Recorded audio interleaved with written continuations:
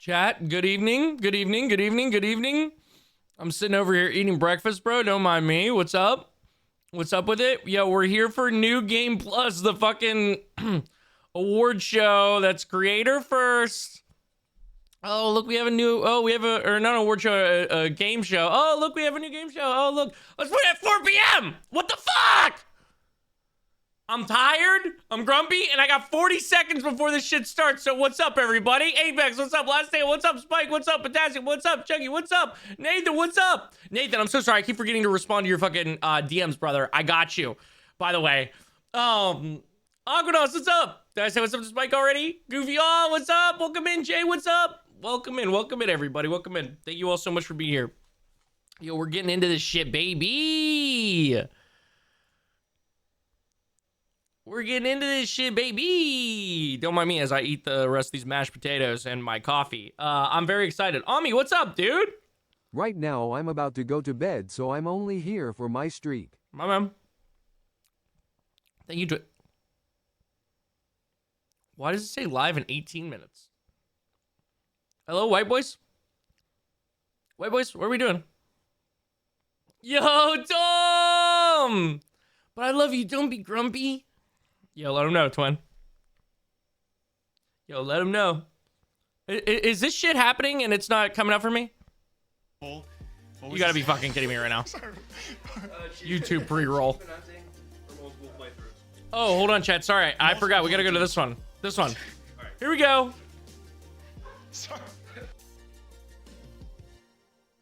I'll be out of retirement soon. Oh, thank God. Okay, chat, here we are. We're into the first game. I think, maybe? No, this is the pre-roll. Okay, well, I got 2 minutes. I got 2 minutes to shove the rest of these mashed potatoes in my fucking mouth.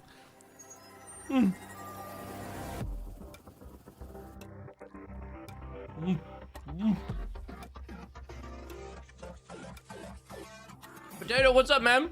Oh, yo, feel better, man.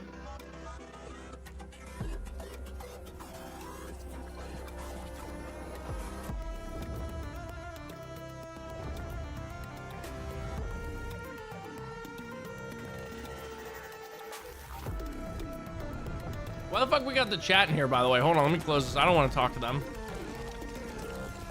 Dude, go away. I don't want to look at you. I already got my own chat to look at, man.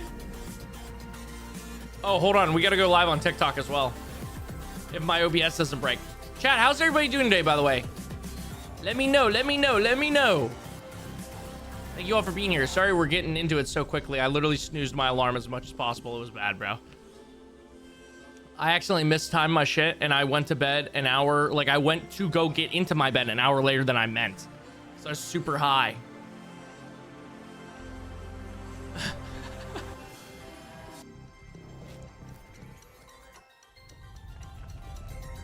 I am so excited for that one game. Nathan, you get it, bro. You get it.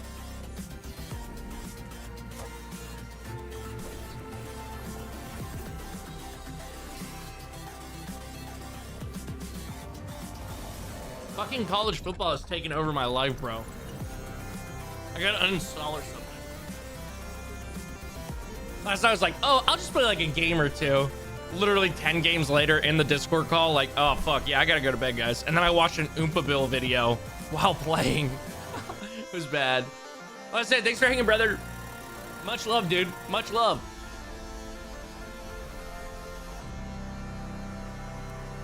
All right, here we are. I'm excited. Welcome to the New Game Plus Game Showcase, a new initiative built by creators who love games for what they are. Wait, what's up, homie? Games that pay to have them promoted.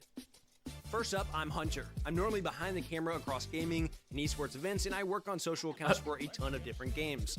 My favorite games of all time would probably be RuneScape, Dark Souls 3, Leaf Green, Black Ops 2, and Star Wars Battlefront 2. Oh! Jake Lucky. Kind of the point where gaming, esports, and streamers collide. If you look at him for too long, you'll Jay, start did I to say wonder what's up? why his neck is so long, and if so you look good. at his Twitter for too long, you'll wonder how much Nadeshot paid him to tweet clips of him every single day. His favorite games of all time are RuneScape, Age of Empires 2, Halo Infinite, Jumpstart Adventures with Bodley, and CSGO. Next up, Luality, a streamer Pookie, with it's a hatred daylight. of spoons Why and are a you up? love for You dragon woke up sex. early today, Lua huh? probably has I more did, personality dude. than the rest of us, I and did. for Pinky. Oh, hey, chat, Her fair favorite games warning. include Baldur's Gate 3, I am Cyberpunk gonna mute 2077, alerts since we're watching a game XCOM show. 2, Or no, I'm not gonna mute them. I'm just and gonna turn them down a little Mass bit. Then Luke Stevens, the mind of a critic with the heart of a fan. Luke breaks down games to Lukey their DNA poo. and really My looks bad. at everything a game has to offer. Holy Where our shit, brains is that might an be old smooth, his video? is nice and wrinkled. I started watching him when he Games like of all first time moved are into that Elden room. Ring, Kingdom Come Deliverance 2, Last of Us, Witcher 3, and Batman Arkham City. The fifth and final in-person member this year is I Am Rob. Rob came Oh, from the hell of shit! making Call of Duty videos Dude, hell to the yeah! other hell of platinuming games. His favorite games of all time are Witcher 3, Halo 3, Batman Arkham City, Expedition X-Men 33, Legends, come on. and Call of Duty Modern Warfare Oh, 2. okay, fair. Not to be confused with Call of Duty Modern Warfare 2 Yeah. or Call of Duty Come on. Modern Warfare 2 remastered. Is Then there, our final Ami? member is Blue I saw Thunder, they had the it in man who is there. always spotlighting the next hidden gem before anyone else sees it coming.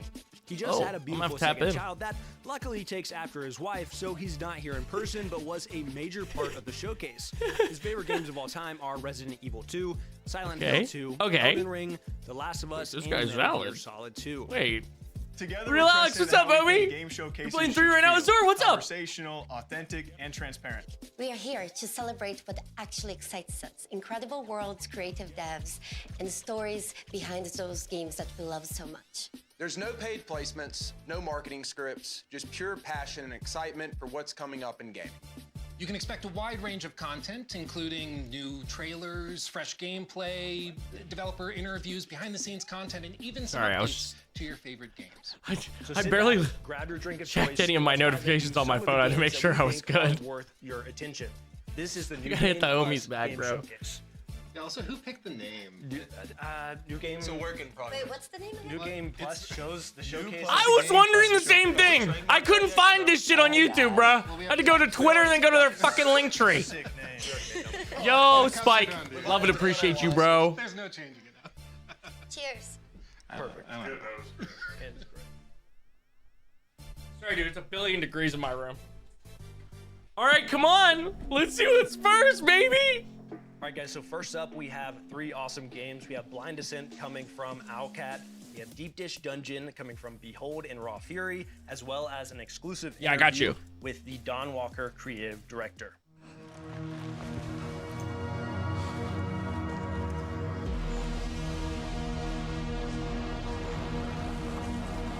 I don't think so, Curious. You move your camera? I did, dude. I did. Oh, what's this? Okay, this is like a, this is like sort of a forest-like we got going on here.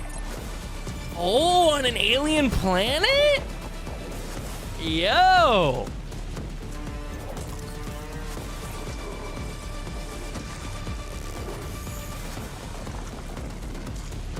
The fuck?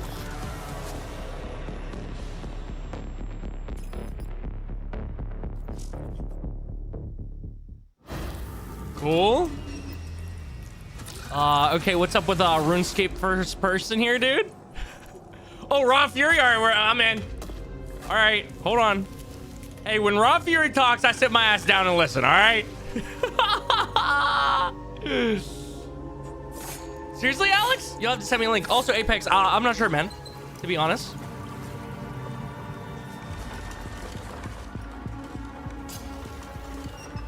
Okay. I do like the art style. Although it's gonna screw bit rates like it is right now.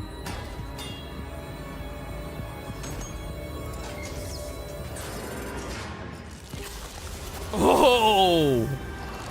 So was this a little dungeon crawler with friends?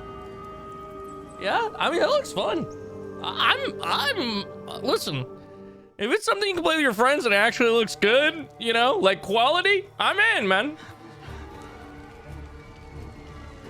Must be here somewhere.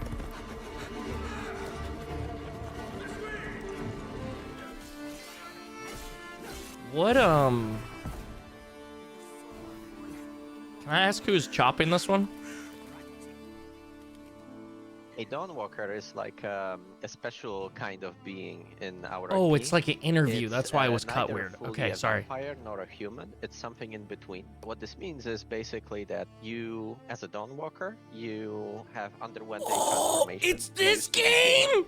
And now, during the nighttime, you do get all the powers and the difficulties of being a vampire. So you get the blood craving and so on. But during daytime, these powers are dormant and you still have to eat. You have all the weaknesses of a human, right? But also the perks of being human. One of the things that is unique to humans in our IP is being able to use magic, so casting spells. The Dawnwalkers are not very commonplace in that IP. They are very, very rare, rarer than vampires. So you as a Dawnwalker are kind of special in this regard. Chat, I would this say game could be the big. short-term things that have immediate impact on the character development are you have to feed on, you know, either animals. This or is humans former on blood Witcher suddenly, devs. right? So you get these cravings. Which is why you should get pay these, attention to like, this. Weird, eerie experiences that. And also, you yeah, it didn't kind of does have look as a like human. Choyo saying Vampire Francis Assassin's and Creed. His clique of vampires actually caught him on his low point when he was vulnerable. He has used specific traits of vampiric blood in order to cement his position in the valley. Because, you know, as you might imagine, having a bloodsucker as your lord might be a tough sell.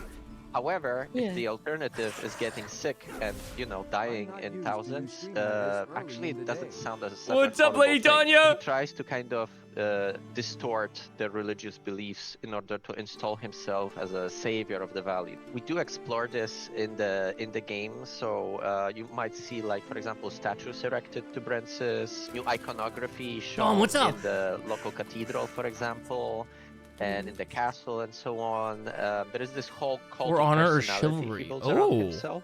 So he basically shows himself as something better than the old order, right? We do have a mechanic tied to shrines that are erected across the valley. Or what? And Brensis puts a lot of attention to kind of twist them to his own image. And these do have a functionality. When you play the game, we have assigned specific functions to them. Generally Chucky, probably speaking, as long one of as the this things game we show. wanted to achieve in this game is to have Brensis being this active antagonist. You know, in a lot of Every good games, game in one. the antagonists are out there to be defeated, but generally speaking, you have free reign. That's what I've do your heard. own thing, and it doesn't heard. really, you know, change much in how they approach you. In this game, what we wanted to do is to Luke have Stevens was Brensis react kinda to your glazing this the other actions day. as you know, So- complete different activities. so I'm like, throughout oh, the okay, valley, I'm as in. You maybe undermine his operations. Julian, what's up, and homie? So on. It's kind of like his seal of approval. Exactly. So it's like, so basically, the way you can think about it is like the more you do in the valley, especially if you undermine Brensis, you will gain notoriety. The more You undermine notorious Princess? are, the more edicts Brensis will pass in order to thwart you. So, for Oh. example, he might send out more soldiers to patrol roads and villages, right? He might, in some extreme cases, maybe even initiate a lockdown of the city to basically hamper Azure lock-in, you your don't wanna ways miss of this. traversing it, right? There is a number of these edicts we have prepared. thank you for being and here today, each by of the way. them is Appreciate you all. designed to kind Sorry I'm of less twist talkative. and I don't wanna change talk over them the too much. General open world gameplay. I'm sure there'll It be also some has walls I can yap. benefits. There are factions in the valley that dislike Brensis, so the more notoriety you gain, you know, the better standing with them you get, like they actually like that. There is a number of plot lines that you can follow if you want. You can also cut them off because we have added these systems where, for example, you might lose control over Cohen when he's a vampire if he was hungry. You might kill off some important NPCs and then the plot line just cuts off basically, or you get some alternative version. There are some ways to enter the castle in the open world. You can ignore these side Who was plot that lines. voice You can level actor? up Cohen and decide to attack the castle on your own, right? Out of curiosity, is there romance in the game? Romance, yes, of course. We do have Oh. romance options, yes. We didn't delve deep into like with whom. Here you yet. go, Gooners. Okay. Here you go, Gooners. I'll leave that for the future Romance? to talk about. However, yes, you can expect to build relationships with characters. Like I said, there is They can like smack one their main goal. nasties very together. varied Hold on. ways to get I'm there. in. These different ways that you pick. Yeah, will it's former impact, Witcher devs, you guys. know, Of what course there's happens gonna be to Geralt and romance. Gora in the end, and it's all up to you. And I think, I really Romance, recommend what the hell? experimenting with this stuff I can and have a having fun wife? with it. First one, Blind Descent, Martian, survival, co-op, adventure. Gives me Subnautica vibes, and in the best way possible. I really like it, but like more with land exploration, which is really cool. I honestly can't wait to try it. We're also going to see a lot of survival games today. So I think it all Yo, comes what's down up, to what Elise? the ultimate depth of the game is. Oh, that was But the I also- first my one. First thought when I saw was like, what Martian is he Land talking was No about? Man's Sky. That's obviously like maybe a reach for expectation wise, and then definitely a tall task. But when I heard Martian, I thought No Man's Sky-esque. That's crazy. Like you said, a lot of survival games. But I think knew it's going into it, I was like, popular right now, I gotta lock in. and I'm hopeful that a lot of them do it right. But this is like going underneath Mars and has aliens. It looks interesting. I like it. I'm intrigued about the variety of ecosystems and Is my shit aliens okay? and It's theirs. plants that they bring up. Well, like you said, it's popular right now. because I'm people like them. interested to And so see the they share a lot of price. things mechanically. Is it gonna but be for me, it's $10 really or is it the gonna vibe. be This one has 40? a Because if it's vibe. 10, I'll buy. Yeah, I'll it is a try. good vibe. 20, I'll That's what I probably buy and wonder how try. that gameplay Anything loop above goes, that, like how far down can you sorry, go? not for a new What IP, kind of man, biomes are like you this. experiencing as you continue Not to the go Witcher down? 3 one, And or like you the said, with survivals, the we see, vampire like, a one. lot of the I'll pay same like loops. So you how know can full they- price for that shit. Are there trees you can cut? Julian, Yeah, sorta. again- This is a again, we're not talking creator about a led. lot, Think of but this you can like cut a Game tree down, Awards, I'm but good just for stuff. announcements. I'm That's basically what pretty- this I'm is. like At that point, I'm the target. I'm the target audience. Then we have Deep Dish Dungeon, co-op dungeon crawling. Yeah, this looks a Deep Dish survival looks really game, cool. A handcrafted dungeon. You gather resources, cook. Again, you other than the strengthen your bit party, rate. You can party up Oh, with they have a friends. QR I'm code. excited for it. That's Speaking so of vibes, cool. This thing It is should a still work with my vibe. screen. Like, I don't know what you'd call that art style, but whatever it is, like injected into my kind of retro, veins. right? It's like pixel art, but then they also have like some voxel. But yeah, type Julian, tech. this is creator led, no paid sponsorship, all just devs and games that they fuck with, which is really cool. That's big word count number 1 of the day. When I see that, I'm very basic. I'm like, that's got to be some form of pixel art, which is definitely coming back. I feel like we're seeing more games kind of pull back that old view, that old like Minecraft pixel art, whatever you want to call it, voxel view. I will be honest with you guys. While you guys are Ramsey! talking about pixels, I'm thinking I hope I can kill my teammates in funny ways. So sure. Explain it to me. We'll go for the pixels. This is Yeah, the we were Game watching Awards. If it wasn't paid placements and there wasn't awards, just announcing new cool games that all of these people fuck with that are coming out in the next couple of years or next year. I got you. There you go. You can get like bad ingredients on purpose to murder your. So they got rid of all the shitty parts of the Game Awards. So I wonder though, with it being like in dungeons, like if they're gonna have an Hey, in-game need some proximity Mega Man chat fan kind of for thing. I hope It's one of my daring favorite to things. say in a games like word this, on when you're, Reddit. like walking through and you can hear your friend off in the distance. I wonder if they'll do something like that. The Lethal Company. Yeah. effects Oh, where they're prox like, chat? You can hear them screaming. Like screaming. with friends, for sure. Yeah, like at least me and Jay gonna be in that Oh my god! Like at least You know? he's across the world. I'm like, Rob, you there? I'm dishing, baby. I'm dishing. I'm dishing. Making Can you bring the carrot? What are you making? Lasagna. Yeah, no, but it If looks they very announce promising. Elder Scrolls 6, I mean, Next up, we have Xbox John Game Walker, Studio is here and who had a Obsidian. crazy conversation with their creative So- director, single player, vampire. We could get a crazy RPG. announcement. It looks incredible. I think the 30-day system is awesome and, like you said, gives weight to things. And then the whole, like, there's so many decisions you can make. What I find really interesting about the game is that Cohen, the protagonist, is half vampire, half man. And even though, like, all of that sounds great by itself, there's even another layer where at night, of course, he can use vampiric abilities that he doesn't I get don't to think any of use these during people the have over daytime. 500,000 His combat's subscribers, different. He's not Ramsey. using a sword, he's using claws. And I then mean, in the maybe in daytime, total, of Luke course, Stevenson there's NPCs totally walking does. around, and I there's, don't know maybe a patrols ton going about around, that aren't there the at lady night. and the There's dude in the different ones middle, at night. but So yeah. And they you can should- use magic as human. You can use magic as a vampire. Yes, and basically what they're trying to do Julian, thank you, is brother. to not just have the time be an element of certain actions to take it forward, but also whether you're playing in day or night, quest lines play out completely Yes. differently because people are in different spots, their behaviors are different. This person may be asleep, so you I can't mean, talk Dom, to there's them. no real Disabilities. Xbox exclusive anymore, you know? Well, The Because Witcher they're 3 is my like, we're personal giving everything to favorite every game of all console. time. So, and this is former So I'm fine with Witcher it. 3 developers working on this, and so much of that charm was prevalent there. The They music. literally The do it music, for the just love of the that game. Soundtrack in the short little snippet Big we saw Rob there, I over felt here it. I love that simple separation is between day and night and different things he's going a with your he's a character. platinum trophy Yeah, 'cause it's gotta YouTuber. probably Okay. tailor to your gameplay of like I gotta wait to He is make the this choice definition of during love of the nighttime game. versus during the daytime where I can use certain abilities or different combat styles. I love that part of it. And so I could foresee a run through, like a play style where you're playing only at night for missions. You're just doing stealthy vampire stuff. What did I get and for you're Christmas? eating people, or drinking blood rather, not eating video people. games. Way. But Whatever you know, you want. the dark run through versus like the light run through in the daytime. The vegan run through. The vegan run through. Which has one of those vegan. Vegan sped run, Don Walker. Yeah, vegan achievement. Sponsored by Beyond Meat. Vegan what Fact, run? revealing a little bit about more Brensis, the Overlord, is also a system. He really talked a lot about systems. Sir, that me they too. have not spoke on yet at I all. bought it right after Didn't with us Christmas. either. Like the edicts. As you go around the world, trying Yeah, to let 'em know, find your Chucky. information, you can side with different people, and depending on what you do, you can make Dude, I their still have crust on my eyes.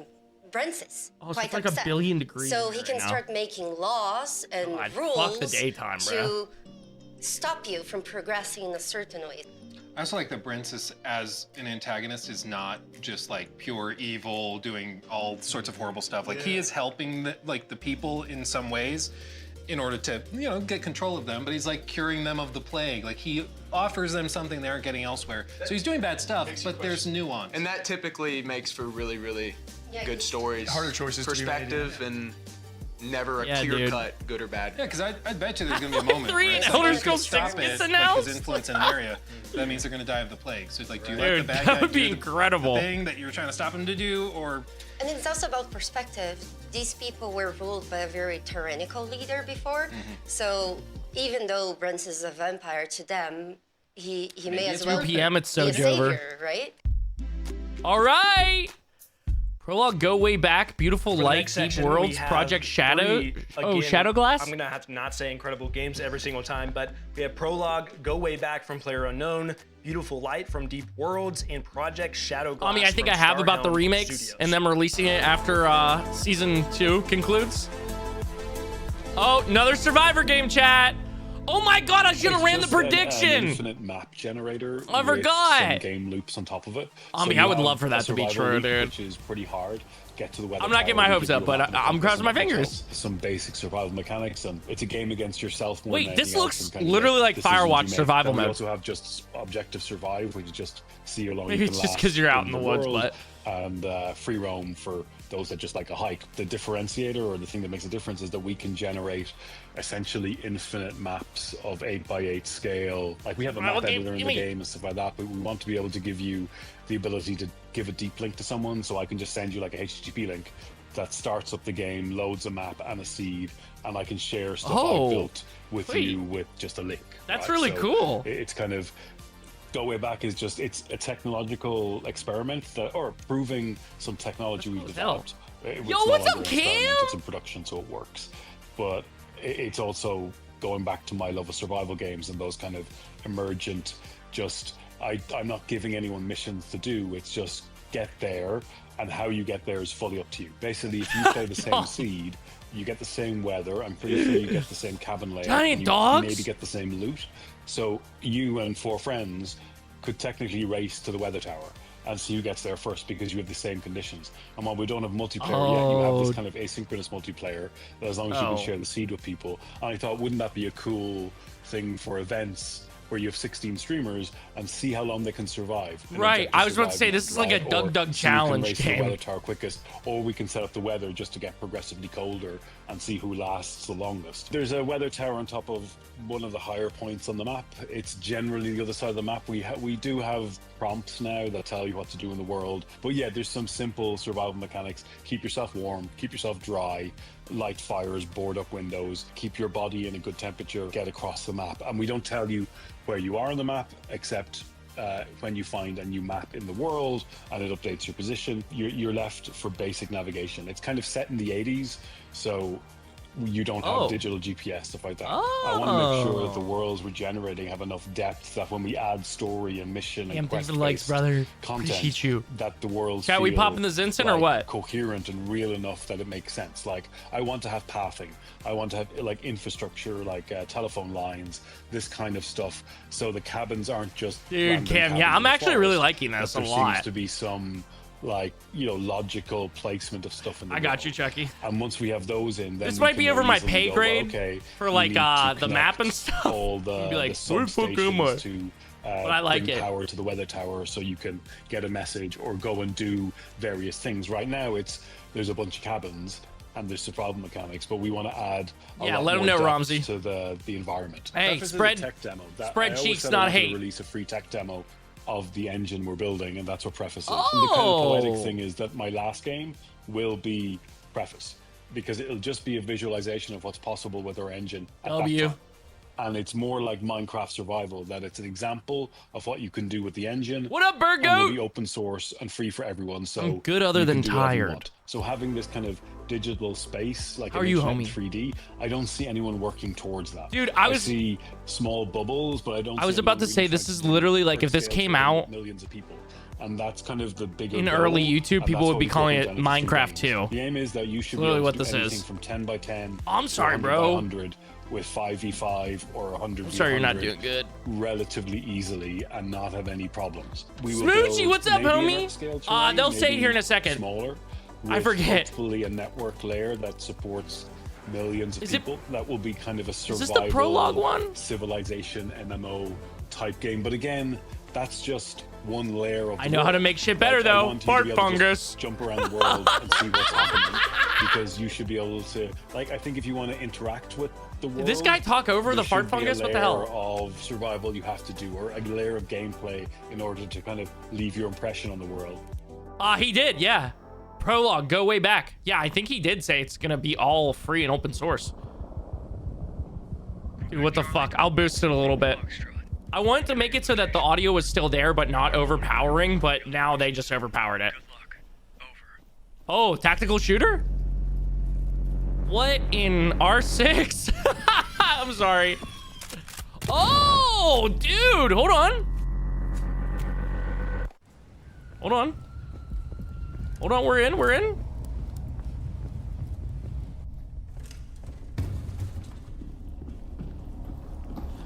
All right, shit's cooked pixelation-wise.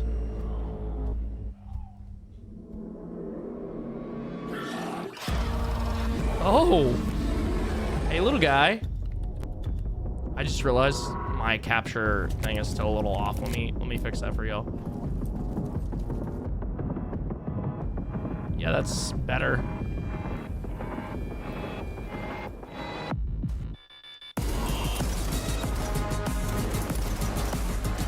Ready or Not plus first person Project Zomboid plus SCP? I mean, it looks promising, dude. It looks like it's multiplayer, yeah. I would assume. Dude, YouTube encoder is frying this right now, bro. I wish I could say it's me. No, it's just YouTube absolutely cooking this shit. Is this PvE? Is that what this is? Is this an extraction shooter? What did I say? What the fuck did I just say? Screen share? Goes to Yode to you? Hey, that's kind. I don't know if I'll be on. I might be I might be editing this music video, Twin, but I appreciate you. Wishlist now, Steam, Epic Games, Beautiful Light. In a world where pixels were once Is this actually a fucking game? Wasn't somebody saying you can't make a game like this on Twitter? 3D.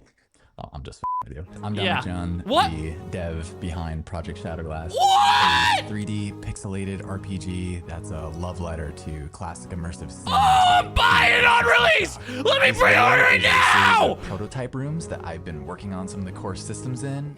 No art, no assets will be generated by AI. This is all human-made, hand-placed, made by me and artists like me because we love what we do. I'm gooning! Sorry, my bad. God forbid white boy get a little excited for no AI and a beautiful artwork. My bad. Yeah, have my soul, Gangi. Ooh, let's see. Stealth Archer build! Boys, we're so back! Fuck the Elder Scrolls 6! Holy hell! Oh my god. If you have headphones, I would highly suggest wearing them. All the audio in Project Shadowglass is going to be 3D. Not just 3D, but simulated. The music emanating from this orb is going into the left ear and the right ear, but as I change the size of the space, you can hear the character of the sounds change. Dude, if this even has a lukewarm story in this incredible game, oh my god, bro. Yeah, Aldrich said this looks peak, bro. If we go around the wall, Nah, this is more like what's the second Elder Scrolls hear game? it coming from the opening Daggerfall? in each ear. Ray trace? Oh, my 3080's not gonna be able to run this shit. Is that gonna hit him in the eye? Just kidding.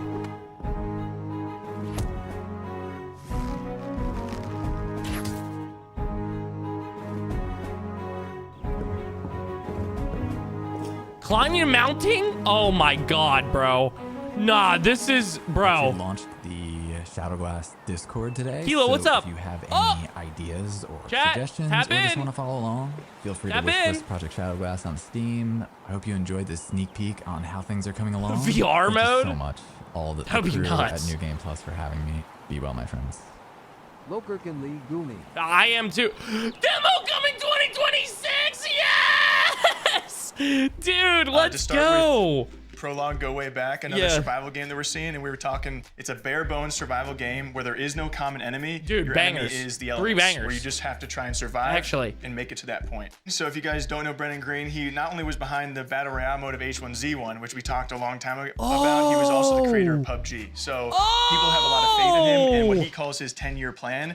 And he talks about his ultimate goal being he wants 1 million players on a Valley server. Ranch, what's he up? wants the internet to be made 3D and for all of us to actually truly be able to play together. Which I know is a crazy transition from us talking about a survival game. Single-player survival game? Like we want to cover their survival game because I love survival games and they're gonna be branching out in Yeah, this game for the next dude. few years. I was until like, they have PlayerUnknown, isn't that multiplayer, until they have PUBG? weapons and they have PvE and animals to fight against.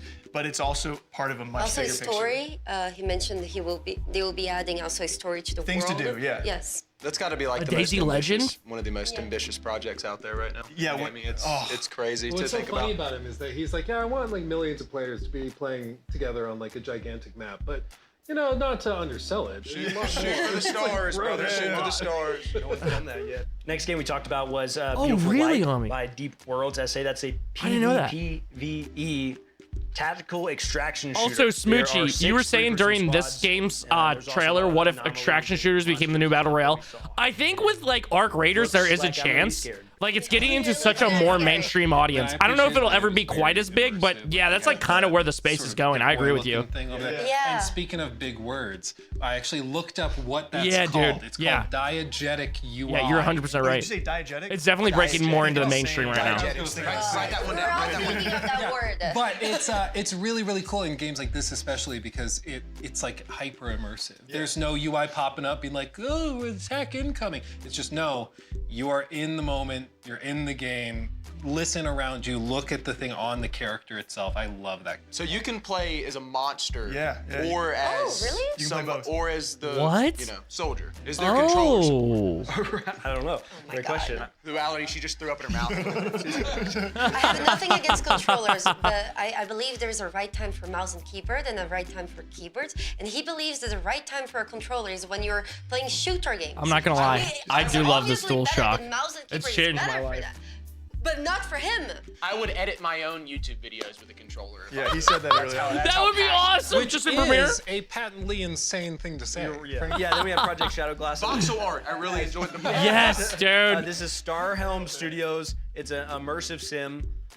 We've all seen it. I think it went viral from that AI post. There was like an AI post that looked just like it, and then he was like, "I'm making a game like this. It's not AI." I looked up the video because he has a YouTube channel where okay. you can actually see kind of behind the scenes. And when that clip of the AI generated art went viral, he saw it and thought like, I didn't think anybody wanted this. I was just like, it was a fun side project. And then he saw people wanted it and thought it looked awesome, and he put it out. And it's real. GPT Well, we inside talked about prologue. earlier, That'd be there's a insane. desire for stuff like that. Yeah, more simplicity, kind of retro feel. It feels like the game is still like learning what it wants to be. Like he's working on the graphics, the basics, the music, and as like they have a bow and an arrow, and hopefully as they work on the Tap project, in if you want. they they start feeling what it will grow to be, what kind of game. Yeah, it game will with develop ChatGPT is itself after you. into. Yeah, Are you my talking about real understanding is life? Right now, it is just in like 3 Project years. Shadow Glass, and Yeah. it's gonna eventually become like a video game. But right now, it's just kind of proof of concept that the art works, the crazy math behind it works, and like it can grow to a game. But it's certainly very, very. Well, I wish him nothing but success. Yeah, he seems like a because it seems like I awesome just dude. love a good passion project. You can tell there's a lot of heart in that. And I feel like I initially, like everyone else, why I went so viral, I got attached to that same artwork, but then when he further explains and shows you some concepts that you weren't expecting out of a game with that artwork or that design, when he's showing that you said the R6 lean in there. And Oh yeah, that threw me off. The little bow Yeah, it's like, behind. I was whoa. like, is that a Rainbow Six You threw that, Siege? you threw that in there, and then of course they got the wall grapple, and then with the whole audio design as well. I mean, I'm definitely. I remember seeing that clip that went viral. I remember seeing it. I was like, wow, that looks incredible. Like walking up to the castle. Yeah, I still remember the dude on Twitter being like, "Hey, this could never This section, work, we bro." have 3 what I would consider kind of Don't sci-fi nod? games a little bit, but we have Where's the Thelian Josh from at, Don't bro? Nod, which we have an incredible look behind the scenes of the music with the composer themselves, as well as The Expanse Osiris Reborn from Owlcat. If you're familiar with The Expanse, super exciting, and also Distant Shores, Brittany. Yo, is this the Don't Nod game first? Is that the order? Bro, I'm not gonna lie, this is already a banger. This show is already a success in my mind. They just showed off a ton of great games.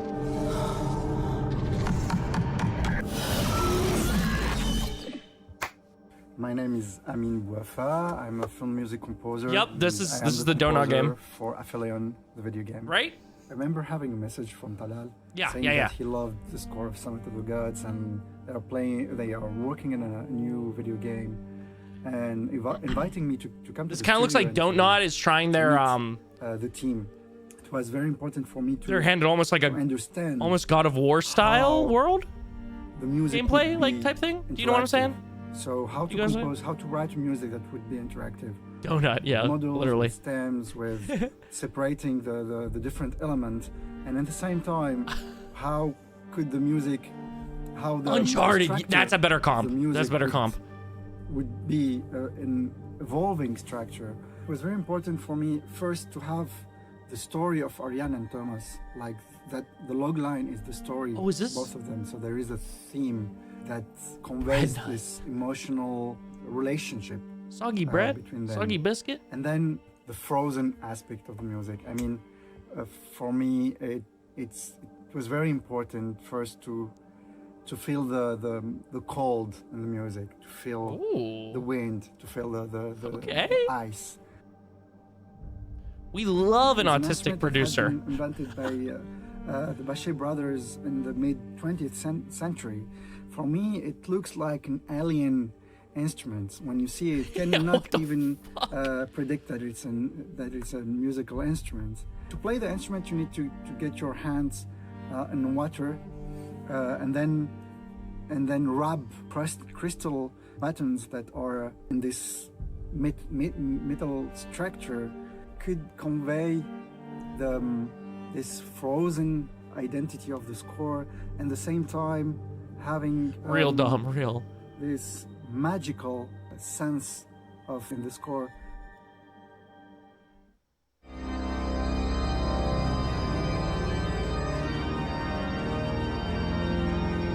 Oh shit. There is a sacred there we go, feeling okay. also to this planet.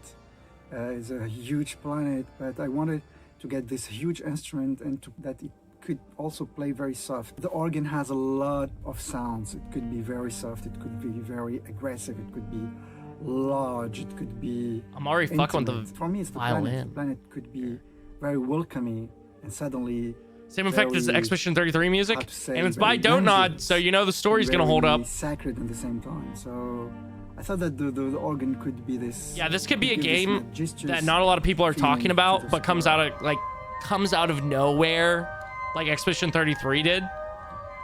That's kind of, honestly, chat, during this, you're looking for that game, because there's a good chance that a game like Expedition 33 that just blows you away, that comes out of nowhere, is in this showcase right now. Video game score, and it's a lot of fun and a lot of passion.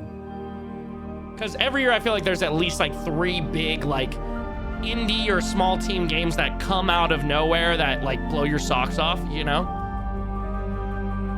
there's a good chance that you see 1 or 2 on here. And Vixie, what's up? This is Don't Nod's new game. I forget the name of it. It's kind of a wild name. Here it is. Alphion? Oh, 2026. Oh, that's huge. You can pre-order it now. Wow, dude. Wait, was that? That was Don't Nod, right? That was their game? Oh no, it was. I saw it on Steam. I looked at it the other day. I'm tripping. What is this? The Expanse. Yeah, what's We had some discussions at the early stages of the production, to be honest, whether to go for I'm not tapped in on this game at all. Something else. And again, we started with sitting down and lining up what Oh yeah, dude. Possible ways. Ball and gun gamers say the game. The power fantasy. gaming is dead. It's not. It's very alive. Combat. So he might want to be a sniper. He might want to be a hacker, maybe an engineer, something else. As we designed those playstyles, we thought how to mix it up a bit, how to let no, you could 100% be right. I'm the worst with what names. he encounters during the game. So, for example, when he finds a neat shoulder cannon, as we shown in the announcement trailer, even if he's a sniper, he might want to experiment with that. Why not? This is the game that I was like, is that Starfield or something else? He might want to see how it works, and so we But decided that's just because it was in to give space. him the possibility to do that. I was confused. That was the idea behind the playstyle. So playstyle is basically the starting preset that kind of gently guides you towards the certain direction of your power fantasy of how you play the game. At some point, the player will need to commit to his choices. So again, it's an important part of the choices system. You know, if you just can switch everything on the fly, that kind of makes your choices less important. So at some point, you need to stick to particular guns, particular gadgets, and you just build around them. Dude, hell yeah, Dom. We give you some time to experiment, but you will need Xbox Showcase coming up. We'll watch that one too. Creation, you will have to choose between 3 major factions. Your origin, so you'll be either Belter or Earther or Martian. So is this a single-player game? Appearance, you can choose your body Smoochie, that would so feed you families. will be playing as a Pinkwater mercenary with different type of origin that you would create. You will have your sibling with the same, like, identical one. They will look a little bit different because they're their own person. They have their own personality. These events are set during the first 3 books, I think. You will Exactly, start Dom. on Eris and witness basically the events from a different angle. What if we put an Xbox And, inside a Tesla? This part will be to Sorry. some degree shown in your character creation. Every companion should belong somewhere in the universe, and they have their own background, consisting of I mean, this sounds a incredible. faction and their acquaintance. They have some background story, their own struggles. All this stuff will influence how they perceive the situations player encounters. So in every major plot event, they will have their opinions. They might hint you towards some decisions. They might provide you some assistance, or maybe even some crucial contacts to go for help, for advice, for military support, maybe. Of course, they will have their own stories, their own struggles, and you can choose to help them, or maybe to ignore their own stories, totally depending on how you want to be invested in this particular companion. The choices you make for those companions also will matter in long term. Yep, some of them will have romances, and you can see on our background companions. Perfect, We cannot thank say who is going to have romance, but there will definitely be romance. It's a small crew on the small ship. You know, the Expanse, it's a universe where everyone flies in very tight spaces for a very long time. So there is a dynamics in the crew as well.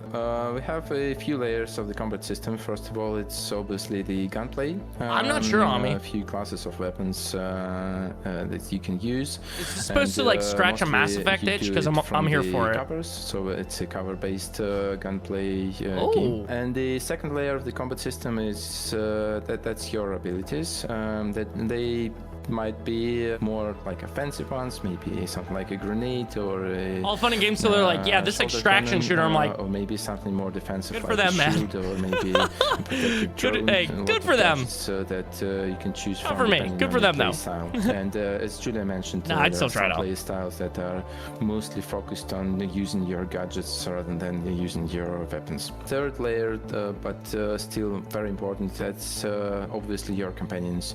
They have their impact on the combat. They have what we call combat opportunities. That's particular situations when you can order your companion to use an exploit in the arena, in the environment, to gain a certain advantage in combat. We decided against the management, the gameplay part of the survival stuff. So you won't be counting your gallons of reaction mass or how much water you need to recycle before it dries out. Nothing like that. But still, the expanse universe is very dangerous. So in terms of narrative, the survival will be a part of the game. You will have a tremendous enemy. You will have a lot of very dangerous situations that you will have to get out somehow. There will be a lot of survival in terms of your player experience, just not as a particular mechanic. You will be able to fly around the solar system. You will be able to visit various planets. We mentioned it before that we have Luna, Mars, Ceres, Io, and some other cool places to visit. And some of those places will be like major social hubs. On God, where you can literally, just walk bro. around, meet other people, drink at the bar, shop cool as hell. for better equipment and stuff like that. So you will have plenty of places to go and to visit and to look at. The Expanse universe is cruel, and some characters might die because of your choices. Stay tuned for more, and we will show more very soon. This sounds incredible. Have something cooking. I hope you will like it. Yeah, we'll have to watch the full interview. Welcome back, Aaron. What is We trust this? Your flight was smooth. Here we go, extraction shooter. We have landed you on the outskirts of Genyak Island. Stay alert. Just get. Obviously, I'm like kind of making fun of extraction shooters. Extraction shooters are cool when they tell you up front it's an extraction shooter. Thomas. You know, your brother. Oh, what is this? You said you would visit me here, but you never did. Look, bygones be bygones. Just find me in the West Zone. I'll be waiting. Hold on now. Please God, be Titanfall 3. Bro, I would literally piss my pants if they announced Titanfall 3. I don't think it's possible in the current sphere, but man, I would love that. We got high ground or whatever, high guard instead of Titanfall 3, but that's probably EA's fault, honestly. This looks so cool. What the fuck? Is this like a Portal-ass game? Like Portal in the way that you're like moving your environments around and like solving puzzles with your powers. Or I shouldn't say moving your, like manipulating your environment in ways. Yo. Yeah, guys, I'm gonna need to use Sony AI for this. It's too difficult for me. This looks like a game that would pop off on TikTok Live. Like all those motherfuckers that usually be playing puzzle games. You know, respect, because I can never do that. But this actually looks like something I would totally try out. Even though I'm horrible at these type of games. Dude. Oh, this is gonna be under a Reddit video, bro. Am I the asshole and motherfuckers just jumping through these like super fast? Oh, Breath of the Wild? Ooh, okay.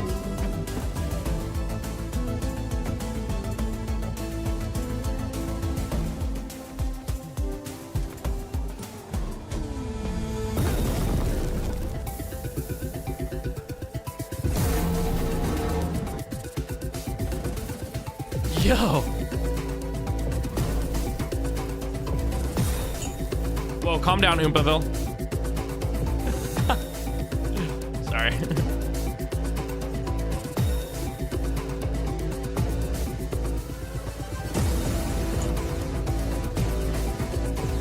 Is this Portal Plus only up? Only up if it wasn't just purely a rage game. Yeah, dude, I'm fucking with this heavy.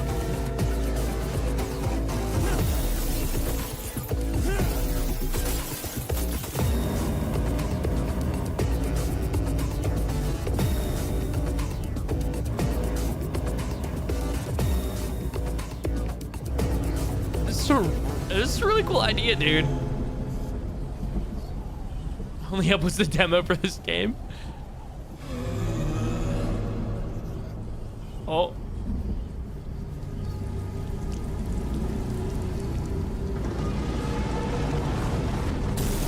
Yo.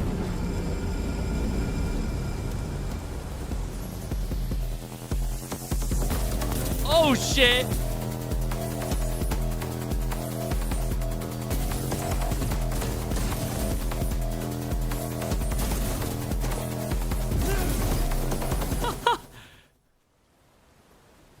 Yo, what's up, Dr. Stars?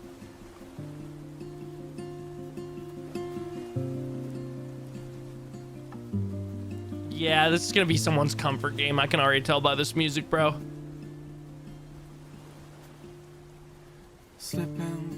Ooh! Such a peaceful place to be seen. It's a wonderful way to be free. I'm all in, bro. I'm all in. Distant Shore. Yo. Wishlist on Steam. Chat, run it up. This will feed families on speedrun.com. On God. My understanding is it's a dual protagonist game, so you'll actually be swapping back and forth as they sort of work together. And I'm sure there's parts where you're separated, parts where maybe you're together working together. Very emotional story. There's so much potential for stories like that. The dual protagonists, seeing it converge in the end. dude. You know it's going to be an emotional game, especially when they put so much emphasis in the music. I feel like music is a tool to Yeah, she's 100% right. catalyst emotions, so it's definitely something that We were actually talking about that earlier today, music and video, and not just video games, and art in general, and media. Good music changes It changes game everything. from a game being a good game to a memorable we're game. kinda low a on game water. that will stick with you in a long time. So. Well, and Donut has a pretty storied background when it comes to narrative games, whether it's like Life is Strange or like one of my old school favorites, Vampire. Like they try different stuff, weird stuff even sometimes. I didn't know that was a Donut See game. them doing something They were different. using Bean, what's up, super homie? alien music instruments. Not right now, but so. usually. The Crystal Bachette. Usually, Bean. Oh, you're talking about the hand wedding one? Yeah. You're really into this hand. Dude. That's like the only I thing kind you of want took to away. try it, honestly. Shout out Don't Nod for How do you taking discover that technique of like, oh, that makes that, yeah. Shout out Don't Nod for This is taking an risks, bro. award-winning composer of the Summit of the Gods as well. So what I find super impressive is just, I feel like people. We're watching New Game Plus. It's basically an award, or like think of the Game Awards if there was no announcements and no paid placement. This is just games that these guys really like that are coming out soon. During the years, like video games has some. Dude, great you music, just missed the like- Don't Nod composer talking, Josh. I'm sorry, You bro. don't think about it. When music Yeah, dude. is really good, Oh, in a you're game, thinking you about? don't really think about it. But then when it's exceptional, like I literally said, "Where's your Josh Expedition P?" or, like the Witcher vibes, Dean, you know, thanks for, then like, you really remember it. But a lot of the games you play, you probably don't look up the soundtrack, even though the game is pretty good, you know? Ironically, my Spotify rap this year was like mostly video game scores.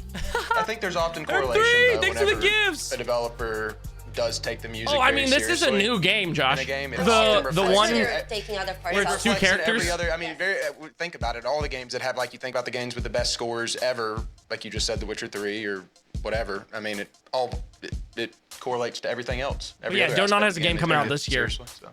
Another sci-fi game that is probably one of the most anticipated. Yeah, do we have sci-fi more games info? for a very long time? Is The Expanse: Osiris this game looked Reborn, incredible. which is from Owlcat as well. It is a third-person action RPG, obviously set in the Expanse universe. The Expanse is a book and it's a show, so Yep, it they're is. taking inspiration from both, but at the same time, it doesn't require previous knowledge of either for you to be able to enjoy this. In this game, you're going to be living more or less through what happens in the show. However, from a different perspective, from a different side, with your own group of people, with your own environment, that you get to make your own choices. I think an important This is thing to incredible. frame all of the Expanse game with is that coming from Owlcat, they are a studio that did like Rogue Trader, for example. Their bread and butter is intense, gritty narratives. I don't think with I've tapped in on that. Unbelievable levels of roleplay, We might have to, depth, chat. and choice, and consequence, complex systems that interweave. And so seeing them go into this, which is of course a third-person It is, cover-based dude. shooter with many RPG. You're like, I'm mechanics. meeting God It's today, a different bro. road, and I asked him about that in our interview, and was like, how did this happen? Because typically they do sort of an isometric thing, and they just said when we decided we wanted to tackle the Expanse, it required that's that probably why I haven't cinematic tapped in. flair, and that's what they tackled, and they're doing a phenomenal job. I mean, the game looks beautiful. It looks very interesting to me. It looks kind of like Dead Space meets Yeah, Gears of Josh, I War. saw that. Gameplay-wise, it did. Or, yeah, Mass Effect as well. The choice and the reputation you have with your What's companions up, Yogi? will change, because your companions, they told us, will disagree with some of the stuff you do. They'll get upset or They will have their pissed own about it. opinions. They'll have their own opinions, and they also, one interesting tidbit they mentioned was that when you are making choices in the game, they're not necessarily going to tell you if that was a big moment, if that what you just said to them is going to seriously affect this thing over here. I love it that. will, but that's all behind the scenes. Third game was Distant Shore, Brittany. This is what went viral as almost a portal with magnets, and I think it looks like a lot of fun. It's such a unique concept. I could I'm see sorry, it Josh. being big time. You know, Like, it's it one of really those is. games like you didn't know you wanted, but then you see it, you're like, oh, that looks Hell like yeah. a But those are like part of my brain. magnets. Yeah. Like we've seen Very versions of homie. it before, but with everything it combines, because it makes everyone think of a different game when you see it. Because we've Night heard Vanguard! Half-Life, we've heard Portal. I thought of Only Up during some parts of it. Oh. Yeah, it had and, Only Up. and other I thought puzzle. Mirror's Edge a little bit with like Yeah. the parkour. Oh, I wasn't even thinking See, about it makes us Mirror's think of Edge. so many different things at once. So I think it's gonna do. Just really watching some of that gameplay, I could see the rage already. well. Oh yeah, the boss.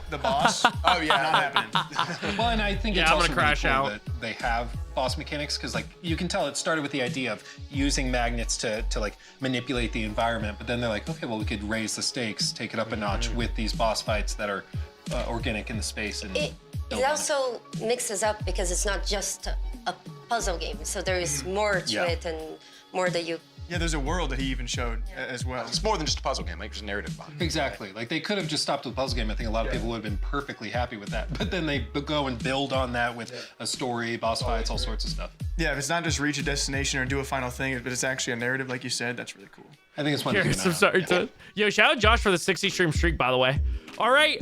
Next up, we have Oh. two very exciting updates coming from Obsidian, that being some updates for Avowed as well as Grounded 2. We also got exclusive time with them and had some interviews, which were very exciting.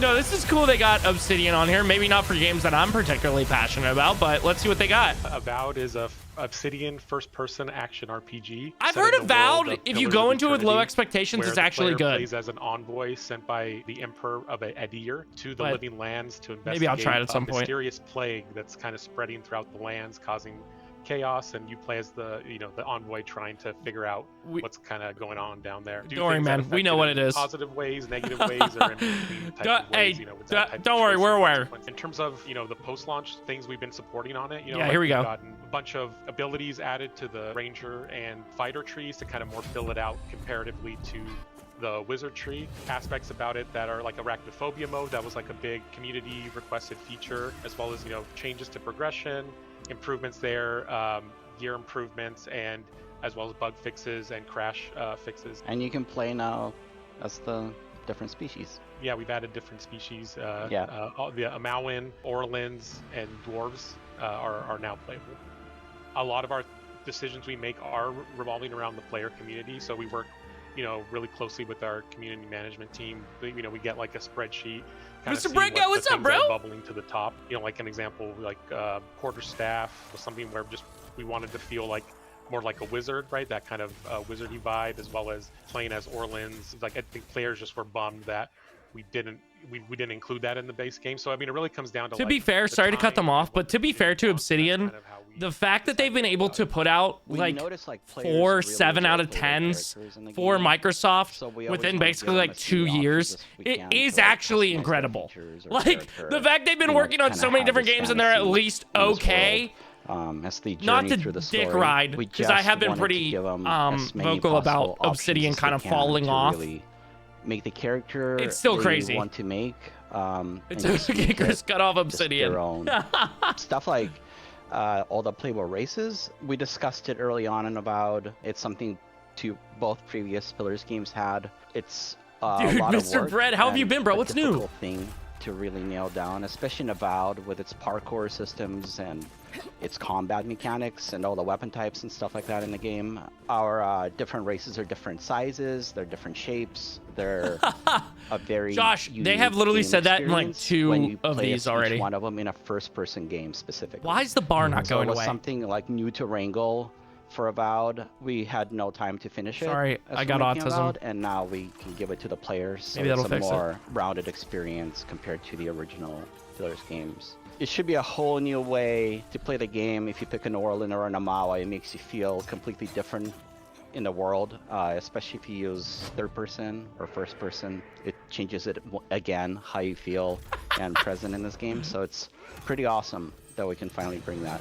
New Game Plus allows the player Oh. to bring over all their abilities, all their Okay, equipable hell yeah, gear. dude. It does reset it back to level 1, so it's not like you're just This sounds outright exactly like Skyrim OP, music. basically, but Like you know, literally you like have the a end Skyrim game track in gear with particular. all I its, can't like, think of the name, but enchants to be able to just start the new game, as well as we have like modifiers on enemies that kind of, you know, either make them more resistant to some of the elemental types, or, you know, modifiers that make them more resistant. Stopping the to stream being, probably after the stun locked showcase. or hit reactive. I gotta get some editing That kind done. of gets sprinkled And I might in actually hang kind of out somewhat in call. randomly throughout that New Game Plus experience to kind of get that added challenge, but also let the players. Was erecting this didn't take away the erection? Yeah, I gotta give this game a go. Course of multiple playthroughs. So. We notice players like to take photos of their envoys, but it's very difficult in the game. You have to get the camera just right to get a certain distance from the character, or capture the shot in a conversation when you see your character. So this allows you to really get into it and capture some awesome Josh, we shots probably got 2 or more hours, some bro. scary Don't worry. shots,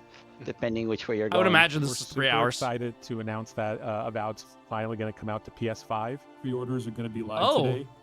You know, keep an eye out on our socials, and we'll announce Ooh. when the store page is open. All right, chat. I should probably tap in on PC though for this because of mods. All right, Grounded 2. Where are my Grounded fans at? Wasn't this another 7 out of 10? Where people are like, yeah, it's cool. Cool.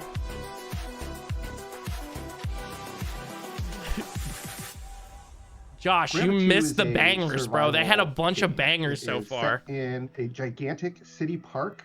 You play as a teenager who has been shrunken to roughly the size of an ant, and you just have to survive in this environment with, you know, Now the insects that are erection the is size of gone. a bus, and figuring out how to Guys, eat no, and Grounded get is some good. water and fight those bugs and craft Big new old materials and shoe? new weapons as you go I probably and will, gain Josh. power and get over those initial survival challenges. Me and Limburger you are talking can about sort of playing some get games into today, the if story he's of free. what has really happened in this park. A number of huge updates planned for the park. This is the first big content update that we have. We've been Here we calling go. it the winter Come on. update. It's really about adding in this next big chunk to the park, and that comes with a lot of things that are very, very exciting for us. With this winter update, which is the community garden, is attached right to that early picnic area. On the map, it's just to the east of it, behind the gigantic statue of Tully and Burgle. This was our opportunity to really start delving into a brand new biome with everything that entails. cacti. You've got a vegetable garden, you've got Sorry. a greenhouse, and you've got a pumpkin patch. All of these introduce a lot of new and different types of artwork and places for the player to explore. And then, of course, then we need all the insects that go in these areas too. And so a ton of new insects that are in there. As I love to say, all of these insects, you know, you can fight. Maybe they're docile and you can attack them. Many of them are aggressive and will attack you. And regardless, you fight them, learn their tactics, and then eventually turn them into fashionable attire and new weapons. Going to a new biome, a new area in the park allows Next us to game is set in fully Diddy's lean Garden. You have to into dodge what baby makes oil the park monsters? unique from the backyard. What For us, that the means fuck? that mixture of really organic Obsidian, write it structures down. as well New as that biome. man-made Diddy's mansion. touch, that Diddy's this dungeon. was designed by humans at, you know, human level. No, that was incredible, Wasps are Dom. coming Stop back, apologizing. which are a lot of fun to fight, but can be kind of annoying. Again, this is a go. I named survival an game, ant so, fucking Johnny. So excited about Silverhand? those things coming back. Black ants are also coming back too. And like with both of those, W inclusivity, you get my sets man. of armor and different weapons that you can craft after you've defeated these creatures. We're more excited about the new creatures that are coming in the Garden update, though. So we developed a brand new creature in the cricket. The cricket is pretty big. Again, this is the size of a large bus, probably. It has some very unique attack combinations that are a lot of fun. Did this thing just shit on me? Jump very, very far. It has its own armor sets. It has its own weapon or weapons that you can craft based on it. And then the same thing for earwig. And we actually have two different types of earwig. There's sort of a ranged earwig and a melee earwig that tend to travel around together. I need arachnophobia mode, but just for this thing. Opportunities. Again, you can turn those into armor. Of course, turn them into your base furnishings. You can turn them into weapons. Get one of them things that only live in Pittsburgh basements with like the bajillion legs, and I'm in. We really I'll hunt that thing down. One players to be excited to see these creatures again, but also to be Fight a normal-sized delighted human? by the changes. You know, just like we did in the picnic area, we've revamped the combat. So that means even looking Millipedes? at the old legacy creatures. and Yeah, going, I think okay, they might how be do we like make them a a advanced part of the version because system? they How have do we like make legs them like challenging all in this over new their body, dance? not just How like can on the we leverage our ground. systems to make them more You know what I'm saying? Like interesting? millipedes are like And so usually like long and hopefully black, there's a couple of but these twists ones have coming, them even all with over the their body. old They're freaky favorites looking. That will keep They look like an veteran alien players on their species. toes and will The surprise them aliens like- brought here when they were building the pyramids. The ladybug buggy. QAnon told which me you'll be that. able to get and raise and hatch, and then run Sorry. around in the yard. And we're pretty excited about all that stuff. Like I think all of it is coming together just. If really I see a well. millipede in this game, I'm burning my Every fucking console. I hate them with a single grounded passion. player You know what's up, from bro? round one at some point jumped on the ladybug and let it transport them around, and we Oh, hi, often joke ladybugs. that was the original buggy prototype. And there's something so iconic about the ladybug and getting on it and wanting to ride it that it felt like an inevitability for us. But what's important Next for game, us please. whenever we do Yeah, this is great. introduce a new buggy, Next. we don't want it to just be another one or just a horse, you know? And so it really boiled Dude, down to what YouTube. can the ladybuggy bring to the table that the other I'm gonna ones tweak if you keep bringing up that weren't. red bar every time What there's can a make her slight stand movement on my apart mouse. and bring a utility and Just an from me putting my experience to the elbow player down. that the other buggies aren't. How can we carve The out other her own buggy little boost. niche in the game? She's the tank. She's, you know, the one who can get into those really tough fights and withstand those large swarms of insects. And that's where the idea of the water cannon on her back.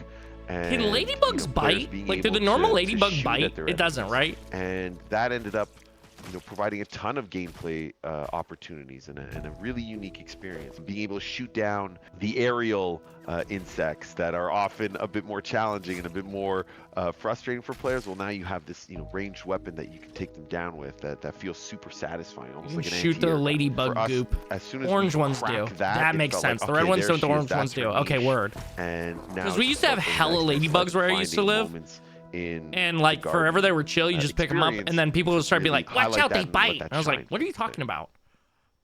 The fuck are you talking about, freak?" So Yeah, it's all good 7 out of 10. great Yeah. review that you did over there. We see now that we have New Game Plus coming. There's a photo mode, new weapon type, I love changing all the appearance. personalizations There's new they character can do. presets. You got new races. Hear me with out. species. Yeah, Lua will have a lot Do of we fun think with it. Avowed could be the next like cyberpunk where they actually fix it earlier this year. as it goes on? Very, Busy this very year. busy, yeah. And they're doing these free updates now. And so they also are adding New Game Plus, which adds a whole new reason for you to go back through the game. So the game is coming to PS5. Yay! We got another one. We got The Avowed Platinum Trophy was insane. Oh nah.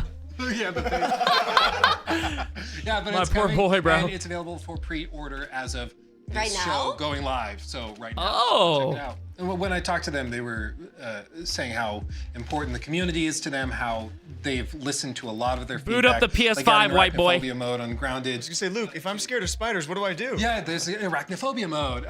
But they that's kind of their driving force is looking at the community, what the community is saying. Jack, I saw communicating, that. Hey, we'd like more species. What's up, and bro? More customization. New offensive options, coordinator for the character Niners, development. baby. Get Okay, back we'll here. do that. And it's just Grabbing really him by nice to his see cape. them. Come here, do Mike that. McDaniels. They could put it in a Come pay here. package, but they're not. They're Get just, on, you know, it's get a on labor offense, my boy. I really like how, as you're going to New Game Plus, you can also change your character's appearance. So you keep some of your skills. And No, I'm stuff, with you, but Dom. If you I'm with you. are tired of how your character looks, or you want to do something new, try a different race. You can do that by just going to New Game Plus. You don't need to. As long as they make it clear in the Besides that, like we also ads, have Dom, Grounded that 2, it's like meant to which be is played with bringing friends, the but can Guardian be of good Brook without Hollow Park friends. That is now going to be open, so it's a I'm new here for biome. it. You have new creatures, new tools, a new mushroom brick material that you can build more stuff with, and also a new ladybug. To be honest, here, let me just because I don't think any of us care that much about Grounded.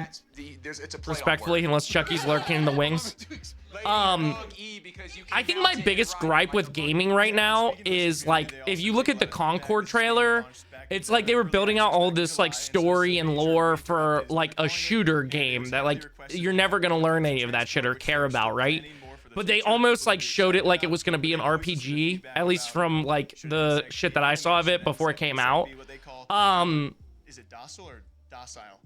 I think that's my biggest gripe. Like, don't try and sell me on something that isn't in your game. Just tell me what it is, be honest with me, and then I'll choose whether or not I want to play it. Don't try and sell me on some, like, big, grander story if it doesn't actually fucking matter. Does that make sense?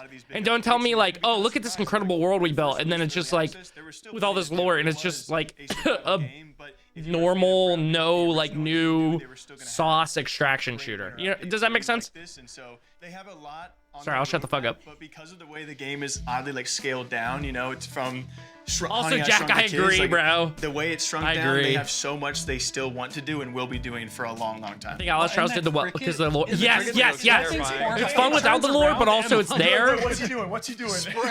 I gotta give them credit. Like Obsidian's been so And they did a really good job of building it out. You can put out two and being honest with what the pretty game was going to be. sizable And continue to update it. And it seemed like they were cooking something huge, right? Because yeah, they just had Tim Kaine come back out of retirement.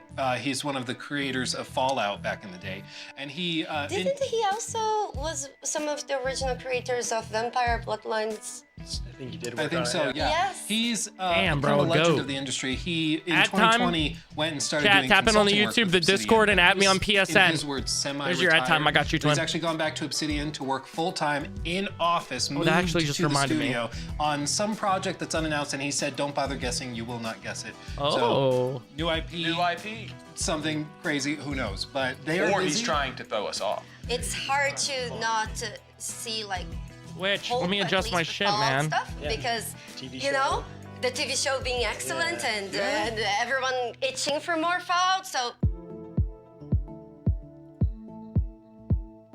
Next up, we have 3 fantasy RPG games that are looking very cool, as I would say.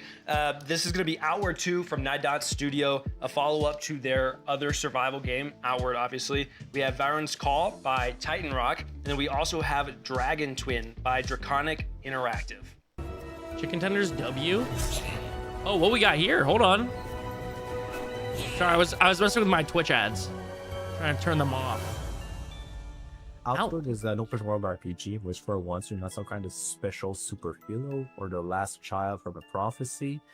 You're just a dude or a dudette. And the reason why we are downscaling who the player is because they want to be immersed more than they want to be powerful. And that was the big change in our approach. And we made all of our design decisions to be in alignment. Hey, my man, you ever heard of Dark Souls? If Sorry. you were just a regular person and you wanted to think like a human would, but in a fantasy world.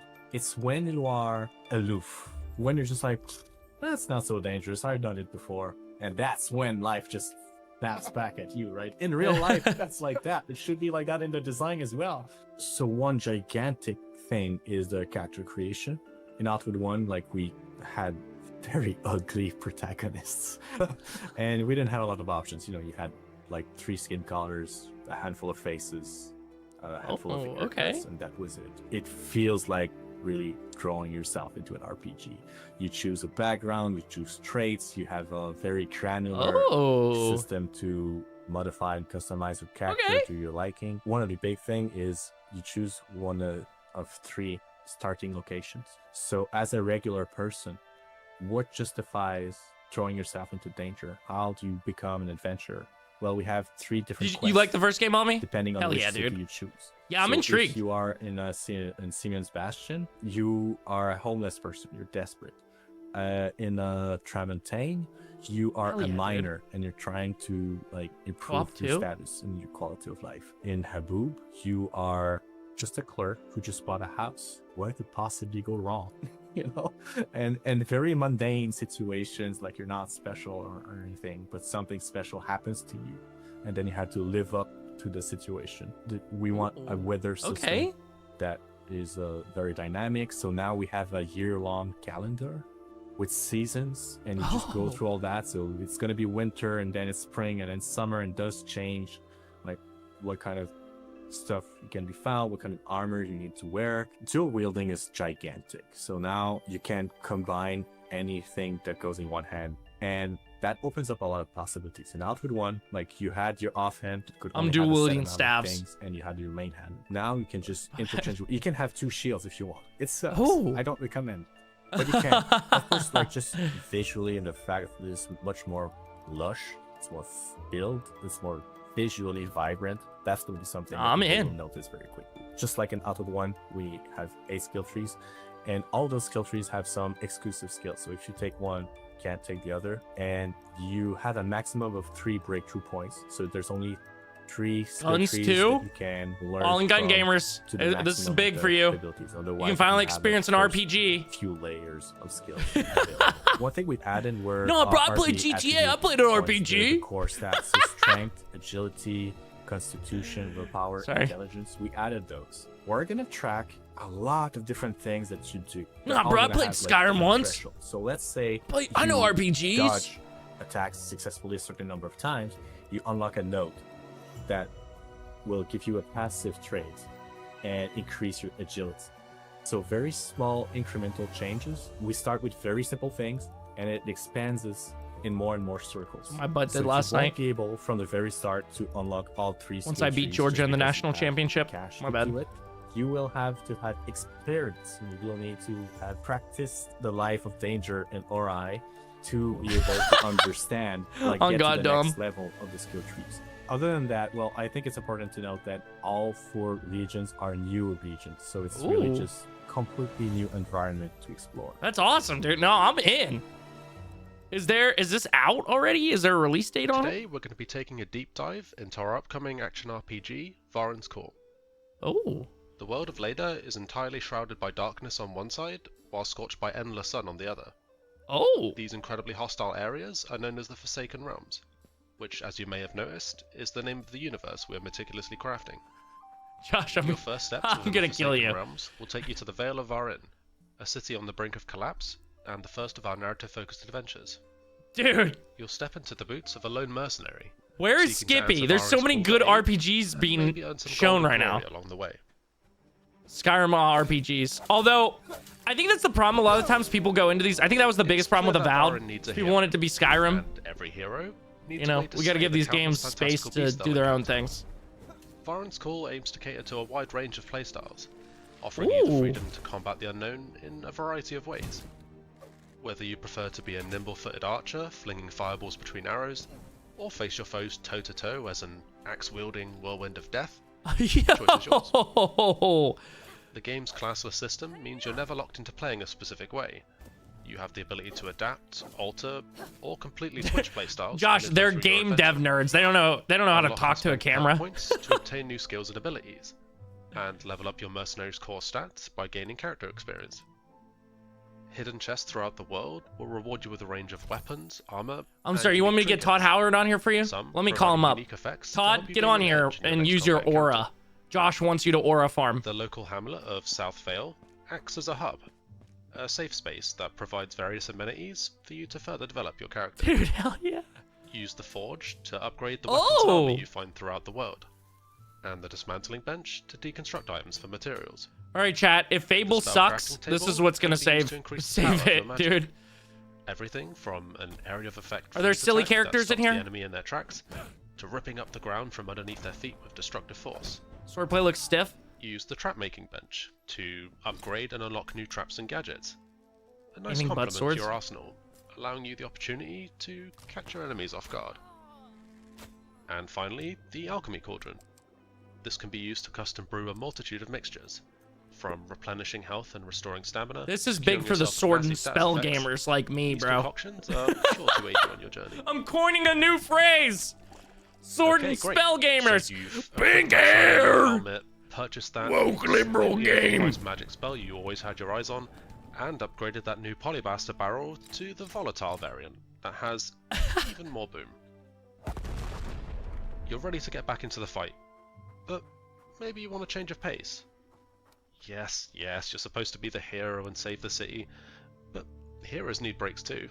Yeah, come on, man. Besides, I there's need a little break from editing. whole world to explore. I gotta play college football. And quirky characters from all walks of life need your help with their problems. I need a break from my RPGing. About the job. You might find yourself involved in a murder mystery, helping a local peacekeeper catch the criminal behind the death of her beloved friend.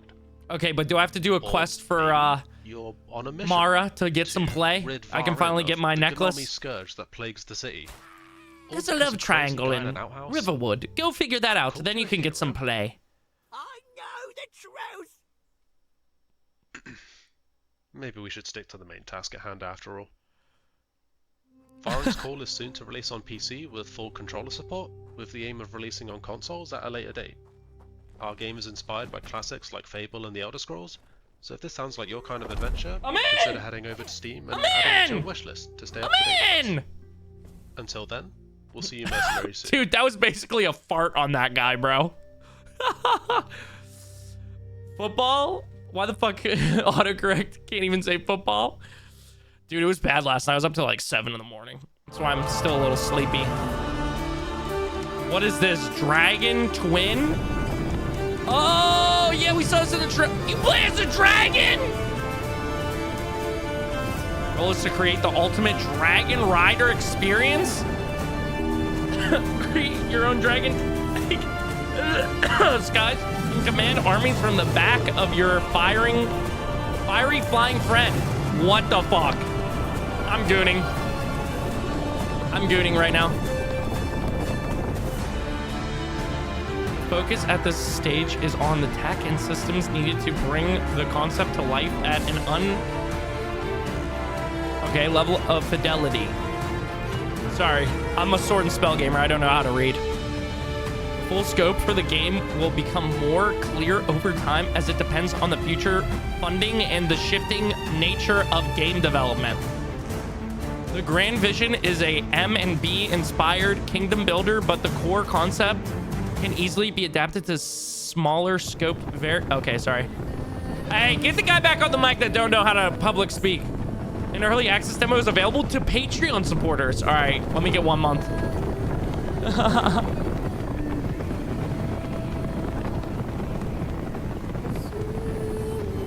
Finally, thank you, Todd Hour. I can finally play Parthenax Sim. Mountain Blade inspired, I'm in. The current version focuses on the flight system, with more features being added in the future as they get ready for testing. It's cool, dude. I love a grassroots built game. The next release will focus on extensive dragon creation. Hey, I'll give you some dragon creation. When I drag these nuts across your face. Oh! Bazinga! My bad. I'm not religious, but this show makes me want to convert. Yeah, this has actually been incredible. Me making my dragon's head look like a cock. Yes, sir. www.dragontwin.com for more information.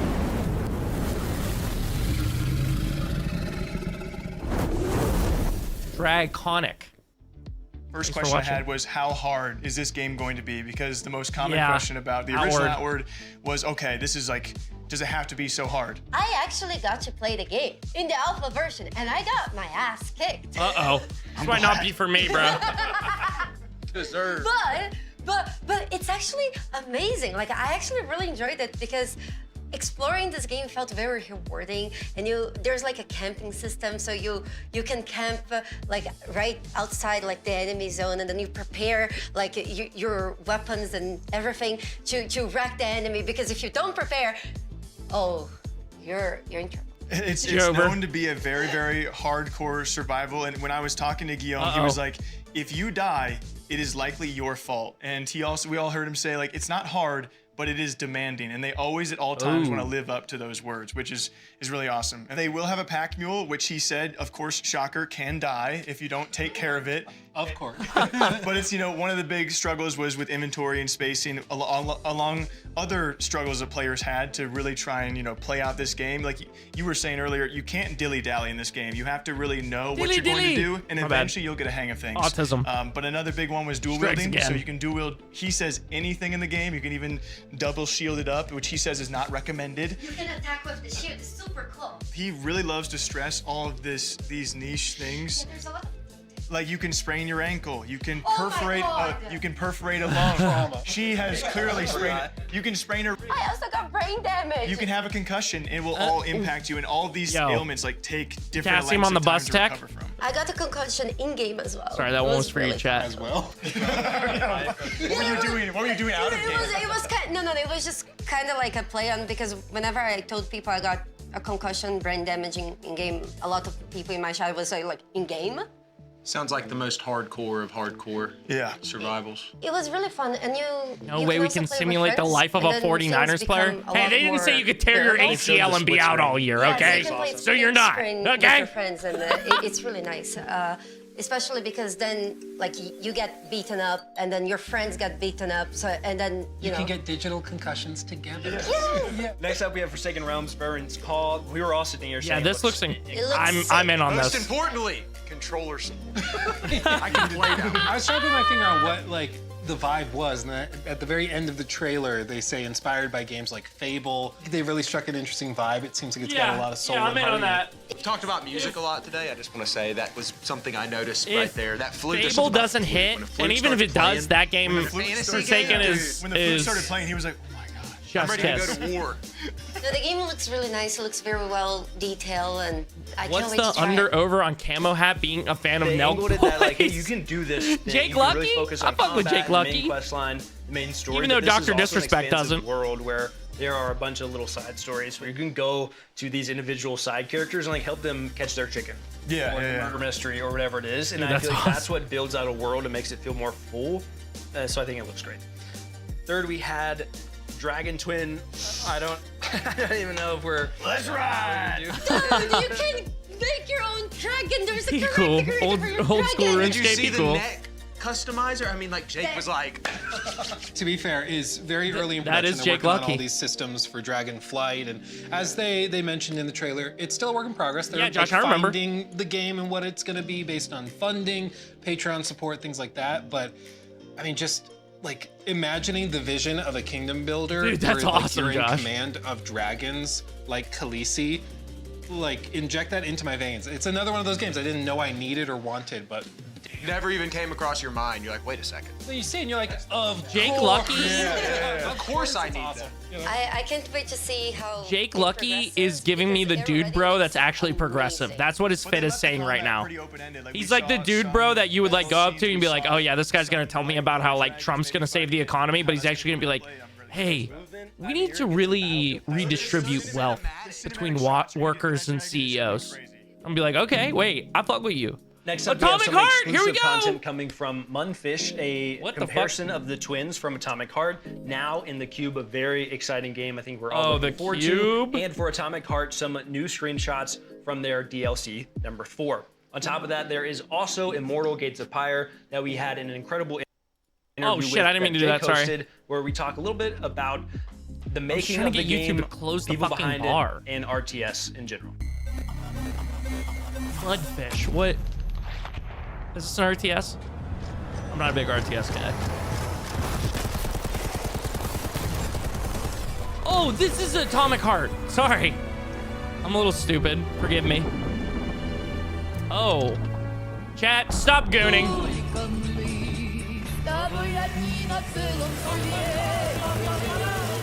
YouTube, what are we doing? Yo!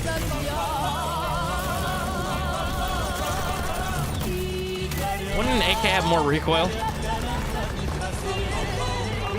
Guns and Goon just had a ball. I'm sold. This is not filling in my sword and spell quota, although her eyes are kind of like a spell, so maybe I'm in. Yo, Kieran, good luck, twin. Appreciate you. What the fuck? Final DLC coming soon. PS5? Let me get in there, bruh. Mudfish. Mundfish. What the? Is it recording? Oh, the cube. Yeah, this is the cube. It's in the sky, a giant cube. Are we gonna get to know more about this game, I or? believe it myself.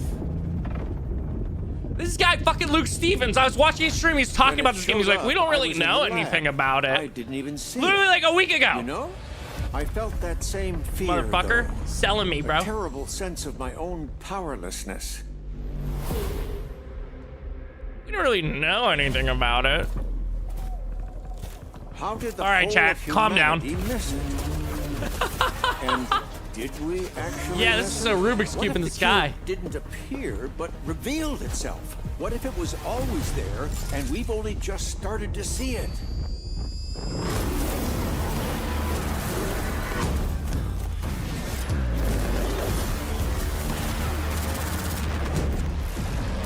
This does look pretty cool. I'm not gonna lie.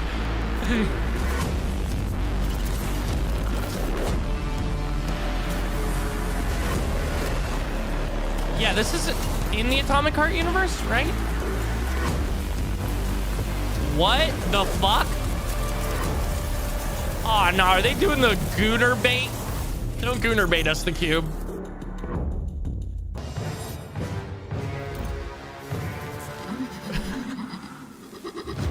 Just Josh P on that YouTube tech. It's rewind time, baby. What's going on here? Atomic Heart, the cube. Dude, they're literally, chat, they are Gooner baiting you. By the way, just want to let you know. Here we go. Here's the RTS. Yo, what's up, Austin? They're just dropping peak goon material. So Immortal Gates of Pyre is Here you go, Josh, your favorite part. to modernize and make more accessible the RTS genre while I have nothing to say simultaneously here, keeping chat. all of the complexity. I don't know shit about and, fuck with RTS. The opportunities. It doesn't for hit the sword mastery and spell that have made quota RTS so for popular me. over the years. So it's I would refer to it as a Blizzard style RTS. The fast action, big battles, very tactical. Kind of very rapid fire chess. We realized Ladies, that stand back. RTS, I have to in part defend you because from the it was diddlers. dominated by a They few just big said Blizzard. players, never really went through the kind of indie transformational experimentation. Some of M3, the thanks for the companies likes, by that the way. tried to Appreciate do you so much, Obi. Did so by stripping away features or losing some Austin, of how are the, you? The things that really made RTS great. In the early days, we surveyed a lot of players in both MOBA and RTS communities, and found that they really loved the fantasy of commanding an army. RTS, at the end of the day, if you were to strip it all away, is just you're commanding an army, another guy's commanding an army in real time. Yeah. Right? Because you get individual unit control, it can be very overwhelming, and because you're also building those units, because you're building a base, because you're having to do so much macroing Just along with the dudes microing in a circle simultaneously jerking each other that off. For most players, it just gets Yeah. overwhelming and complicated. And so Dude, I'm doing worked great. This through show's it been incredible kind of so line far. by line, trying to Little figure out sleepy, what but we're are the good rote overall. tasks, what are the things that players are required to do that are not really decisions, that are more just chores, right? And how do we make more and more Oh, of the Josh, complexity you're my in the favorite game, audio but file. You know that? Opt-in. We refer to it as opt-in complexity. And then simultaneously, how do we create a world and experiences Josh. and game modes that people want to be a part of? We Austin, want how's work, to bro? Take this genre and show people this genre isn't dead. People want this fantasy. They want this No, I definitely experience. believe that, A by the lot way. of it has to do with things like the UI and the UX, the unit design, and a lot of that opt-in complexity. So, You don't for like to example, finish in the most jerk RTSs you circle? always have to be building workers. If you're Yeah, not that's building why the workers, WoW, you're falling behind on campaign your got economy delayed. and you're screwed. The correct move, with Or very expansion, few sorry. exceptions, is to build a worker every chance you get. So we made that automated, but have a toggle. If you want it turned off, you can. So if you're trying to do a specific timing attack, you can, but we took that complexity away. One of the other things Last RTS I played was Star how Wars in Empire MOBAs you War. have a unified command, So. right? All of the I don't know abilities anything. and castable abilities on your hero are easy to reach. You can hit all of those buttons No, Josh, very quickly on one Pirate hit. Software was there when they were still redesigned the UI touching UX women. to be the Come on, same man. way. So you can select your whole army with one button by default, and then all of the that's abilities, compy. castable abilities of your army are also on that one unified command. That's file. One of the compy. things that people often tell us is that when they watch our game, it looks like an RTS, but when they play it, it almost plays more like a MOBA in terms of how they're commanding their army. Our early idea was if we bring the top, 10 modders within generally the strategy on. gaming space, if we bring them all together and we say, if we were to come together and build a game that truly is the next Wait, Josh, you don't know about the Pirate generation Software of allegations? RTS, what does it look like? You gotta look and into that's that. what we set out to do. Yeah, The there's some homework 1v1 for you. or 2v2 PvP experiences, they're similar to a StarCraft or a StarCraft 2. Maps. We did redesign the that's maps and we redesigned the mechanics in a way that 2v2 is actually really, really fun. Yeah, I don't know if there's any merit to the Pirate Software allegations, but there's some stuff. Players, He's not like including a pro players, straight who up actually really Diddy. enjoy doing 2v2 tournaments. But the ultimate goal is to destroy the enemy's town centers, and so it's kind of a Oh, no, tactical there's- back and forth with counters. There's and some stuff with a woman strategic with Pirate snipings and Software. using immortal abilities in clever ways. So it's great for mastery and laddering and skill gain. I don't know if there's any Ultimately, merit at to it, least the allegedly, goal is to have But, other yeah, I watched a PvP YouTube video at modes one that point. are I was more like, casual or more playful, kind of some Be a chaos freak. modes. Auto battler modes, things like that, where if you just have 10 minutes and you want to have a beer while doing it, and you want to do something that's a bit strategic, but you don't want to get that Jay, sweaty, wait, we want to have that's those awesome. experiences too. That's a big part of the target market that we're looking at, is people that like to be challenged mentally, but don't necessarily want to try to do the crazy APM and don't want to get too invested in the competition. We want to do a full grand campaign. The inspiration for how we kind of want, or how we see the ideal campaign, if we can build you it, wild in is the very evening. similar I to like Dark it. Crusade. It's a grand campaign. You can be kind of any of these different factions. I'm mentally challenged. and I have a conquering difficult time every territory day, my and man. Building new Next and game. unique stories. One of the better trailers that I think we all saw back around SGF last Not year. our new trailer that we're showing with this. Of course, the twin comparison is new, which is very cool to see the twins for the first time in this universe, if you like Atomic Heart. But the trailer itself for the Cube, nothing new. The potential for that game is like unmatched. It is a They're crazy so concept. good at cinematics, and also just like the concept of playing a game like that with the map constantly changing, the Yeah, biomes dude. changing. They really set up a good world it here. like breaks my brain to think about, but in a fun way. I think. Like different terrains, different weather. Yeah. They show that sliding clip where she's sliding, and then as the cube is apparently rotating, we don't know how that mechanic even works with the Well, I'm map. assuming you can fall off. Like if you fall You would off the think, map, right? you How just- much do we think the cube's gonna be, Chad? Yeah, Do we think it's gonna be free to play, or is it gonna be 40 bucks? Gameplay mechanics already we saw from that short trailer. You saw wall running. You saw just like traditional gunplay. The other cool part to me is that it is set in a universe that people have already been a part of. somehow. The world of Atomic Heart's very interesting. Can you as well. explain it a little It's bit? kind of like it is Soviet Russia in an alternate timeline where they've mastered robotics, but then there's like evil robots. And in terms of vibe, it's kind of like Soviet Bioshock. And it's a vibe. That's a good way to put it. And what's interesting is that from the original game Atomic Heart, one of the primary things people loved about it were like the boss fights, and then like the outdoor environments and the art direction. I'm gonna have to play Atomic and Heart. That is just the I missed cube. it when it came and out. then they're adding in this multiplayer component as Also, I well. listen to too many it seems game like PvE reviewers. elements with bosses that you'll fight against together as the cube rotates. I can't wait to find out more. I love how open-ended they are. Mundfish are like, we are all curious because we don't know the exact direction they're going and where it could end up. And I was trying to pinpoint like what game I was looking at, because we are gonna flow into Atomic Heart, and I love that tie between those worlds. But I honestly saw a piece of like the finals and the first Destructibility and cube movement we saw when the finals first released. There was something about that aesthetic that I also saw, and I was like, okay, now I'm instantly locked back into this. The DLCs people love. There's already Atomic Heart 1 and 2. This is their fourth and final DLC for Atomic Heart. And when we saw the trailer, we saw the screenshots. It adds new environments and it looks good. Yeah. You know? Yeah, Then I the would've third played game on our Madden list, over that one Expedition was 33. Immortal Gates of Pyre by You're right, Dom. Sunspear. Jake, you had a great conversation with Ian. My boy Ian. It's a game that's been in development for a long time. We're going to probably talk about how it's a group of modders, and so they've hired a lot of modders, and they have that DNA for this cool game as and fuck. a lot of the concepts they want to plan out for the future. They've had hands on this for almost 10 years, but they've been working hard on it for about 5, is what they would tell you.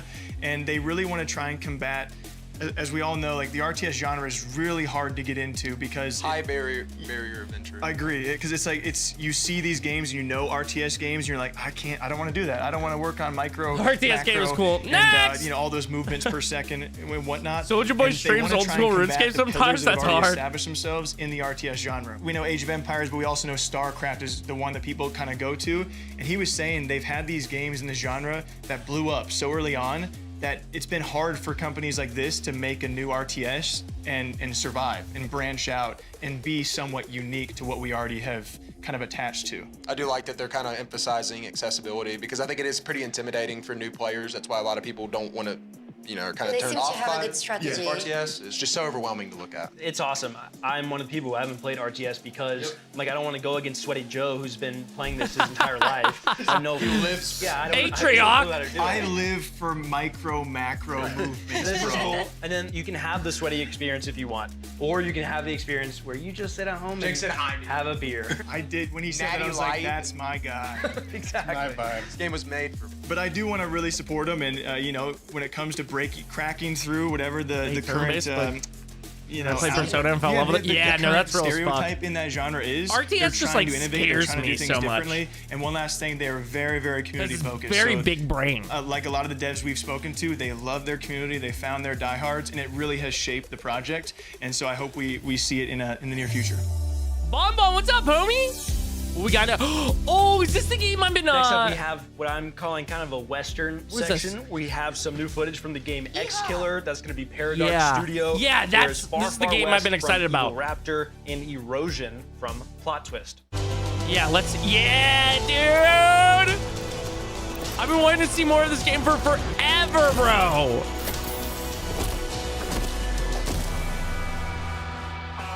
Welcome to the world of Execular. We are Kasia and Amadeus, the creators of the game. And this is Gameplay Overview.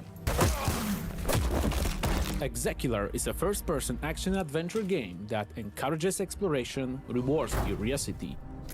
And never holds your hand. You play as Denzel Phoenix, an Execular, a corporate bounty hunter. Yeah, it's literally Blade Runner Execulars Fallout. hunt down fugitives and reclaim souls from those who try to escape the system. Actually, maybe Blade Runner and Cyberpunk meets is actually One of what the game's main hubs I'll is the describe Tower, this as. a massive fortress city ruled by the Helion Corporation. This is where you accept contracts, upgrade your gear, and prepare for missions. Job well done. Actually, contract fulfilled. Blade Runner meets The game Outer is Worlds. structured in chapters, and almost everyone begins and ends in the tower.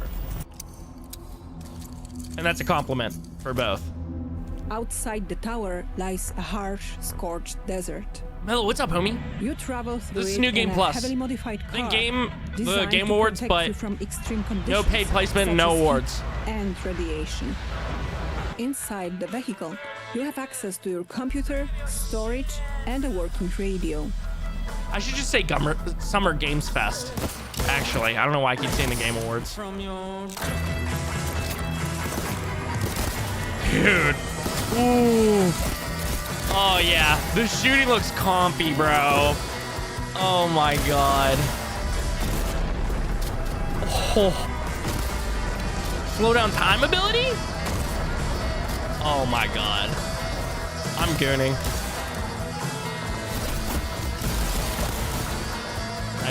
Nice edit. Nice transition in the edit.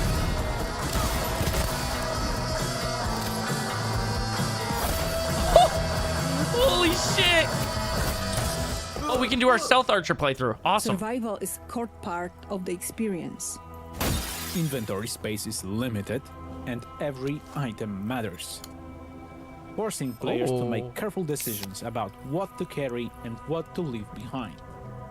Helion's high-tech systems allow you to hack devices, pick locks, and access restricted areas. ASX? Oh, Your okay. cybernetic implants help you Cyberpunk, uncover yeah. hidden elements and investigate the environment. RE4 inventory management is peak. Yeah, I kind of fuck with it. Missions and level design are fully non-linear. Oh. There's no single way to complete a contract. Stealth, dialogue, and combat are all Hey, valid I only gifted him approaches Cyberpunk or that can be Expedition fully 33. combined. The rest was In lies. Execular, every decision matters. Yo, thank you, Bonbon. Appreciate you. Plata or muerte? Yeah, dude, it kind of looks like they're not doing anything particularly Wishlist new, Execular on Steam. but they're doing a lot of mechanics really well Hi, in their everyone. own world, Robert here which from is really Fireshine cool. Games. I am the senior product manager for Far Far West, developed by the incredible 6-person team at Evil Raptor. Oh. Far Far West is a 1-to-4 player co-op Here we go. PvE Friend game. first-person shooter where you play as robot cowboys in a weird Western world. Work together to kill bosses, collect bounties, and cleanse the lands of the Yeah, evil I'm enemy fucking with invaders. this. Today, I'm going to talk you through a short, single-round session of Far Far West. Here, we're exploring the Far Far West hometown, an evolving space where you can upgrade your weapons, spells, and Is characters. this just Deep Rock Galactic but Western? I'm here for it though. And no Once mining the team rocks, is geared up and ready shooting to go, enemies. we can pick the bounty we want to hunt and drop into the Oh, game. this is cool.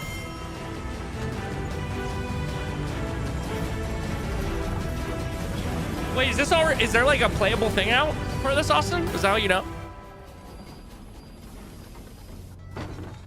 Now that we have dropped into the map, it is time to head to our first objective. We can travel around the map much faster with the use of our trusty horses, which you can summon with the press of a button. Nah, dude, this looks like good friend slop. Like they've actually tried. When fighting enemies, I can use different firearms and a variety of spells to do damage or heal myself and teammates. Spells and guns can also be comboed together to make their effects more powerful, spread their damage further, or even create new spells. To summon this boss, we need Oh, to do the shit, hell obvious. yeah. Launch a nuke at its nest. Yeah, I'm fucking with Let's get this. this rocket loaded with explosives and shoot it into the sky. This is actually When a playing friend co-op, game you have that I to would work together as a be team. like, we Complete have the to play objectives this. and defend yourself from enemy attacks. Right now, we're throwing sticks of dynamite to my teammate for him to put in the rocket, of which he is actually only catching a few. While carrying out objectives, you will attract Mean the type attention beat. of the enemy hordes, who will try and stop you. Nightwave, we're watching New Game Plus. Think of like Summer Games Fest where they just announce a Now bunch of we games have and the shit. rocket all powered up. But none Let's of it's launch paid it at the placement. boss nest to really make it angry. It's all just what these This bounty is far content from creators over. Now like. we have to take the beast down. Kind of friend game that would end friendships. Let's summon the boss and get this party started. I mean that in a good way? Yeah, absolutely, bro. Oh, yo, what the hell? Dragon? Kidding. Nightwave, how are you, homie? By the way, goes. Sorry, I'm so locked in on those. This looks good. We looks won really good. and the boss is dead, but we aren't safe yet. Huh? So let's get to the station to get the last train out of town. Extraction shooter? When the train is called, we have to stay alive for its arrival, which is easier said than done when the whole of the far I'm west just wants kidding. you dead. The music in this game is absolutely fire, dude. Hell yeah, bro. We made it out alive. Well, some of us. Which means we get to keep the resources we found along the way. These will allow us to upgrade our characters even more and be stronger for the next bounty. This was just one simple game of Far Far West. There are multiple bosses, maps, objectives, weapons, spells, does look good. upgrades, and cosmetics, all unlockable through play. This You can does play look the good. playtest with your friends right now. All unlockable through play. W. Honestly, I don't know, Nightwave. As a Xbox parent, Studios is you've here. got one job. So maybe. Protect your family. Ooh. Whatever happens, Roguelike? you do it or die. Oh, this is the one that I said looked like a Vampire Survivors in the West when we were watching the trailer for the show. But even if you kick the bucket, you don't stay dead for long. I know this shit. I'm tapped in. Oh, it looks like so much more. Every death costs a decade? Every choice counts? What? Oh, so like Sifu type roguelike, right? DJ, what's up, bro? Yeah, dude, I'm in.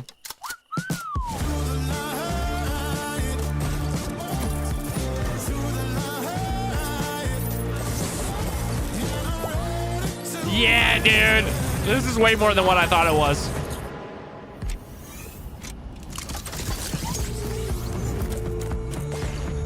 Yeah, we're as a group collectively smarter than Albert Einstein. You are right.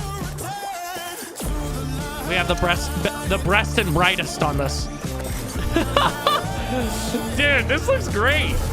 What the hell? Pod racing. Oh, so is this your little hub right there? Is that what it was showing?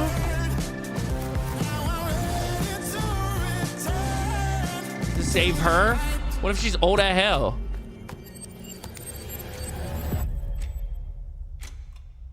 Dude, the new Star Wars pod racer looks so good. Dude, I'm so excited. First up, we saw X Killer. Playtest? That's coming from Paradox Studio.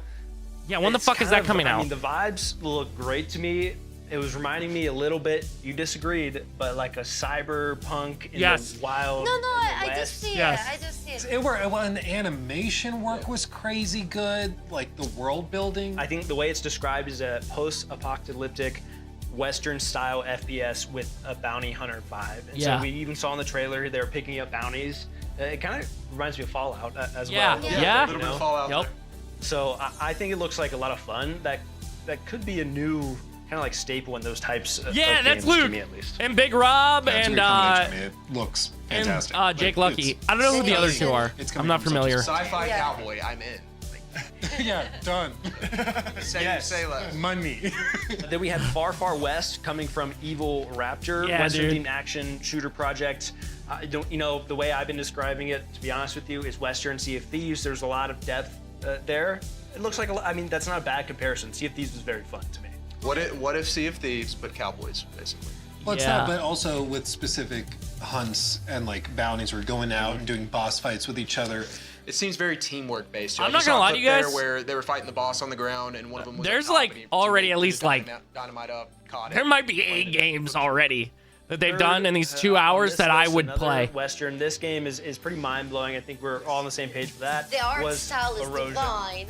I could see this one being like. This is gonna be a big one. Yeah, a big one. Well, like the most compelling aspect of it to me is the time passing affecting not just the world that you're exploring, but also like literally your daughter. She grows older every death that happens. I think it's a decade goes yeah. past. So the worse you are at the game. If you die 20 times, like she's not gonna be dead. there when you get there.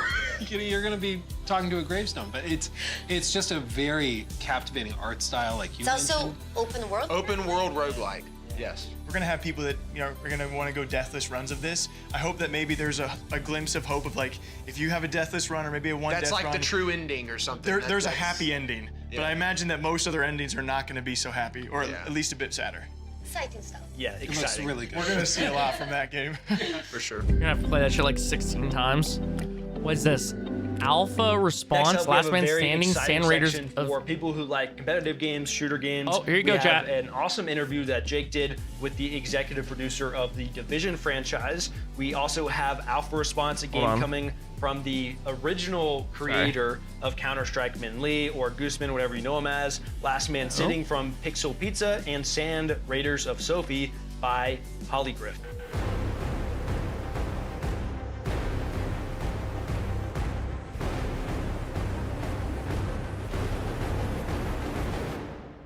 If you imagine a real world location, the most important city in the United States, Washington, D.C., completely ravaged by a pandemic and Ubisoft, stay out of my fucking game show. Strongest, worst blizzard of all time.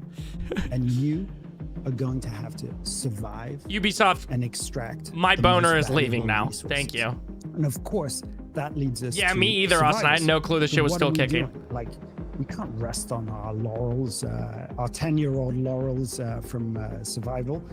So we're reimagining it. We're bringing this snowstorm, this weather change to Washington, D.C. And that's something that you've never seen in Washington, D.C. We're going to transform the entire map. We're thinking about it in a very different way with innovations that haven't been seen yet. There's a focus on this to make it. I'm gonna be honest, Tommy, me either. I was reading a text that my mom sent me. Division 2 experience. I think we've got something super promising here. Survivors. Here you go, is Josh. Here's the guy with the short mic. With Magnus Jensen, who is the original Division That's 1 real, Julian. creative director. So this is a guy who lives Wait, and breathes the Division. He's so excited about jumping into Is this a new this studio? type of game mode again. And there is a hint in the title of something that we're going to be doing really differently from everybody else. We always develop with a player in mind, with player types in mind. And I think here we Buy have our to acknowledge 7-year-old game for that $70 the Division because we updated 2 it and has a added one large gun. player base of passionate gamers. And one of the things that we want to do is really lean into Yeah, I'm confused the too, sort of Austin. comfort That's game honestly my bad. I of wasn't the paying that Division much 2. attention. People are happy to jump in, know their way around the controller, know their way around the map. They know how to play this game. So we're going to take that and subvert it a little bit and change the map and make sure that the weather has an impact on you, which it doesn't have in Division 2. So there are lots of little things that we're doing to surprise our It's the Division 2? audience. Veteran players, they're going to be surprised. All of these locations that they know by heart, they're going to be transformed. So the Division 3 is in production, right? This is not a secret. It's been announced. It's shaping up to be a monster. I can't really say anything more than that. But this is within these walls in Massive. We are working extremely hard on something that I think will be as big an impact as Division 1 was. There's a team in Paris working on this, and they're putting the final touches on a mobile execution of the promise of Division 1. So, Division 1, awesome. New York, pandemic strikes, take back New York. This is a brand new story with mechanics that are really fine-tuned to a mobile phone. Graphically, this looks like a PS5. You may have seen the adverts for it. Get the fuck out of here! Really good. It does not look like a PS5 game, bro. Get the fuck out of here! This area of atypical PvP. It was an area where I was like, much hey, cool for other the games Division today, players. popular Don't games today, oversell! You could walk around. You piece of You shit! could hear gunshots. Maybe go over maybe there, a there'd be another PS4 launch title. You could approach Maybe! cautiously, Maybe! hear each other out and decide whether to partner or to Nah, bro, actually get this engage guy in off my PvP. fucking The screen. whole of the resurgence. Oh yeah, dude. Get the guys with the headphone mics back on, dude. I don't need this guy to fucking sell me. Hey, Baldy Todd Howard over here. You won't need to be in the dark zone. 16 times the Anywhere, and details. you can group with those people. So Get the PvP fuck is outta off by here. default, but being able to group up and to see No, other dude, like, agents for in the Division players, streets, I'm happy, that's but him never being been like, done it looks like in a Division PS5 before. game. About a mobile. Fuck you. Yeah, come on, guy. Yeah, don't oversell. That shit pisses me off so much when they try and oversell me on shit. I immediately am tuned out. I check out of that shit immediately.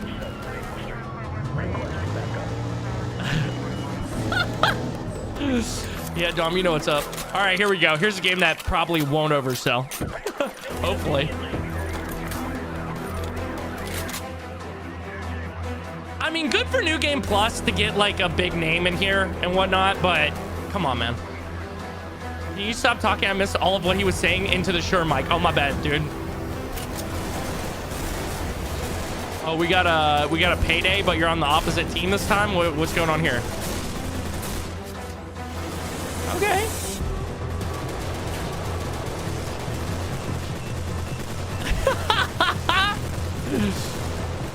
Ice Simulator? Oh, no way. Oh, no way. Nah, but the difference is these people are actually fighting back.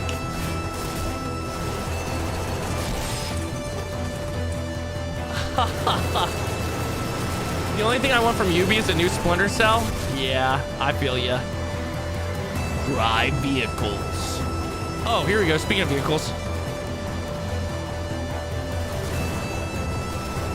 I'm gonna be honest with you. If this is a free to play or like 20 bucks, I'm in. But anything over that, unless it blows my, like starts blowing people's socks off, this is not for me. But also, I'm not the target audience, so.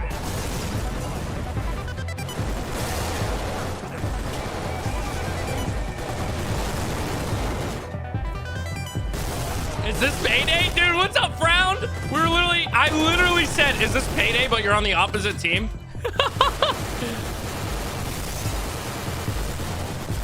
Yeah, if it were an ice simulator, we'd be shooting an unarmed mother in her car. Yeah, exactly. Jesus Christ. Like, this is cool, but like, is this PvP? Is that what this is? Or what is this? It looks like Payday to me. Yeah, no, literally. No, you're 100% right, Brown. Yeah, off-brand Ready or Not. I was literally about to say we already have Ready or Not. Why are we... I was hoping for Battlefield Hardline type game. Okay, here we go. Please. Please be so... Yes! This game! Finally, after the Ubisoft employee was like, this mobile game looks like a PS5 game, and we got Ready or Not Lite. Finally, yes! Something good!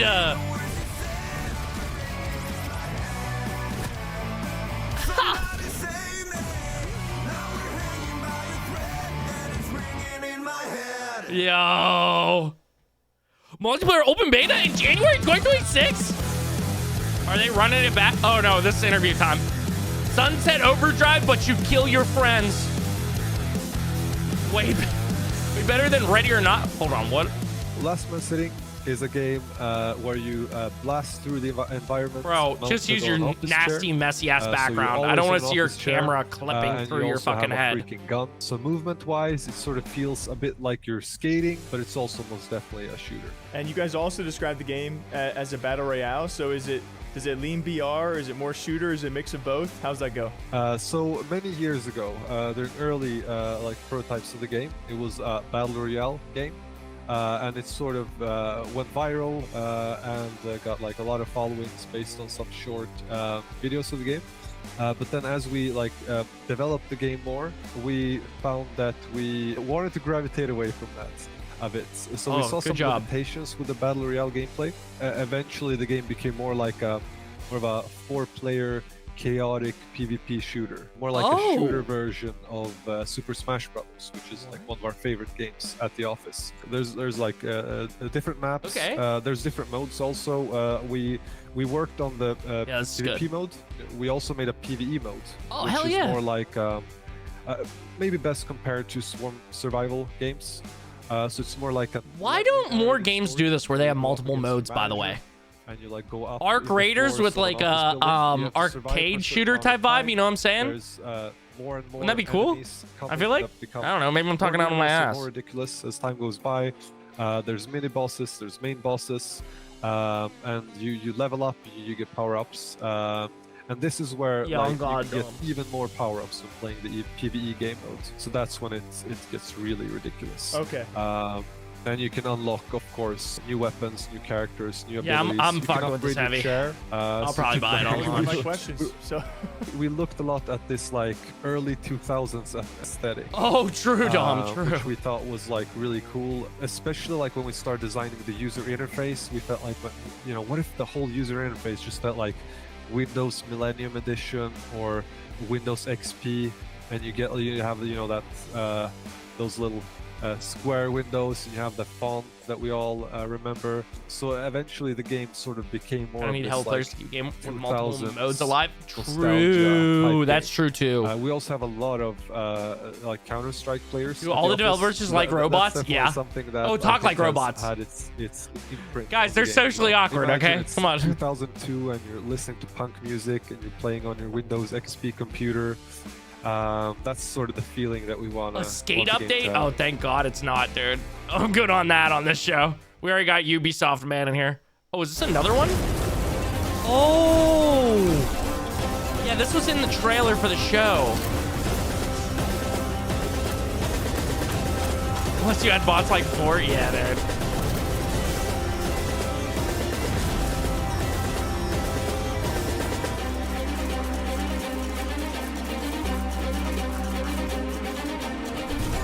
Hold on. They might be cooking right now. I don't know if this is a game for me, but I think there's a good amount of gamers out there that this is a game for. I don't think I did, Austin. I'll fuck with it.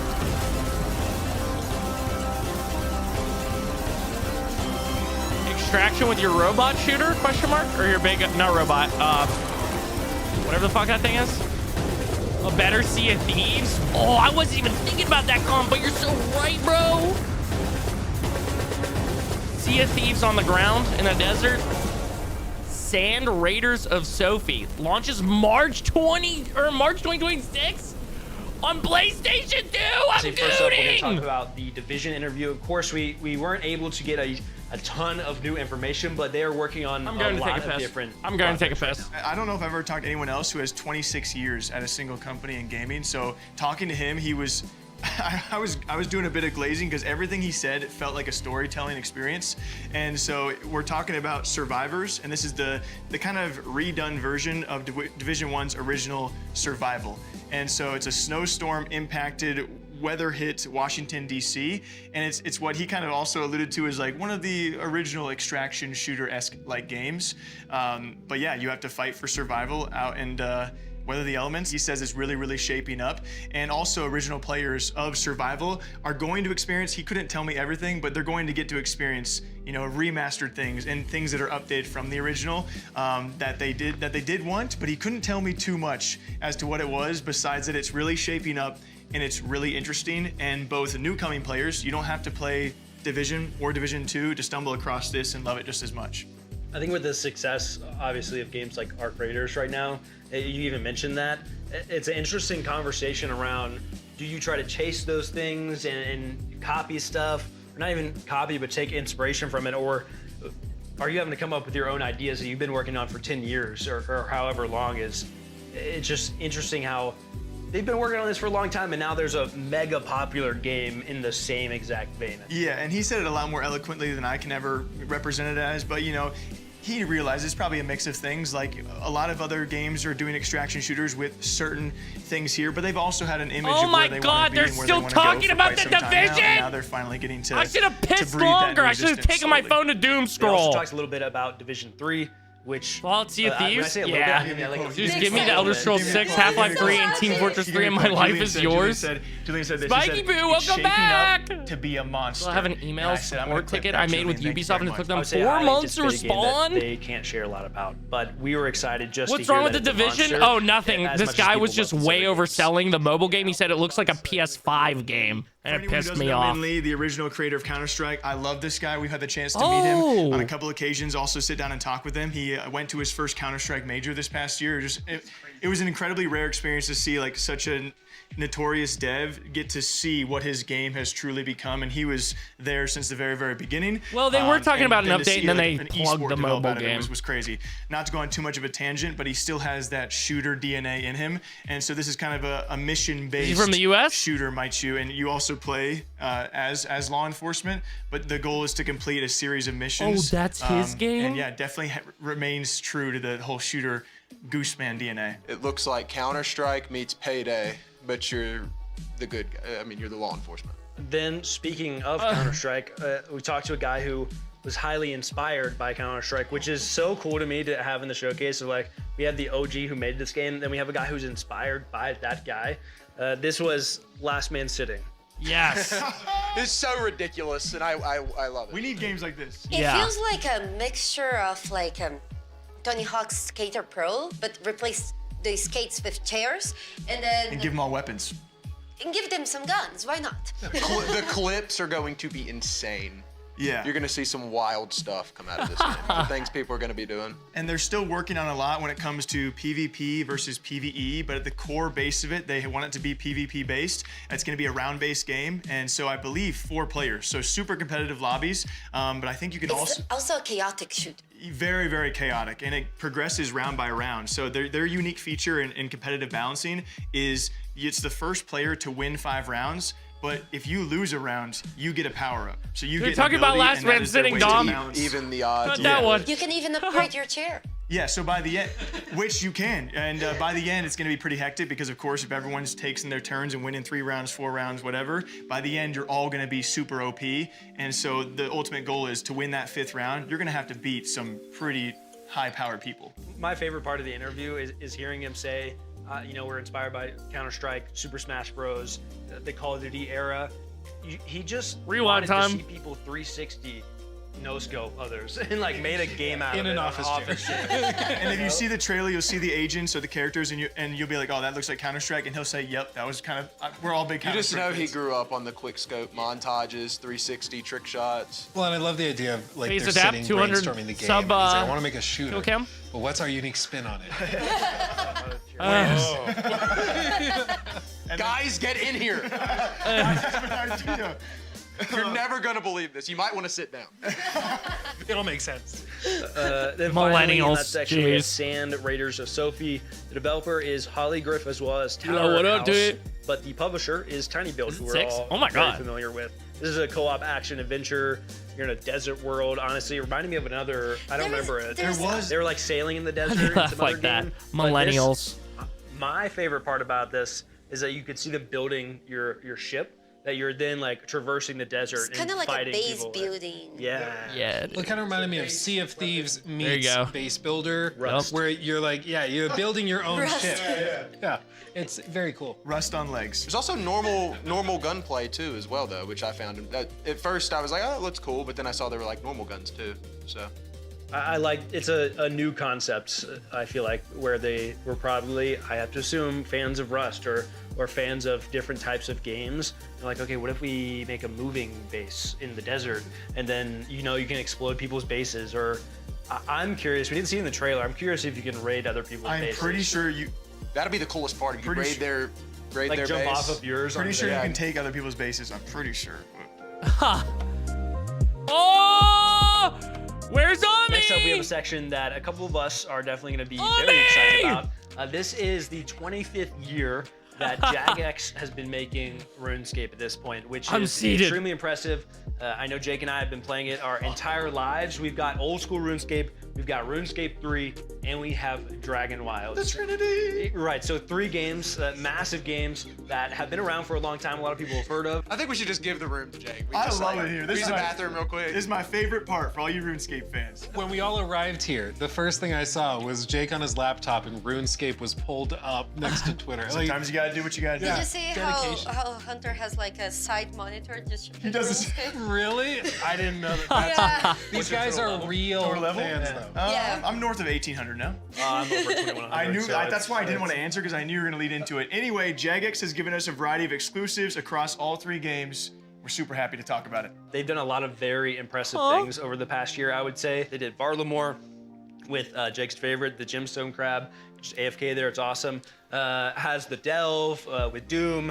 I think he said level they have, 1800. The Gridmaster. Gridmaster this year, which was super fun. I played that one. They also added Sailing most recently, which is the first new skill ever in old school RuneScape. Had a lot of back and forth. My favorite part about it is the fact that they listened to the community a lot. Oh, with the chat. release of it. The exclusive they gave us was this new Crimson Desert, logo I'm calling it. reveal It's the last for one. the Luke next Stevens is league stoked for season. it. Luke Stevens is stoked for it. That's gonna be the last one. This is a sneak peek? I'll shut up.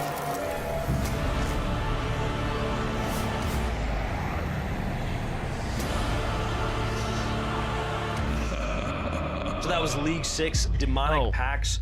We don't know much more past that. Obviously, Leagues is a lot of fun and probably the most engaging time periods of RuneScape. I think you see player peaks every time. So I imagine a lot of those WoW players are going to come back and be a part of that. Outside of that, RuneScape 3 was also in the news a lot this year. For a variety of reasons. One of the biggest ones being they've removed the biggest monetization methods they had in the game, which was widely talked about and has been for probably next to a decade. You know, obviously in the MMO genre, you have to make money to sustain such big games and big servers for a reason and to keep these updates coming. They're not small teams. And so it was that community battle of like, we need monetization, but at what point is it too much monetization? And they finally reached that breaking point. I think we also have some reveals of some of the areas they're revamping, which is very cool. They're trying to declutter the entire world because right now the game, if you, as an old school player, log on, you're probably like, what is going on? Most of the time. So that's very cool. They also gave us the image of their anniversary cape, which looks fire. Isn't that beautiful? And Fuck, I actually have one R6? behind me. Or 3? Sorry, not 6. Oh man. R6 And is then just finally, autofilled. We also had Dragon Wilds. auto-corrected which in my head. Is a game that we are very excited about. Another incredible I mean, game. we are big fans of I still gotta give this a types of try. games. Valheim, we spent a ton of time on. So when RuneScape announced this, We were super stoked personally and played it. They're in early access. You said but this they was talk a lot okay, about right? Their 1.0 release and everything that's coming. For those unaware, Dragon Wilds is the survival game inspired by RuneScape. And so being a big survival game guy and my love for RuneScape, it was kind of the mixing of both worlds. So Dragon Wilds was always going to be a big thing for me. And as you said, it is early access, still developing. They are aiming for that full release though. It's still a great game and getting better and better. If you like games like Valheim or Enshrouded, I would say this is the kind of game 100%. you would like to play, because it's just like that. You can spend a ton of time building your house and making it better and better. And then they're also adding RuneScape, I iconic need RuneScape guidance. things. Yeah, dude. Again, we talked about that with like the Cube. It's cool to see a world you already love in Mixing another those format. The fresh twist. Yeah. They already have released their roadmap, but we have a lot of cool stuff that is coming to the game that RuneScape players will recognize. New skills come out. I mean, each that does time, meet so my like sword and fishing, spell prayer, quota, agility. so You're gonna get mithril have armor, to check it rune out. armor coming out. There's 3 new regions next year. Coming with the 1.0 update like over time. And then we got the first look at Dowden Reach, which is their next region. You're gonna recognize these Black Knights, which look a lot scarier than from, Dude, he's not gonna make it from through this. RuneScape. If this is the Black Knights Fortress, it looks absolutely incredible. Incredible. You think it's gonna be a lot of fun? Right. I don't know if I'm going to continue after this segment. You guys have heard me and Jake talk way too much about this. We also have a message from a couple of creators that you might recognize from the RuneScape community. Never mind, I won't. RuneScape and Jagex has just turned 25 years old, and the recent year has actually been incredible. And what is to come over the course of 2026 and beyond is something that, as a player myself of RuneScape for 23 years, I am so excited. I mean, I think the game right now, old school RuneScape, is in the best place it's ever been, but Jagex as a company is turning into potentially being the best they have ever actually been. In 2025, over old school RuneScape, we didn't just have many different pieces of content, such We as have to get him a singular ring light. Varlamar, Royal Titans, a duo boss that came to the game. We actually also hit an all-time high. Best content player creator all count time? since Is the this game cinema? actually Hold on. released over a decade ago. That is crazy. It's absolutely incredible. But that is not the end. We still have 2026 to come, and the things that are coming in 2026 are going to be crazy. We have the Blood Moon Rises. We'll be getting more info at the Winter Summit. The finale, potentially, of the Mauritania questline. But personally, the thing that I am the second most excited for, behind Raids 4. Now, Raids 4, I know nothing about right now, so I can't really say much, but that is the thing I am the most excited for and have been the most excited for years to come, as of right now. And if that is not everything, we have League 6. I'm tapping it right now, I know Ami. one thing about just League subbed. 6, and that is League 6 Demonic Pacts. All I can say. That's all I know right now. But League 6 will be coming most likely in Q4 of 2026. Can't fact check that. I do not know. But that means League 6 may contain Blood Moon Rises and Raids 4 inside of whatever League 6 is going to be, and that is going to be incredible. As for RuneScape 3, I'm not a huge player or ambassador of RuneScape 3. I am more on the old school side, but there is a massive update that occurred earlier on that I was able to get behind, and so did all of the old school RuneScape community and basically anybody inside the community. And that was the removal of a microtransaction called Treasure Hunter. And finally, RuneScape Dragon Wilds. I played it when it first came out with Ashenvale, I believe it was called. And then the most recent expansion, Fell Hollow. I recently have played that one as well, and I have completed it. And Dragon Wilds is a game where it's not even fully released. But when I say that, 2026, Dragon Wilds will be fully released to everybody, completely done. But you can play it now. You will only just get the first 2 expansions. And the first 2 expansions as a standalone game is incredible. I cannot wait to see the expansion to the entire thing when we get the entire world, the Has entire potential? universe Yeah, of what's dude. going on there. So far, the gameplay is incredible. Whoever's working behind that team, honestly, I feel Dragon Wilds, when it's released later this year, Over I Valheim? don't know That's when fair. again. It's going to be a masterpiece when it's fully done, when you can start a new character, go through Ashenvale, go through Fell Hollow, and then go through the next 3rd, the 4th, the 5th, the 6th, whatever level of different wait till you realms up. there's going to be. But you can still play it now, early, and you can play the expansions as they release. Right now, we have Ashenvale, we have Fell Hollow, and we will be getting another expansion fairly soon into 2026, and that will be the release of the Mithril, and I think the Fishing Skill. Honestly, Jagex, 25-year anniversary, the game, the company, everything. Kratos versus It's looking Cthulhu? good, I'm and taking very, very Kratos. excited for the future. And if you guys haven't yet, make sure to go play RuneScape, one of the greatest up, by the way, games Cyber? of all time. Ooh. Okay, I don't recognize Next up, any we of have a these. group Oh, of 4 backroom games, chat. that being Get ready. Darklight Survivor coming from Mirai and Co. Tape 101 coming from Sir Versa. All right, dude, I'm getting and tired. I need a Unawake from nicotine Reality rush. Art Studio. Nested Lands from 1M Bits Board. I'm all for, I think it's okay to talk right now. I'm all for games launching a little bit early to like get things sorted out. Because when Hades 2 first came out, when it was in like its like before full release phase, people were like saying like, I don't know if it's better than Hades 1. And then they like fully launched and everyone was like, oh no, this is way better. No, they actually found a way to make it better. So like, yeah, fuck yeah. If it's got potential, fuck yeah, dude. Hey, I'm sleepy, man. I'm trying to keep the content pushed up. Try not to drink so many energy drinks. I'm replacing it with nicotine. Come on. You know, there's people on IG Reels that say nicotine is actually healthy, or like it has like medicinal benefits and shit. I need to get on that side more. What is this game, bro? Is this a vampire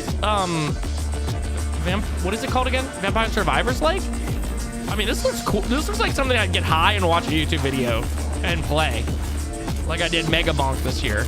I'm with this. A little frame drop. Hey, no big thing. GPUs are expensive. I get it.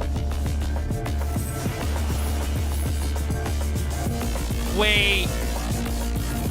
What was that character art? I hope that wasn't AI. I don't think it was, but it kind of, for the second that it was on the screen, I was like, wait. I don't want to rewind. I don't want to make it lag or anything. Or not lag, but be behind. We might have to do some digging on this one before I go and buy it. But it looks cool. The mechanics looks really cool.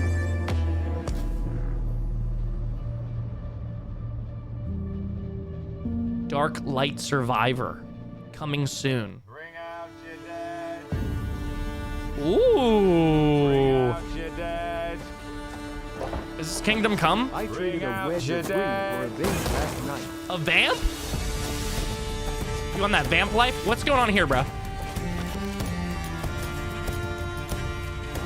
Oh. I don't know if this is a game for me. It's too smart for me, bro. But I know there's some gamers out there. Oh, vape! Vape! Hell yeah, dude. I'm hitting that shit. Oh, the hell is that smell? Damn, bro, you smell so bad they were able to tell you were there? Stinky aw, dude.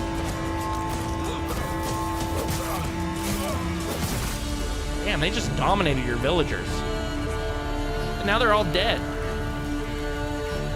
It's your fault, because you smell like shit. Yeah, think about it, buddy. Bring out your dead. Bring out your dead. Even the river, and a bear took a shit, and his smell could kill a small village.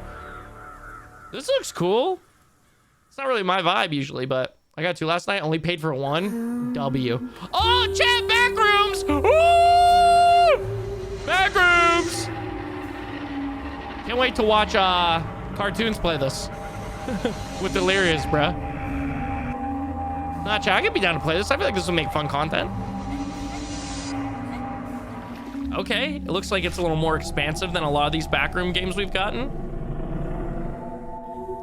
Is this made by the guy who's done like most of the Backrooms YouTube stuff? Because it looks just like it. Or like co-produced or something? Tape 101.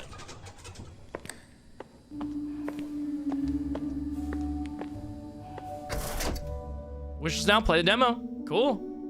Will we get a PS4 port so my house can blow up? I struggle to become an aspect of courage, freedom, and honor.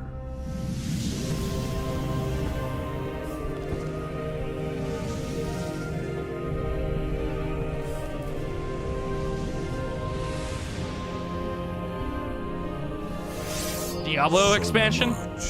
For the glory of Welcome back, Spiky Poo. If I ever end up in the Backrooms, I'm just gonna find a corner and die. Nah, I'm gonna goon my shit. What the hell's going on here? Sorry, I got distracted by chat. What the hell? What in Divinity? Oh no, they got nukes, bro. That's what Johnny Silverhand wants to do to Arasaka. Oh, hold on. Hold on. Pause, champ. Or pause, chat. Pause, champ. This might be the sauce. First person Souls-like? Skyrim meets Doom? Hold on. We might have something here. I was not expecting a lot.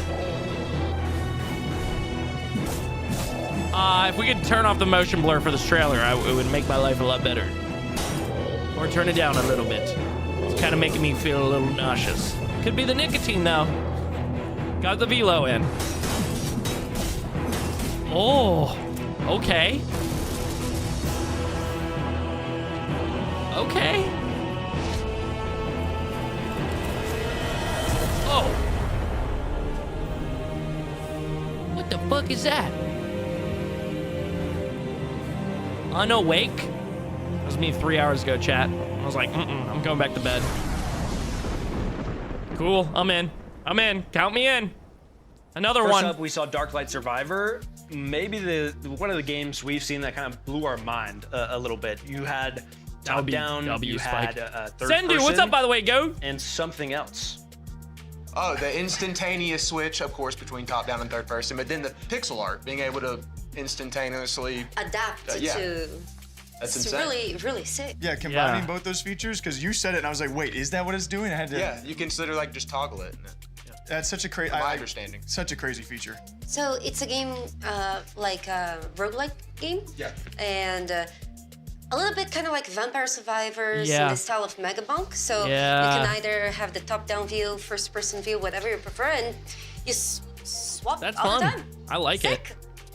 I think it's interesting to think about the strategy element of that probably that comes into play, like when you're fighting certain things. Yeah, see what's coming. Because on the surface, it seems like it's just like it's a personal preference thing, but it might actually have its place in like the gameplay loop. Like if you're in a certain situation, I should go top down. Or maybe real quick. depending the skill that you use. Yeah, because you may think that it's just like a gimmick for a different viewpoint or filter or whatever, but the idea that you could use it tactically as a gameplay mechanic too is really cool. Aiming for early access in late Q1 of 2026. Hell they already yeah. have a demo out. Hell a lot yeah. of people have played, and we've said this a lot I'll of probably times. tap One of in. my favorite parts about these devs already is that they have listened to their players who have played the demo. Yeah, that's They made good. it a point to tell us, like, we've made 6 Obviously. patches in the demo based on player Yeah, feedback. based. And I think that's super important, especially for a game that looks as good as this, because it can be a lot of fun. You know, roguelike survival with mechanics we've never seen before, as far as I'm aware. So it should be fun. Next up, we had Tape 101, a game that's probably too scary for Jake to play. If I had to, I had to literally cradle him while we were watching that. I thought he was gonna. All these things cry. are true. Yeah, you guys know me so well. what I appreciated about it is it's not a jump scare game. Yeah, they've stressed they don't want to do jump scares. It's Why are they all specifically sitting the same? psychological, mind melty, We're in a simulation, my man. That's you why. will not have jump scares, Hold on. but you will Let me have get on. nightmares. Let me get on that tag. That sounds like something that a developer of a game that has jump scares in it would say. Yeah. You know what I'm true. saying? Like, there's no jump scares. Yeah, there's. You said they sound like my chat anytime I play a scary game. No, I feel like you just have trust issues because of unresolved problems. You're 20 hours in. That's when you're gonna finally see the jump scare. and it's gonna be one big gotcha. Honestly, I would kind of respect them for doing That would be that. awesome. I was definitely unnerved by just the music, whatever's going on in the background. They did a great job. But there's cool little twists to the back rooms It too, kind of right? feels at times that you're also hallucinating because of like the camera. Well, it's angle. like video camera, and Yeah. you were in an RC car during certain points, like exploring it. We had nested lands as well. It's a village in survival, like village management Oh, and lady survival sitting? type of game, where Squishing the obviously balls, very medieval. A lot of, Oh. I mean, what was the last shot? Like throwing bodies on a fire? Yeah. I do be sitting like that a lot too. I will say, I love management games. I love management games and sim games, village management sim games. Like this is right up my alley. This feels like Manor Lords meets survival. So Yeah. it has a different viewpoint, and you got to take care of not just yourself, but everyone around you. If you don't, your entire village is just gonna Hello, be. white boy. What's up, Yeah, Bird they even Box? show you the burning Burn it. bodies. Like, yeah, sorry, we lost some of your peeps. Yep. Better make. I'd be sitting better like decisions. this. What I Crisscross liked was applesauce seeing on the blend chair? of, like, Yeah. obviously you're playing as this person, and you have to survive, and he was like hunting stuff, and like that. But I imagine you're also recruiting people for your settlement as like the king, and then you have to like choose who to recruit and, they show build grown out a out. village. Initially, it may start with you doing the micromanagement, but you eventually can assign villagers to go do the forage, go Kind of like hunting. in Power World, how your pals become your probably Bird Box, workers yeah. without a wage. Exactly. Yeah. Then finally we had Unawake, a game, a first-person action game, mixed kind of a little bit shoot of me a text. fantasy. You're battling hordes with melee, ranged weapons, it's 9. hack and slash, it's roguelike. Yeah, we should probably be out here Looks around like 7:30. Kind of like a Doom Skyrim to me. I mean, honestly, the art direction was beautiful. Yeah. Like, those environments, you see them, and it's just. Yo, No, but Spike, something I'm gonna about it, blow I you don't up. even know if I have a comparison. For some reason, in the back of my mind, this probably won't make it. Mordor-esque, like it just Dude, looks hell really yeah, good. bro. Hell yeah, big Mordor. bet. Very Mordor dark goat. version of Mordor, but The atmosphere. Yeah, that's You know, like that's like a bummer version of hell. So notes they gave us expected to launch early access late 2026. What's up, Jeffrey Epstein? How's it going, big dog? Designing the game to be moddable after release, which I think is really cool. People who like Path of Exile, they specifically called out it's a central skill and stat tree that is similar to Path of Exile, but more approachable. So it's not going to break expect it. a skill forest instead of a skill tree. Skill Force, lots of complexity, lots of interlocking skills, layers. Thank you, Jeffy. So I Appreciate think you, a bro. lot of it's going to be a game for people who really like their builds of things and like, okay, how can I specialize in this? Oh, dude, I'm doing this all day. Just Yeah, dude. Did you know that Do that for me one more time. Just show me the and then the double sword grab they were doing. Let them know. And the fact it's moddable, I would love to see the direction that goes. Yeah. Oh, yeah, well, there's so much potential. You could have modders come in, do additional levels, boss fights, romance. Unironically, you could add that if you wanted. Like, lots of potential. I think it's the world is too dark for that stuff. Well, with that attitude, yeah. Real Josh, Maybe real. with romance, it wouldn't be so dark. Love can exist anywhere. A mod could brighten the world up a little bit. Huh. Next up, we have a Warhammer? very exciting segment where we actually got to sit down with the executive producer over all of the Warhammer 40K series, as I understand it, Anatoly Shestov. Here you go, chat. Not really my cup of tea. Well, I haven't really tried a ton of them, so. From within. Warhammer, yes, sir. Might be a 4-hour show. How deep are we in? Hold on, let me look. By enemies from We're 3 hours in.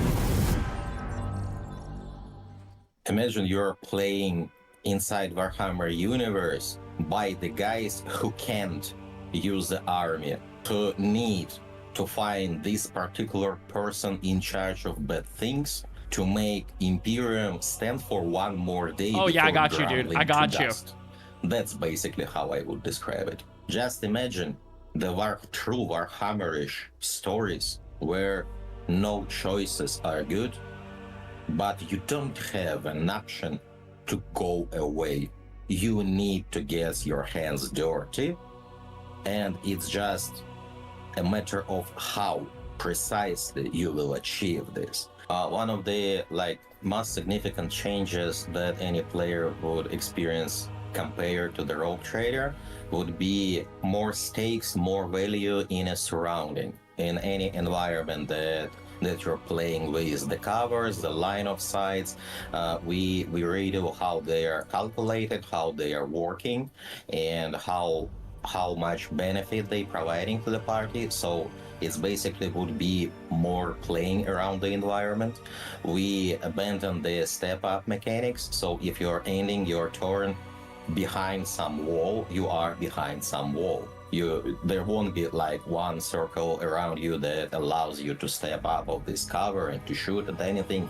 If you so the place where you start your turn, the place where you're ending your turn would be more significant. Other thing is role-playing model. There are way more roles being made inside the combat. 3.5 hours. Lots of the things making you roll something, lots of the things make your opponents roll something. So it's not just your weapon skill or ballistic skill, it's way more significant influence of the role-playing choices that you've made previously. Almost all of the combats in the game will have alternative ways to finish them. Oh, yeah.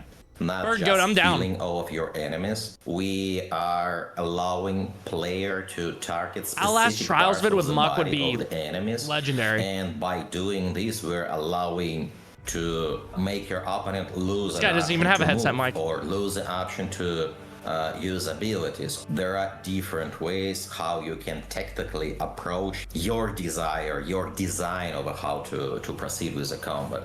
And of course, there is a whole new subsystem that came on a change of the momentum. This is a morale system. Momentum was a party-based, and you spend it to activate some heroic moments of your companions. For the Dark Heresy, we feel it need to be more intimate, more personal, and not just for your party. We are not just telling a story through the environment or the words of in a dialogue. No, we're actually making cases. We're actually making the culprits. We're actually collecting and interpreting evidence and discussing them with your retinue and analyzing them and making conclusions. There are some other mighty forces inside the scintilla because you're not playing in a vacuum and you need to struggle for power. But most of the time, talking about Warhammer. You are playing as a person in charge, as a person that have authority, and the person who need to make hard choices. One of the most significant ways of the influence of a story. If I was into Warhammer, I would be so into this right now, but your decision. I don't know shit about fuck with Warhammer. It's like RuneScape all over again. For example, there is a Underspire slums, and this is a toxic waste. And the level of the toxic sea is growing. And if you're going there as a first place, there will be toxic waste somewhere nearby. And there will be people getting ready to be consumed by the toxic waste. But if you are going there late stage, there will be actual toxic sea, and you will be playing around it. There will be changes in the geometry, changes in the combat encounters of how they are playing, changes in the narrative behind this, and changing based on the timings, how you decided how you approach this. To venture forth into darkness and bring the light of the Emperor to the uncharted void. All must be cleansed in his name. Is there anything you can tell us about like new factions, new notable characters, or iconic Warhammer 40k lore? There would be Treason. I don't know, most iconic thing that you can potentially name and encounter as a rogue trader as a Treason. It would be some interesting takes on Astra Militarum. I won't share specifics not to spoil the fun, but it would be there. And there would be some brand new systems, like augments ones. You will be able to replace some parts of your body with interesting pieces of Imperium technology. There would be some elaboration on a story of the world behind the main road of the Inquisitor Kal Kassar's shenanigans. Let's say it like this. It would be some interesting dive on a past of the von Valancius dynasty, even further than Theodora. There would be some new takes on how dangerous wildlife can be. Other thing that definitely we will provide for the player is some vaults, the Treason vaults, some collections of pretty wild things being gathered by this Necron, of course. What? This is a Rogue Trader story, and Rogue Trader is kind of part of his void ship, so there would be some expanding of the void ship, some new places to visit, some old places to revisit. It would be new companion with a whole set of unique mechanics inside it. It would be the general system of augmentations provided to the players. So if you always wanted to replace the limbs of the Heinrichs with some like pretty adamant ones, you will have such an option. Not just Iron Hands from the Biomancy, but the real Iron Hands. Yes, that's an option. It's the first DLC that allows us to expand the late game parts of the Rogue Trader and expanded not mechanically, but expanded What? in a 100% of the different Bird aspects Box. of the game. Is it over? Let's first talk about the new DLC for Rogue Trader. Actually, I'm gonna interrupt you. Can you tell people generally, basic bitches like Jake, can you explain Warhammer 40K as general? Like what's the playthrough? There's about? Iron Mouse We actually drama. asked Anatoly to describe all of this for people not familiar with Warhammer, and this is how he described it. Imagine you're playing inside Warhammer universe by the guys who can't use the army, who need to find this particular person in charge of bad things to make Imperium stand for one more day before grumbling to dust. That's basically how I would describe it. There's a new companion, and there's also this companion has unique mechanics, and They're also doing things like new environments. They're revisiting previous environments and then overhauling them. They're altering and they're changing. Not to Yeah, get too I wish I knew they're more about this changing lore, things 'cause I'd be about the late stoked right game now. To extend don't that mind roadway. me. This I'm DLC snacks alone maxing. offers 12 to 15 hours of additional content. Like, there's a lot of meat on the bone. so I'm very happy. I was extremely happy when he said that yes, this game is I going do, to Dom. be fully voice acted, and I'm really excited because it helps people to Cheers, Mike. have like this depth and this to understand how the characters really yeah, feel, especially in those are like, the world that's those so are like crack. heavy and difficult. Dark even at times. Yes. But to be clear, Dark Heresy is not. It's not like a sequel to Rogue Trader. It's Yes, a it's separate a system. separate- It works different mechanically. There's different things going on. But my understanding, and speaking with Anatoly, was that it's going to be a very narrative focus. That's the primary concern. Not that Rogue Trader was not a focus, but that's where a lot of the effort is going with the voiced cast throughout the entire thing and many other aspects of it. The narrative is like the central component. One of the things that I really enjoyed that he mentioned was you can target enemies' specific body parts to sever them during fight. That was the coolest part that I'd seen. So it's really nice because if they have like a they're very fast. So you want to target their legs to cripple them and so on. Not only that, but you know how sometimes Octopi, you get into a you're very 24. awkward situation where you're crushing the combat, and there is still that one guy that, in spite of all his friends being dead in the Welcome battlefield, home, Kilo. he's still trying. Heart emoji. That's not going to be really a thing. Enemies can surrender. They can run away. They can try to sometimes maybe even negotiate their way out of this, and it's up to you to decide what happens. Yeah, hearing all those combat options was the coolest thing to hear him talk about. Like, you can render your opponent useless in whatever different limb you want to actually target, but you can also make them blind. There's so many different unique features to the combat where even when I was listening to talk about it, I was like, okay, wow, I've never played a game like this, but it sounds really intriguing. Yeah, and it was just interesting to see Anatoly describe how the team wanted to revisit some of those things that are taken for granted in RPGs, like the concept of just an enemy. Well, you fight until all the enemies are dead, and that's it. But the team went back and was like, that doesn't like necessarily make sense. Like sometimes the guy would be like, you just blew his head off, you just exploded that guy. Yeah. I'm I covered in surrender." John, you know, like I'm gonna run away now. Yes. And that just makes sense. I love that description he gave. Yeah, I love that one. It's lovely. So, question for the group that I want to spin off of this. How do you play these games? Like, okay, now we know this critical system. You could blow their Bro's arm off. pushing 40, you can throw them name threes up. and they will surrender. Maybe We know how she's gonna play it. So the choice, like, Make it as miserable as Yeah. possible. Let me take one arm and then feed him that arm while I take off the other arm. Oh, are you surrendering? I can't hear what you're saying. Too late. I think he understands me.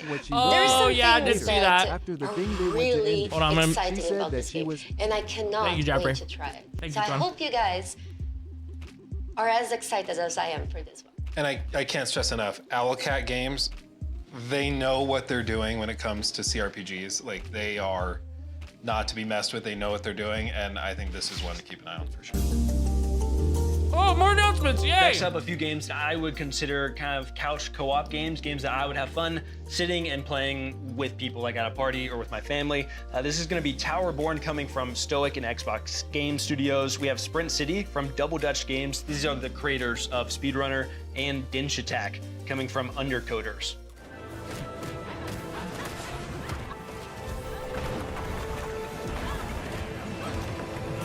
Beat 'em ups. See it?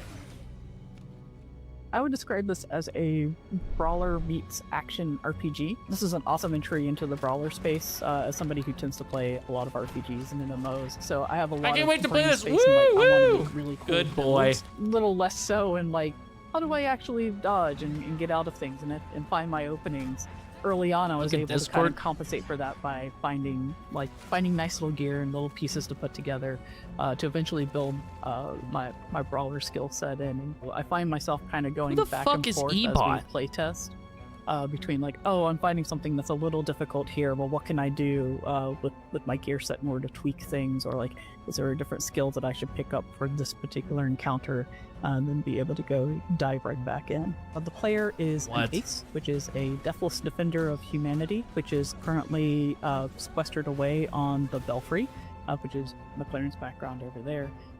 It's a tower that was set up for mysterious purposes, but turned out to be a pretty good haven for folks after the fall of their stronghold, the City of Numbers. The player is helping humanity as they can, getting refugees to safety, battling the beastkin that have risen and have become incredibly aggressive, while ultimately attempting to find out why did Numbers fall and what conspiracy is still brewing there. We wanted players to experience a brawler type combat inside like a Diablo style RPG gear sort of system, and so we've spent a lot of time over the last 6 months or so taking a ton of feedback from our players to really kind of hone that particular system. So players should be able What to come happened in, to Skylanders? pick one They of were the 4 a classes colossal that fail. we have. They'll see a whole new set of skills. They'll find a whole bunch of new equipment. Not epic bacon. And the idea should be that they should feel like one of several True. heroes going in and just beating a bunch of like awesome monsters. We've tried to add new enemies, new lieutenants, and new bosses. Miss I Spyro, think people are gonna retweet. feel like quite the adventure as they go into the updated version of Towerborn. Stoic has always tried to be player first. When we decided to do early access for Towerborn, a lot of that was born out of we had a vision of trying to evolve the brawler into something bigger, something that hadn't really been done before.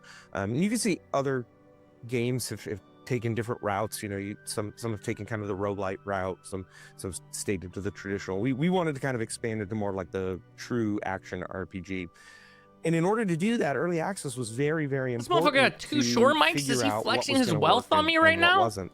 Simultaneously, we didn't want to be caught in early access limbo, right? Like, I'm sure this is the kind of things that you would love to talk about. I love to talk about them too. How do you not stay in early access for 7 years? Our Isabella, intent what's and up, purpose homie? was we need to come out of early access solid. And there is a certain point where you just collect everything. Most of the feedback that's coming in either kind of falls into an existing category. Hey, a lot of people have said this thing.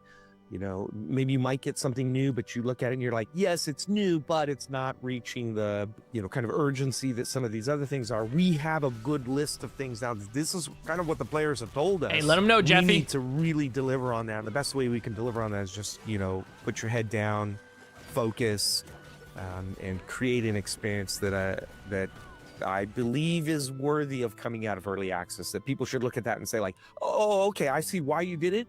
Absolutely was worth it. I can see a clear night and day difference between what is in live right now and what I am receiving when you go into the 1.0. One of the big pieces was that folks were big fans of certain pieces of actual gear that you would earn through the game, but there was no cosmetic Yo, version of W as that, well, and what's up, so homie? You had to make the choice of like, do I want to look good, or do I want to look a little janky but more powerful? And so we added the ability to be able to create a cosmetic version of the gear that you earn through writs, which are earned through completing adventures. And so the idea initially with Towerborn was we just want to make a fun beat 'em up with a light story in the background. We weren't really going to lean into kind of the stoic narrative. Yes, Kilo, strengths you that should. we have, and we just kind of wanted to take a bit of a breather. And we had expected, perhaps incorrectly, that the community would see it for what it is and be okay with it. But it turned out a lot of people were like, wait, you have something very interesting in the background here. we actually really want to know what's going on. We really would like something more clearly leading us through. And so we've spent a very significant amount of time and resource to put a narrative from the jump. And so there's an arc now. There's a primary antagonist. Kilo. You will understand that antagonist. You will confront that antagonist, and there will be resolution. And so there's probably a 12 to 20-ish hour story. Dude, we're getting to the second half of the Game Awards right now. I'm not gonna lie, bro. Where I'm getting bored. And feel put some Subway Surfers in here. Resolution to the Towerborn. Socrates? Hey, I'll show you some Socrates, my boy. Oh, yes! Yes! This game! Oh, I'm in. I'm back. I'm awake. I'm awake!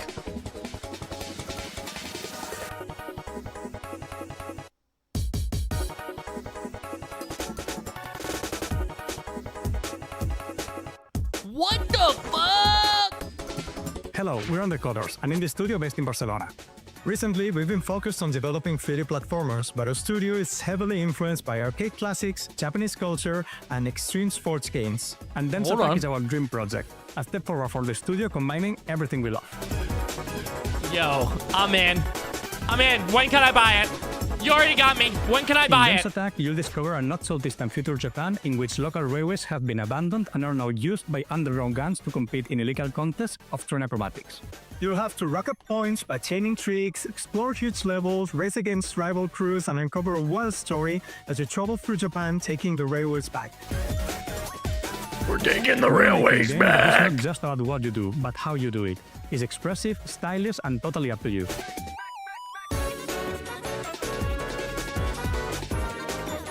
From our first trips in the late 90s, we've been obsessed by traveling across Japan by train and being able to dive into the local culture, getting to know the architecture, the landscapes, the folklore, and we're always captivated by the sheer contrast of their peaceful countryside and the high energy of its huge cities, which somehow feels connected and part of the same cultural rhythm. It's a never-ending source of inspiration that has been fueling our creative energy throughout all the years and has now materialized in Densho Attack. On your adventure, you'll find a variety of challenges to move forward, from trip-pack arenas to compete for high scores to objective-based exploration levels and even racing circuits. The world is packed with a bunch of unique characters from different gangs and personalities that you will have to face on your journey through Japan. And with every new challenge, you will grow as a Densho attacker and further add to the chaos. Yo. We've handcrafted every stage from the ground up, pulling from real-world locations to make every landscape different but recognizable. You will go really fast, but if you look closely, you'll catch references to every corner of Japanese culture. You'll be fighting wild boss battles against gang leaders, which will test everything that you've learned. Dude, tell me when I can buy it. Surprises. You'll never know what secret technique your rebel hides, so you'll have to get creative to work content with your train. They're a mix of spectacle, personality, and challenge that one could expect for an anime-style showdown made game. Yo! Densho Attack is a love letter to anime, skate games, and Japan's iconic train system. If you like Jet Set Radio, Tony Hawk, or Densho to Go, you can't miss this train. Pun intended. Wishlist now. We can't wait to show you more. Spring 2026 on the PS5! Oh yeah, get me in there! Hey, what's up? Welcome to Densho Attack. It's the best game in the world. I'm in. See ya. Hello, we're Undercoders. Hello. Oh, Isabel, that's real. I'm also pretty sleepy. Wishlist now. We can Wishlist now. We can't wait to show you more. Dude, hell yeah, Dom. Oh, is this another one? Free access for friends? Whoa, hold on.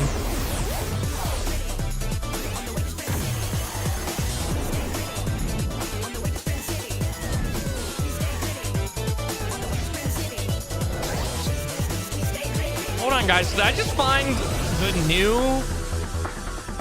new Bethesda of game studios? Hold on. Did I just find the new Bethesda of game studios? I talked to McLaren and Shayna, and they were awesome and very chatty about their game, and for all good reasons. They were an early access game. It's they want to focus more on the RPG side of things. Oh, but Jeffy, I technically got you. speaking, Hold on. Looter, brawler, side scroller, like you said, meant to Kind be. of like Castle Crashers. While they talk about that this is shit. definitely the most common comparison I Respectfully. get, but along those lines of couch co-op, you want to play with a buddy or play with whoever's next to you. I don't know who all and these people are are, but actually they an can early accept. access game now going to full release. So this is their big update to justify the full release, but it was already definitely justified. Upon full release, we're looking at 170 plus missions.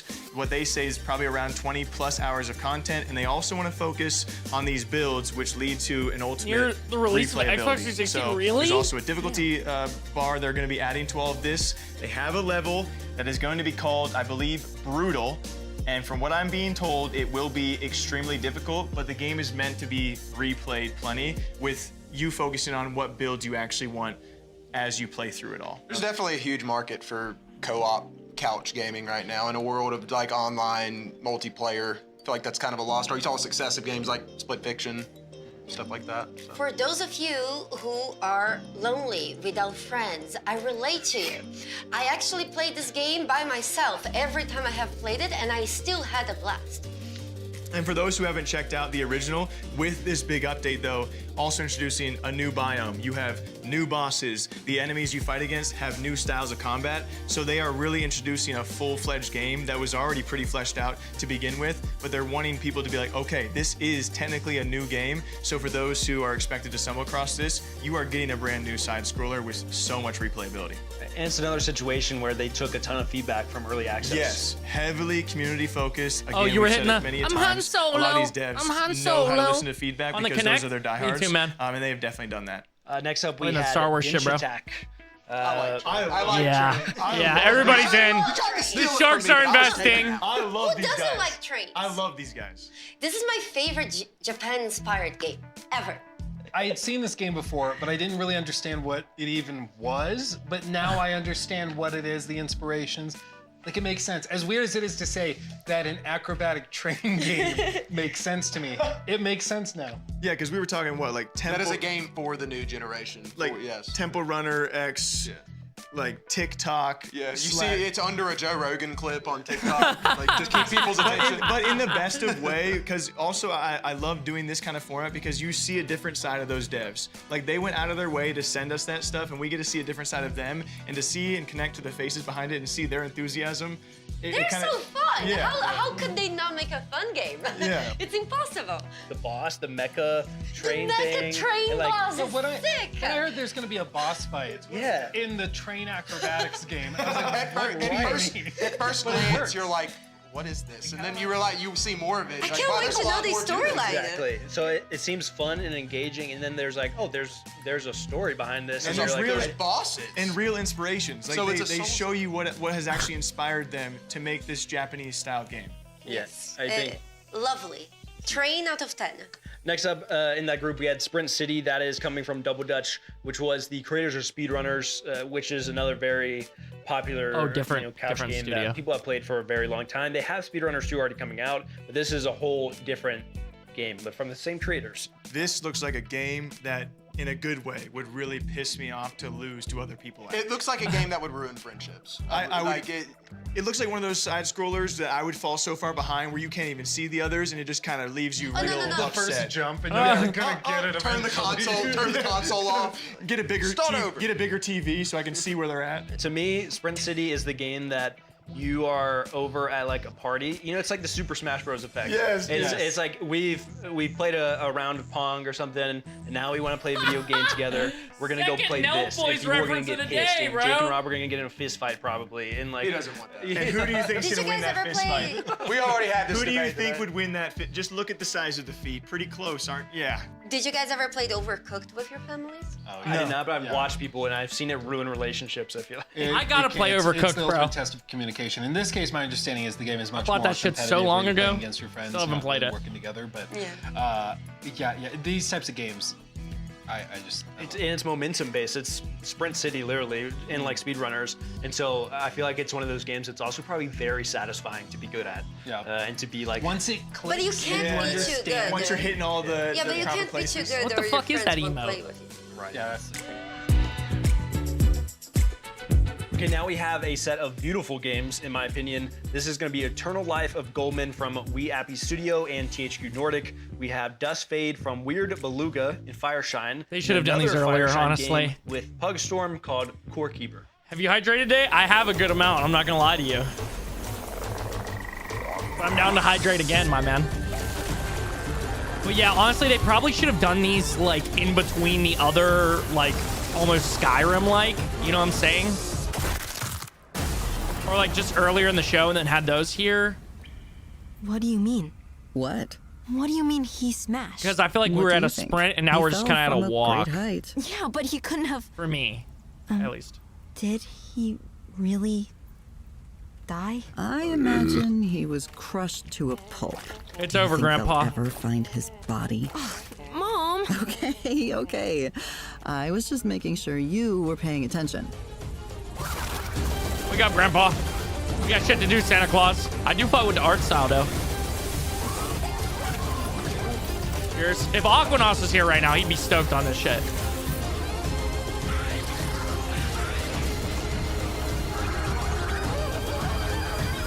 Did that dude just 6-7 at us? What the fuck? Demo, nice. In February? Pugstorm? Oh, I wonder if they're doing this because they don't have interviews with the devs and they're leading up to the last couple. Oh, I needed to scream. Oh, we got a little Stardew Valley like here. Spike, thanks for the 6-7 bits, my man. You missed it, dude. They were showing they showed 2 games where you kill people with a rock. Yeah, it was earlier, dude. Not to be confused with Grok. Mike, thanks so much for the 6-7 bits, King.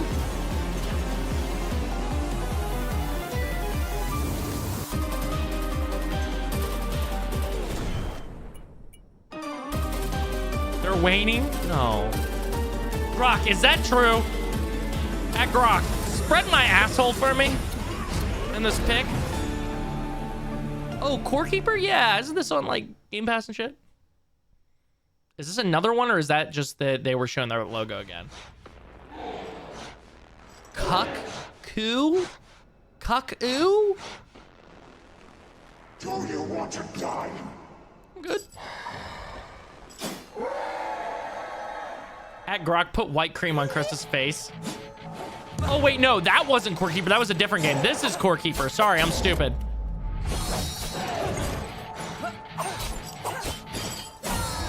What?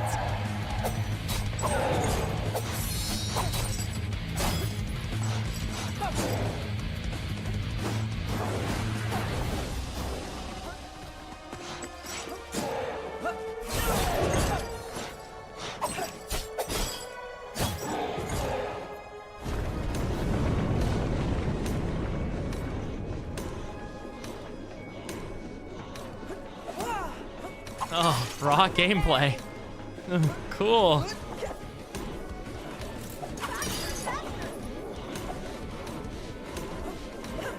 Surprise!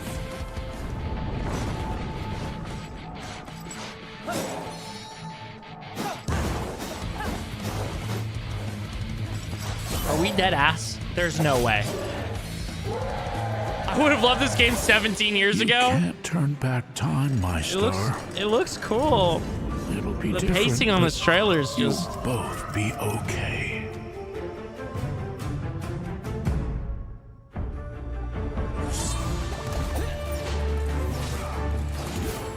Crack the code? Oh, so I went down and packed my bowl for my bong, smoked it.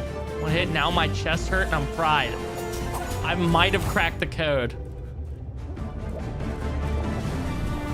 Yeah, it looks like it's in your tutorials, which is fine. I don't care. Yeah, this is, we have Skyrim at home.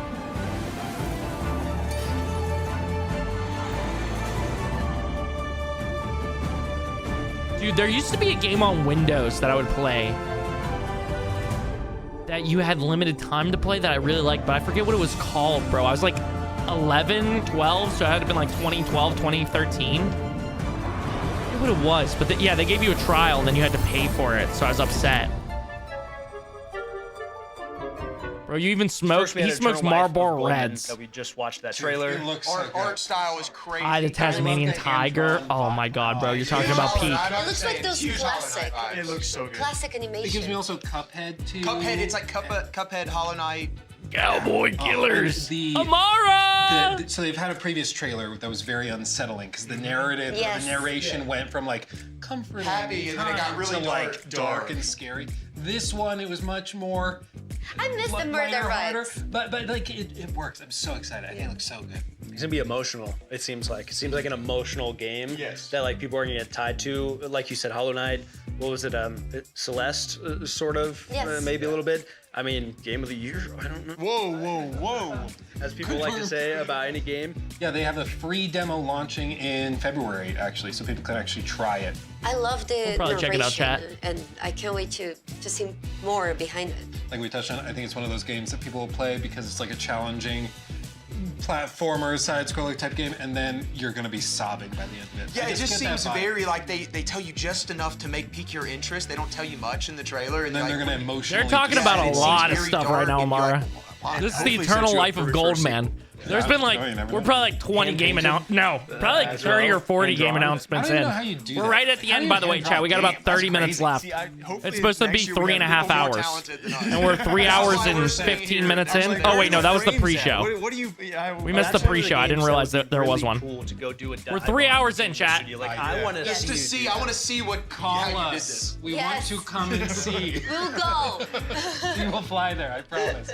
Next up, then we had Core Keeper, a game that you two especially Yes. are very familiar with. We have an update coming where you're going to be able to have a massive update with the Northern Biome on January 28th. There's a new boss, there's next-gen weapons and armor, whole new Flamethrower. stuff. Yeah. I play this a lot with my wife. It's just like one of our couple games, and I love it. And so seeing new content is crazy. I played it a lot by myself. I started playing it, and suddenly I had over 100 hours in this game. I wish I could show off my base. Yeah, I thought I was doing well. I mentioned it to Lua that I played Core Keeper, and I felt pretty good about where it was. And they're just like, yeah, I have 100 hours, and I have this, and this. I'm like, okay, I'll just leave. It's a great game. I had a lot of fun. It's one of these games you start, and suddenly you spent a week playing it. You will lose yourself. The other night we stayed up till 1 a.m. playing it when we meant to play till 11, and it's just because. It's good. Yeah, it's just one more run through the mines. I'll be right back. How would you like define Lawyer, by the this way. game to someone who hasn't seen it? I mean, I would say it's Stardew Valley, kind of meets Terraria, but it's like. Dude, again, this shit started out so hot, bro. It was like they were doing a sprint, and now they're like walking. And it's just. It was like you were doing a sprint, but now we're walking here. Respectfully, these games for the right people look cool. I think like the first hour and a half, 2 hours was like all general audience. And then since the fucking Ubisoft dev got on here, as fucking per usual, as per fucking usual, since the Ubisoft dev got on here, it's gone downhill. No, it's still cool. I mean, it's hard to fill up fucking 3.5 hours, bro. And these are cool announcements for some people. So, you know, I think they're gonna have some bangers in the last half an hour though. Crimson Desert hasn't been shown yet. That's gonna be a big one. Then finally in that section, That's a game that could come out of nowhere. Come out of nowhere, you know. What's up, Purple? How's it going? They say it is a love letter to the golden era of 3D action platforming like. Oh, sorry, I didn't mean to pause again. I was trying to get the thing to go away. That whole era, like the PS1, that is PS2 era, that screaming at me. Yeah, There we go. Yeah, and then there's boss fights with dodge rolls and health bars, so therefore it is a Souls-like. And we saw so many different environments too. Well, you know, like some games, you see the gameplay and She's you're about just. to lose her mind. Well, I was gonna say, like, you see some gameplay and you just like, you know, it's gonna feel good in the Yeah, hand. you can tell by watching somebody else play that feels so Yeah, good. There's so some- much dopamine being And then you released. actually play it and you get destroyed. Yeah, and you're like, I'm not that good, but I will get there. It looks very, very good. It's like cute. It looks like a fun game, like you would let your kids play as well. Is it like a good combination of all that? You even saw like a little bit of Kingdom Hearts there, a little bit. Yeah, definitely a good mix. And he's grabbing Yeah, the sword. Yes. Yeah. When the devs describe a game as a love letter to a certain genre or to other games and are not afraid to embrace that, That's a good sign. It's a level. To be able to say that, there has to be some level of confidence there. Like I know what I have. And respect. So I can call No, it dude, a love letter because I know when they see it, they're gonna. They announced a lot of really cool stuff in the first like hour and a half. Oh, here we go. Next up, we have Shadow of the Road coming from Owlcat as Here we well, go, with come another on. Angle Games being the Give me dev. something good. There is Starfinder from Epic Tellers, as well as Gallipoli from Black Mill Games.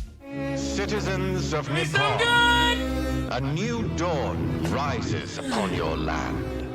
Through Don't even make. I swear to God, if it's an RTS. we bring I prosperity mean, it's to fine, all. it's not for me, you know. Your nation ripples with Dude, why does YouTube keep doing this, bro? But our technology. Yeah, RTS are good, just not for me. Peace. Or I'm bad at them. Peace demands the sacrifice of those that stand in the way of progress. On behalf of your Chat, I glorious can tell that I'm. emperor, Oh, is it a CRPG?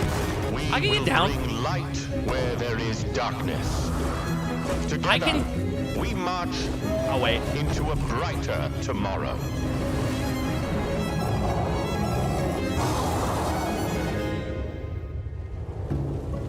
For peace.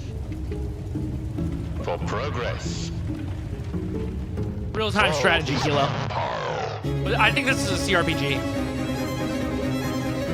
Cool. I mean, I could be down. Right? Would it be a CRPG? Is that what it would be called? Classified as? This is Ricard Pillosu, and I am the co-founder at Epic Tellers Entertainment. I'm here to tell you about our first game, Starfinder Afterlight, licensed from Paizo. At its core, Starfinder Afterlight is a party-based RPG in a universe that mixes technology and magic. Hold on. We focus on creating great storytelling inspired by movies like Guardians of the Galaxy or shows like I Firefly. like you. I like you too. Wanna go on a date? Sorry, working on myself. I can't win. Why are you on a dating While in app? the game, you will create your own this is character. CRPG In the demo, time. you So play my as one of pits the are sweaty. companions, Why? Sterling. With the deodorant DOIKG then. I'm crashing out. So you give orders? I'm sorry, Greenish. How's it going, homie?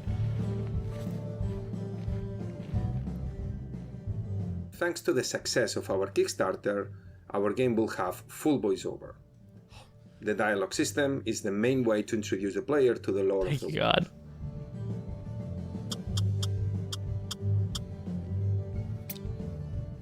Oh, you gotta roll! Oh, somebody's gooning at this right now. Chat, I can tell that I'm tired, by the way, because some of the stuff, or some of the chats that I've read in the last, like, half an hour to 45 minutes, I can feel the blood pressure going right here, and that's right where I'm about to crash out at. If you have the sudden weird feeling of being naked, it's Lou. Is that John Marston? Gaze is like an X-ray machine. By the looks on her face, she either thinks you're a joke. I'm in. Or it's her I see favorite dice song sold. playing. Is that John? Yeah, dude, literally me. That was our narrator, Roger Clark, known from the Red Dead Redemption series, giving the right space western feeling we're looking for. In Wait, the or was game. that Arthur? Yeah, sorry to ruin happy hour for you, but I have bad news about the big Sold! one in the runt. Dice Don't and worry. fucking I Red promise not Dead. to say I Yep, told I'm you so. sold. I'm in. Lou here is referring to Tycho and Cole. our Arthur. friends, Yeah, Arthur. Sorry, I that said John. after Arthur. heists Sorry, I'm a gone dumbass. wrong, Yeah. should meet us here. John's is way more Lou raspy. seems to know something about them. Robot Baddie, If you I'm push in. Lou about the information she's skipping, I'm gonna be honest. I'm she's speaking going my to be mind. annoyed, I'm not and gonna that sit will here and lower glaze your this shit approval because with they got a her few big and names limit your hosting it. potential romance Ooh, options. you're brave. Why are Hold you on, hotshot. whispering in my I ear? own the info. I choose how to deliver it.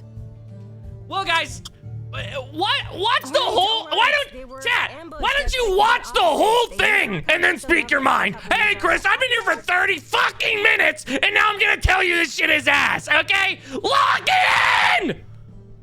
Sorry. Anyways, We start the combat right away. The security robots are looking for us and are waiting outside the bar. put a cigarette out on you? What the fuck? Time for my That felt good. That felt good. I'm not gonna lie. The game uses the battle-tested system of Pathfinder 2nd Edition with 3 actions per turn. Lou already starts in a very good place. She's a support character, so it's better for her to stay behind. She will use the ability Get Them to give a bonus Why is she half to naked? Sterling when he attacks a specific character, and then shoot again.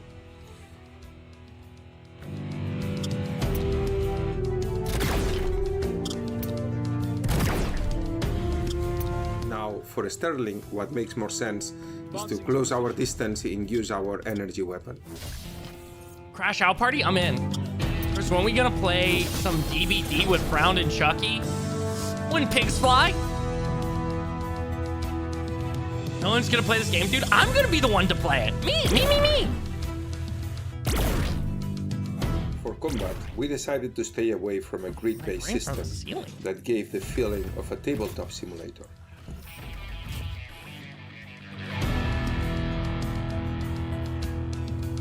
Time for my close-up. All right, bro. 2v8 is coming back. I'm about to sell my soul. Okay, now I'm in. Yo, what's up, JT? Big flying Clash Royale. You have to play. Oh, it's over. This is it. The team is in full production to release the first 10 hours in early access for summer. Time for my next year. close-up? We Oh, cannot that's wait what to she show said. you more. Thanks for watching. Time for my close-up. All right, here we go. What we got here? All right, never mind. It's not CRPG hour. Gallipoli is a hardcore multiplayer first-person shooter set in the Middle Eastern theater of World War I. It features You got it. authentic weapons, locations, and factions that you play with 50-player servers. How we approach it is we have a Yo, a Skippy, unique what's up, blend bro? of, Skippy, arcades they where announced we don't a compromise decent on amount is, of Sword and Spell the games locations. earlier, bro. Those are always the actual battles. You gotta tap in on the New weapons, Game the Plus ones that were YouTube actually channel used, later. and uniforms that are And as they're accurate also as, updating Avowed to as make it possible and less possibly ass. used, So it sets us apart there. I We- literally we was like, go "Where's quite deep Skippy at?" on the history, but then again, we're more accessible than say some of the military simulators. It's easy to jump into. Game is a bit more approachable. So in that Hell Let in that Loose way, it is sets Hell it Let Loose in apart World War I? from another subgenre in the shooters as well. If you wield one of the rifles in the game, the bolt action rifles. Wait, can you do expect multiplayer in it to Avowed? be one Was shot, that a one thing, kill. or am I The rest of tripping? the game is built around that premise. Hell Let Loose is World War yes, II? Oh, rifles word. are one-shot kill, but then again, it must not be the case that somebody goes around the corner and kills like the entire Verdun? team in 1 second. So Guys, I'm not gonna lie, after especially that crash multiplayer, out, the my fairness left concept, arm is must kind of be, numb. adhered to. So Are we everything's cooked? built sort of around making sure that the game feels fair. Intended? So there's a balance Yeah. between in the gunplay that needs to happen, as well as in the way we handle spawning and how quick you are back into the battle. You're very quick to be in combat here. There's other quirky weapons that are part of the What the arsenals. fuck is that? But these are accurate. They were used. We don't do experimental weapons. We try to stay as accurate as possible when we model them. The locations we picked. Bring back Battlefield 1. using, I'll drink to that. some geodata, I'll put my nuts on your face at your a lot of funeral. Thanks, man. investigation on You're real as images, fuck for trying that, to puzzle Josh. together how it looked like when it was when the battle took place. When you're under fire, you have a difficulty reloading your weapon, for instance, and that has custom animations to it. So it's quite elaborate. Not a lot of games, if at all, do this, where it's really dynamic based on what happens, and still fair in a way that the rules are predictable. It's not a random jamming system. Blackmill It's Games? really I think we'll find dependent out in a on second. what the player does. Yeah, One yeah, of the it is, cooler yeah. things is that, Yeah, because you it can says now on build his little stuff card together. there, yeah. Part of the game mode will be that you were able to construct objectives New and ways machine for a guns new angel. and other things together. It's kind of like our evolution of the game mode we had in Isonzo, taken to 11. They're tapped where it's in. really, you CEO, fight over a certain Blackmill area, once Games. it's captured, you have to construct things together and then to consolidate your position to secure it. Guys, first we looked at Shadow of the Road there. Story tactical driven RPG in Japan, but also some like supernatural stuff going on. Okay, so I actually played the demo for this 10 game, years ago? and it was super fun. It felt kind of like an XCOM meets like Samurai, but there were like very unique twists. Okay, The final fight I'm in the in. demo is actually really sick. I hope you enjoy it. There was like cool mechanics and. You ready for a hunting I don't trip, know. bro? What Give can you the say? demo a go and fun stuff. If you like the kind of like XCOM tactical, maybe even a little bit of like the Baldur's Gate type, definitely check it out. There's a late 2026 release for this game. I would say, to me, someone who doesn't play these types of games, I just think the the storyline, or not the storyline, like the environment is cool. It's Japan with supernatural elements. Like you saw that big Him and robot Oompa would be walking around. Sci-fi BFFs. samurai. I feel like that's like a trend now. Is like taking certain settings and combining it with sci-fi. That's really cool. I'm not sure if I would say it's sci-fi, but I would say like mythology. It's just some really sick stuff. There is a lot of exploration, and exploration is actually quite cool. You can like change things in the world. Then we had Starfinder coming from Epic Tellers. That's going to be in early access that a in plug? 2026 as of right now. And Is the the demo background is a actually going to wall? be available soon during Steam Next Fest. So when this airs, that will be a month away. So I actually got Next to talk Fest, with I'm devs. gooning! They were very happy that the Kickstarter was doing so well. They also got Well, I'm sure a it's very sweet, good, isn't it, boys? team in the voice acting team, and the game seems super exciting. I can't wait to hear more about it. I mean, being built off of Pathfinder, I think you said 2nd edition. Yes. You know, there's going to be a lot of depth and complexity when it comes to combat too. So I mean, I can see why people are excited. I can just certainly see. But to me, what I can already appreciate looking at it is, okay, you guys obviously paid a lot of attention to your art style, being kind of like the Persona vibes of the pop-ups. I think it's really cool. Transparent. I can And as see we the know, table voice behind it. acting as Yeah, well. bro, this I shit's think they have a couple tweaking me notable out. Sombra. It is Luke Stevens, yeah. Yeah, so they One of the put a goats. lot of detail into those, which I can appreciate, even as someone who doesn't. And funnily enough, We just this need the Black character that I Hokage mentioned, here, and it's we'll this have my larvae entire with crew of this grub-like character with a gaming grub news is actually insiders. voiced Oh, and Mug by Thief. the And same the guy other as guy. I Asteria. always forget his name. So, Oh goodness. Preach is also voice acted by Neil Bone, and he's also the director of the voice acting in this game. That's crazy. Then we had World War I Gallipoli as our final one. She almost let it we got to fly. do Another interview. Watch him shit on here Starfield? with That's real as someone hell. who I watched him talk about remember the you new saying during the interview, Starfield it Star felt Wars like a high mods school lesson recently. For you listening. Yeah, it was awesome to talk to Josh, and he gave me a real quick pronunciation lesson because luckily I got his name right, and I didn't get the name of the game right because being from Iowa, I said Gallipoli, and it's I was gonna say it the same way. Gallipoli. Yeah, Long I was gonna story say it the short, same way. Gallipoli is covering the Ottoman front, the Eastern front throughout all of this, and what you'll find with Black Mill Games is they always have realistic weaponry for the side they're covering and for the time being World War I, and they don't miss that here. Well, the uniforms, there's so much attention to detail, and they even have some unique gameplay systems, like the suppression system, where Coolest thing. it's basically like when the fire's coming in, like you'll start to struggle reloading and stuff. I don't think I've ever seen, like, I'm sure, I don't know if it's been done or not, but I can't recall another game that's done that. But it's so clever because, of course, you'd struggle reloading when bullets are whizzing What by. that does for your level of immersion is, And just to Let it remind fly, you guys, Josh. Calm this the game, slur. I think they do have a PvP focus, but they're also working on a single-player campaign. Yeah, they want to do it justice of telling stories of actual battles that did take place, and they're going to continue this string. Like, they're going to continue. I even asked them, like, what do you progress forward on as a studio? Like, he's like, well, we got a lot to do still for World War I. It was a big war, and it lasted a long time, and so they're not even done here. And luckily, they have found themselves a diehard audience that wants to see this story told, battle to battle, all encompassing the same war. Well, and it's such a fascinating way to be able to preserve that Just over 4 piece years, of history. World War Yeah, I. exactly. Like in an interactive way where people can kind of go boots on the ground and see what it was like in of course,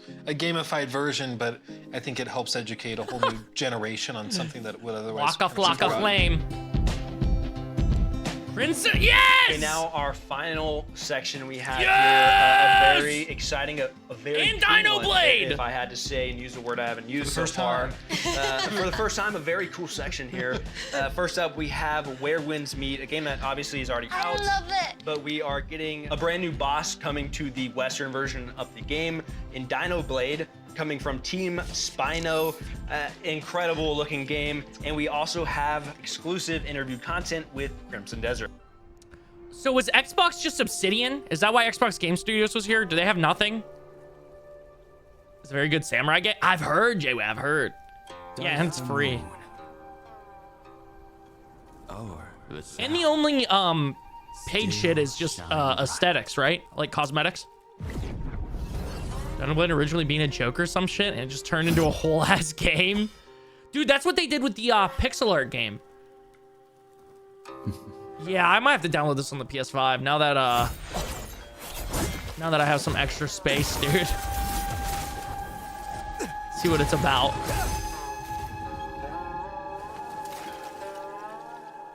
I have not, Skippy. I got to though, bro. Huh. Well, Xbox is also probably saving because they have a whatchamacallit, a direct coming up. GPU on the last leg. Hey, don't worry. Nvidia's bringing back the 30 series, the 3060. Are these chuds in China warehouse who get paid $1.50 an hour has still not shipped my shit? I'm getting mad. Wait, is Where Winds Meet a Souls-like?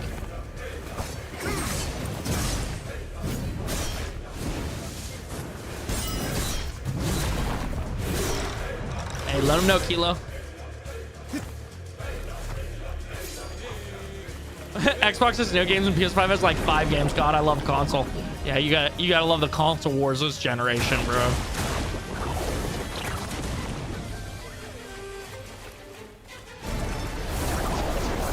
What the fuck? Okay, this looks cool. Barely run DayZ. I bet it runs RuneScape like a champ, though.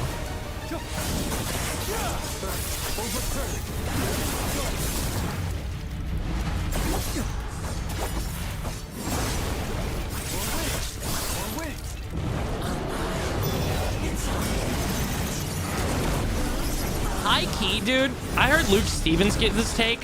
I feel like Ubisoft might do the same play where they release a game, like a AAA style game for free, and then monetize it. But I think the thing is Where Winds Meet, from what I've heard, none of it's like predatory in their monetization. I think Ubisoft will be predatory in their monetization.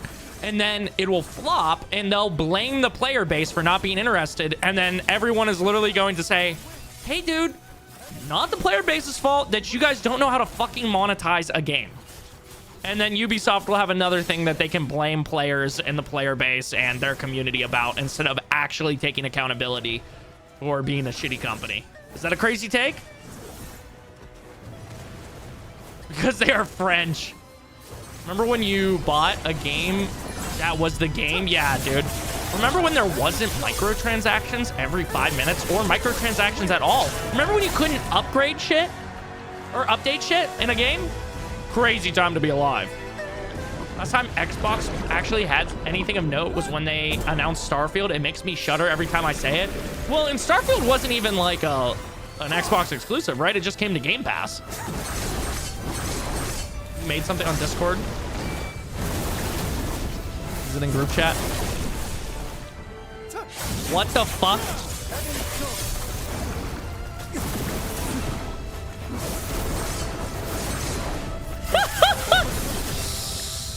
Oh, in Pennsylvania? That's so sweet. Dom, throw that in the fan art and memes channel, by the way, so we don't lose it in group chat, if you could. Thank you, brother. You can even throw the screenshot in there if you want. If you feel up to it. This is cool, bro, but I'm gonna be honest with you, game devs. I'm gonna need you to cut this shit up, bro. I'm gonna need you to chop this up. Show the highlights of this boss battle. I don't need to see the full gameplay. If I wanted to watch this, I would watch FaZe Jev talk for 5 minutes, fight a boss, talk for 5 more minutes, fight one more boss, and then get on with my day, man. Let's come on. Let's get it together here. Thank God. It's over.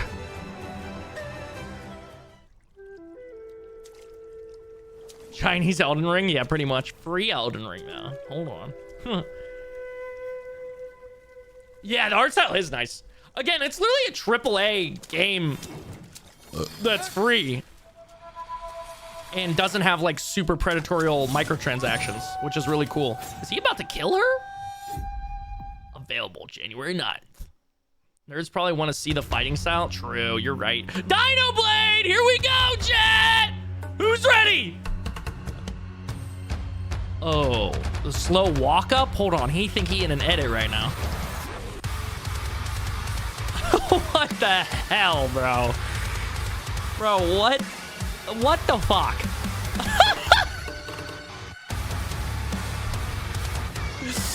Sigma edit, bro.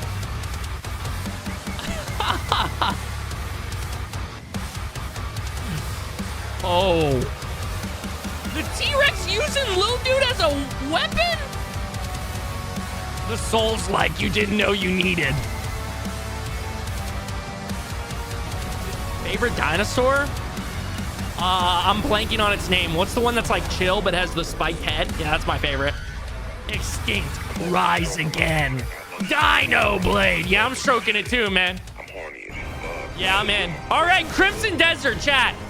This is the game that Luke Stevens was like, yeah, this game could be huge. Like, when people actually try it, this game could go absolutely bonkers. Based on the trailers and based on a bunch of things that I've seen about this game, you can clearly... Dinosaur and dragon game? Yeah, true? the autistics are eating good. And you do fight them. We haven't revealed just yet whether or not you can actually slay them. Yeah, that one, Chucky. You can fight them, you can fly them. Can you lay them?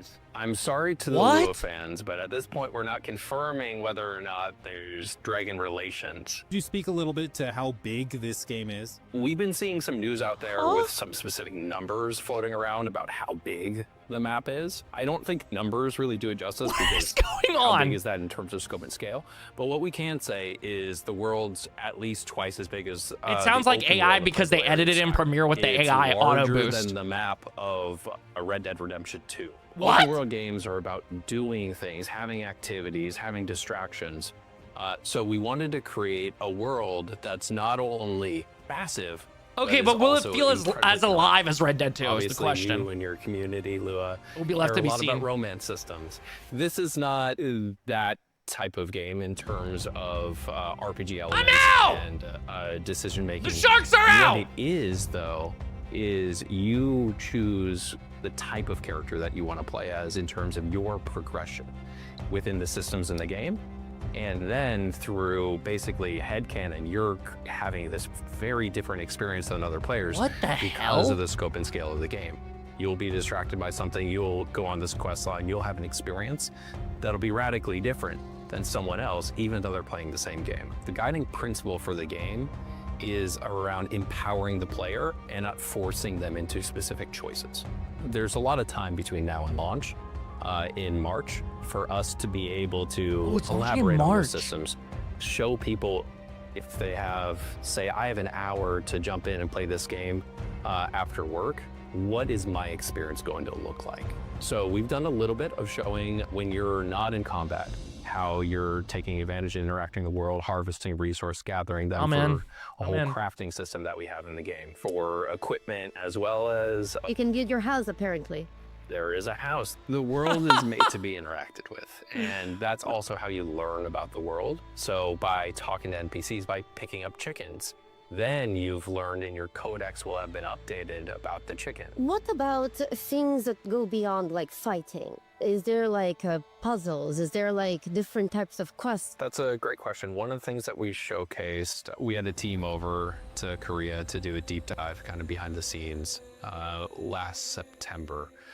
They came out and we showed them a glimpse of a bunch of different systems. Is this low One of IQ the gamer systems safe? that we showed them was in what we call the aerial abyss. It's those sky islands that you see there. That's a very important and pivotal part in the story and quest and mystery surrounding the world. It In doesn't those look low sky IQ safe. islands, there are puzzles. They all have a different vibe, if you will, and then treasures and rewards for completing them. When can people get the game? Where can they get it? What does that look like for you guys? The game comes out on March 19th across basically every platform. It'll be available on consoles on PS5, as well as Xbox Series X and S, PC, as well as natively on Mac. What? On Mac? We played it on the MacBook, First, bro. let's start with Where Winds Be. Well, since the game came out, I have played basically every day that game since it came out. I really like it. It kind of looks like. How many like? Here's my prediction. It's gonna be like what everyone wanted Dragon's Dogma 2, the like relaunch, to You be. can play it single player. You can do. That's my. If it lives up to expectations. That's literally the vibes that I was getting. Because Dragon's Dogma 2, like, people liked, but I don't think it lived up to the hype that everyone was hoping for. I think this one could. Where Winds Meet is such a crazy game because I'm really excited. I'll probably cop it. I might cop it on the PS5, honestly, just so I can run it at close to max graphics. So they've even said we will never Where my balls monetize, meet your forehead. Power within the game, which I think is the way it should be. But they also want to. But I'm here for it. It has kind of two sides to it, where it does have the single player adventure side, because you can play by yourself. You can play co-op, going through like. All right, the new Skippy, boss when are we fight playing together Where My with your Balls friends. Meet Your And then there's Forehead also a together, side my of it man? which is heavily inspired by classical MMOs, where like a player does something bad, they get put in the back of a cart and everybody comes in and throws tomatoes at him. I feel like it's a modern MMO that actually knows the Dude, audience. anytime, we bro? love seeing those kind of things, and those are the kind of things that also appeal to. It doesn't matter Eastern or Western, but those are the kind of things that people are going to talk about. This game is shocking on how much depth it has. There like, really is nothing like it. Like, God, like, the game is beautiful. It's absolutely crazy, and every boss fight is different and visually like pretty stunning, I would say. Speaking of, we watched the boss fight, the Master's Message. It seems like it's based on, obviously, you're reading the Master's Message. You have to fight a different version of this ink boss. While we were watching it, you, Rob, specifically, were like you haven't played this game, but you're watching it and you're thinking, wow, maybe I should play this game. Yeah, absolutely. Yeah. Why? Like, what looks good about it? It looks so satisfying. Like, there's something about it. You know how it is when you're fighting a boss, and it's like, the movement's almost fluid, and you're almost like in rhythm with the boss and their moveset. And that's what makes games like that are boss-centric so satisfying to play. There's something about mastering a boss's moveset. Yeah. Well, I think a lot of people like the combat in this game. Like all that stuff you said, very true and very expansive. And then the flip side is the combat is also really good. Yeah, it looks very good. I think that's like what Luke was talking about. It's just the fact that it's free to play. Even myself, before it was released, so I was so skeptical of it. It's like, there's no way that there's a catch. There's got to, because naturally with the nature of our industry, there's been so much free to play stuff that comes out and you're like, not what I expected. But this seems to be like a really, really quality game. Then we also saw Dino Blade here, which an action game. Yes, dude. Some information, an action game centered, obviously fighting as a dinosaur with a sword. The demo is available on Steam right now for PC. It's about an hour-long demo, so you can play it if you want, have some fun. We got to see a new dinosaur in that trailer that has never been seen before, and it's planned for release still in 2026, so sometime next year. No specific date right now. I'm kicking it to Rob first. Dinosaurs with sword, like it's a dinosaur. It's a dinosaur. Soul. Like, dude, like just watching the trailer, like I could feel my testosterone rising. Like my bench press max. Nah, went that's up crazy, like 20 bro. pounds. Just the music and everything. Dude, really... dude, the Linkin Park montages are gonna be great. It's so weird. It's ridiculous. So good. Like, I love give it to me. I want it. That's Highly crazy anticipated, work. I think, across the board, just because it's like so fun. It's such a gamer game.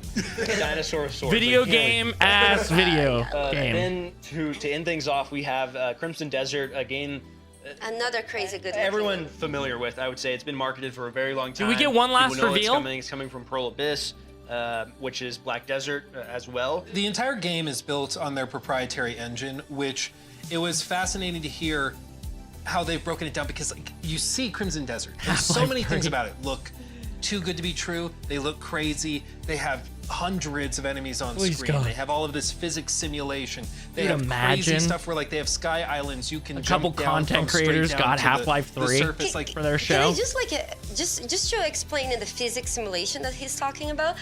So, for example, if you have like a siege weapon and you throw a boat at a house, you can actually see the destruction starting from where the boat hit and everything else falling through it. Well, and people see that, and from our frame of like, you know, standard open worlds in Unreal Engine 5 or something, not that that's a bad engine or anything, but like, we see that and we assume, okay, it's gonna run terribly. Okay, it's gonna have frame drops or it's gonna stutter. Okay, this or that. But this is an engine that they have built from the ground up with this game basically in mind. And it's just absolutely crazy because we've had the chance to play it, and that just is what the game is. It's ridiculous and crazy. And what's even crazier is that Will even shared with us some very special information that we are breaking here for the first time. The size of the game is 2 times Skyrim. Oh, wow. We didn't even rehearse that. That just happened. It's twice the size of Skyrim. It's actually bigger than the entire map of Red Dead Redemption 2. Which is crazy. Which I love that Will follows up by saying size doesn't matter, but in our game, it kind of does. But like, we're bigger.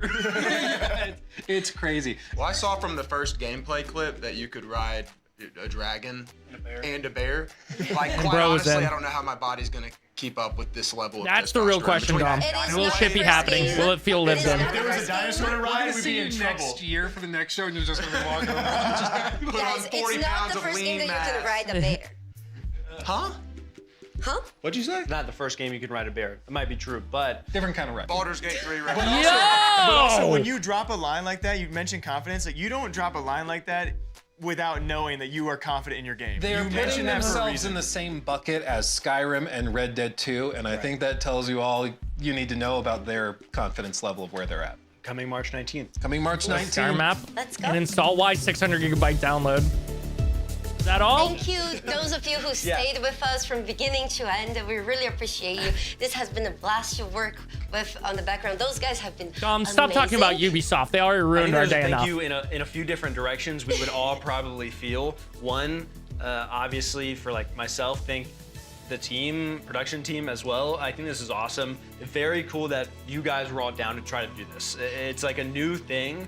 Also, thank you to the audience, right? Like whoever is watching this and trying to engage in What something numbers they got new, right now it at does the mean a closing? lot to us and the 4,000? developers. Thank you so much to the devs for Pretty taking fire. it seriously and First you show, know, pretty fire. being excited Plus all the to share with watch us parties. what you have shared, to talk with us. Our goal was to really try to lower the barrier for a lot of developers to Is be able this a to sneak showcase their preview games, of even if the they don't 007 have game a right crazy now? marketing With budget, the or they don't 3 have frames? some big publisher that can brute force it.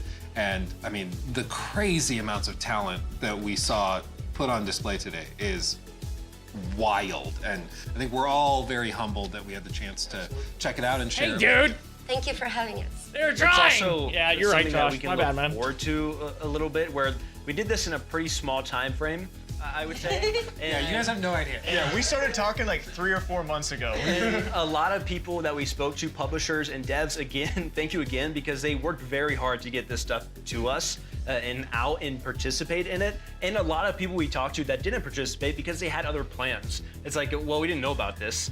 But hopefully for the next one, we can plan more in advance and people can be a part of it and like, hey, let's go travel to people, right? And do interviews in person. Let's go. Yeah, we want to grow on this. We want to do it better. And Splitgate 2 devs didn't buy a slot in this one. I can't even They're stress down the in amount of times budget. we brought up a game. I was like, oh my gosh, I had no idea that They game couldn't pay existed their way until in you to or the hand-picked game or you show, bro. explained it to me. Nobody and now wants I'm that interested right in now. That game and the team behind it. They're like, that's we'll the do a beauty of spot, this and they were show. like, that was we're our good. ultimate goal. We want to expose you We're guys good. to games Keep that you shit, either my man. did or did not know about. Keep that one in and the then they tank. also give you guys a different show of like, this is the team behind it. Keep and it the in your personalities pants, you can Splitgate attach 2. yourself to for the future of these games. 1047 games. Faces to these developers Stay as over well, there. because this industry naturally we're very critical. Here's of 500 developers, but I bucks think to never sometimes we ask forget that us those are real again. people that pour their heart. That video games are art. and They love it. They love their love game. what they're doing, and I think that's awesome. Well, to all of you guys out there, this has been the first ever edition of New Game Plus. It has been an absolute honor for all of us to come together, and hopefully much more coming in the Atomic Hearts future. have more goo We material? all love, at the very core, we love freaking video games, and we got to show you guys This guy so much gets it. today, and hopefully more in the future. It's been an absolute guy gets pleasure. it.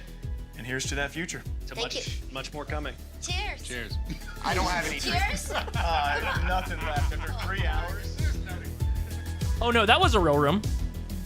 Dude, hell yeah. Honestly, for self-funded, no paid placements, self-funded, no paid placements, a bunch of content creators doing it, I'd give that show like a 9 out of 10. Yeah, I'd give that shit at least a 9 out of 10. Thank you, non-diddler Cody Co. Okay, hold on, chat. Okay, that was awesome. Great show. Here, I got a couple of things I want to talk about really quickly, and then we're gonna get the hell out of here because I got stuff to do. First, we got Dawn the Bomb saying Life is Strange reunion synopsis. Chloe Price was Max Caulfield's partner in time. Losing her is Max's greatest regret. Now Chloe has come to Keldium University, haunted by nightmares and impossible memories. Chloe needs Max's help, but Max is already in crisis. In 3 days, a deadly inferno will destroy the campus. So they're just running it back. One time for some real ones. All right, I'm with it. I'm here for it, man. I'm here for it. This game will be a direct sequel to Life is Strange Double Exposure, teased at the end of the game. Oh, so it's a direct tie-in to the game that has mixed reviews. Yeah, I don't know how to feel about this one, to be honest with you all. I'll have to play Double Exposure. Yeah, it'll be interesting. We'll see. Again, if Donut's not doing it, like, what's the point, though? You know what I'm saying? What the fuck is the point? Oh, this is Callie. I don't know the full name. It's on the album. And then in other news, Fable tweeted, we've been working on Fable for a really, really long time. It's time to show you more, much more. Tune into the developer direct at 10 a.m. PT.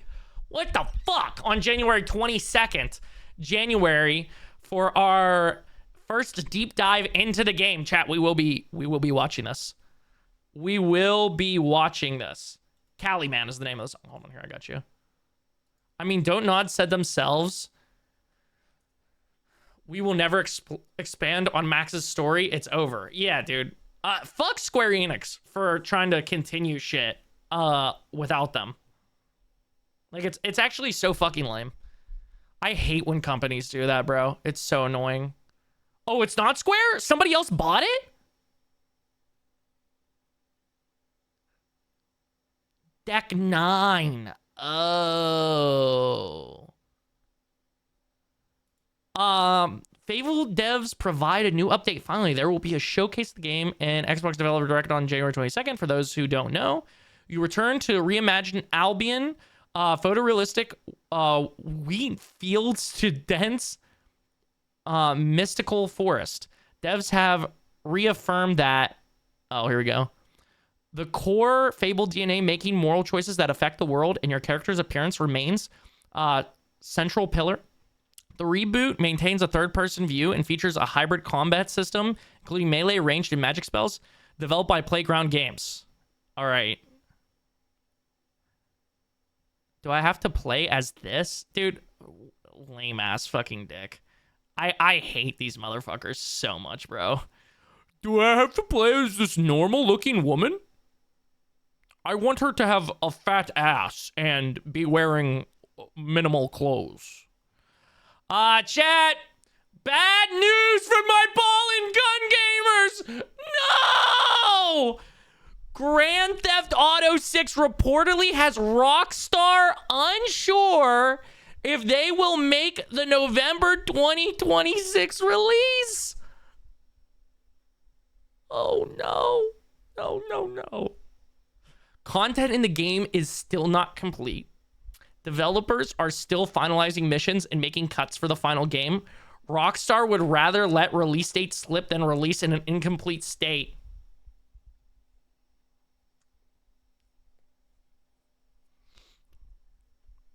Isn't this going to be a tragedy? Isn't this going to be a tragedy for my ball and gun gamers when they have to wait longer and this game is just okay? Just kidding. I don't think it'll be just okay. I think it'll be incredible. Keeler said to check Rockstar's Twitter. Did they say something about this? Or are they like, this is false?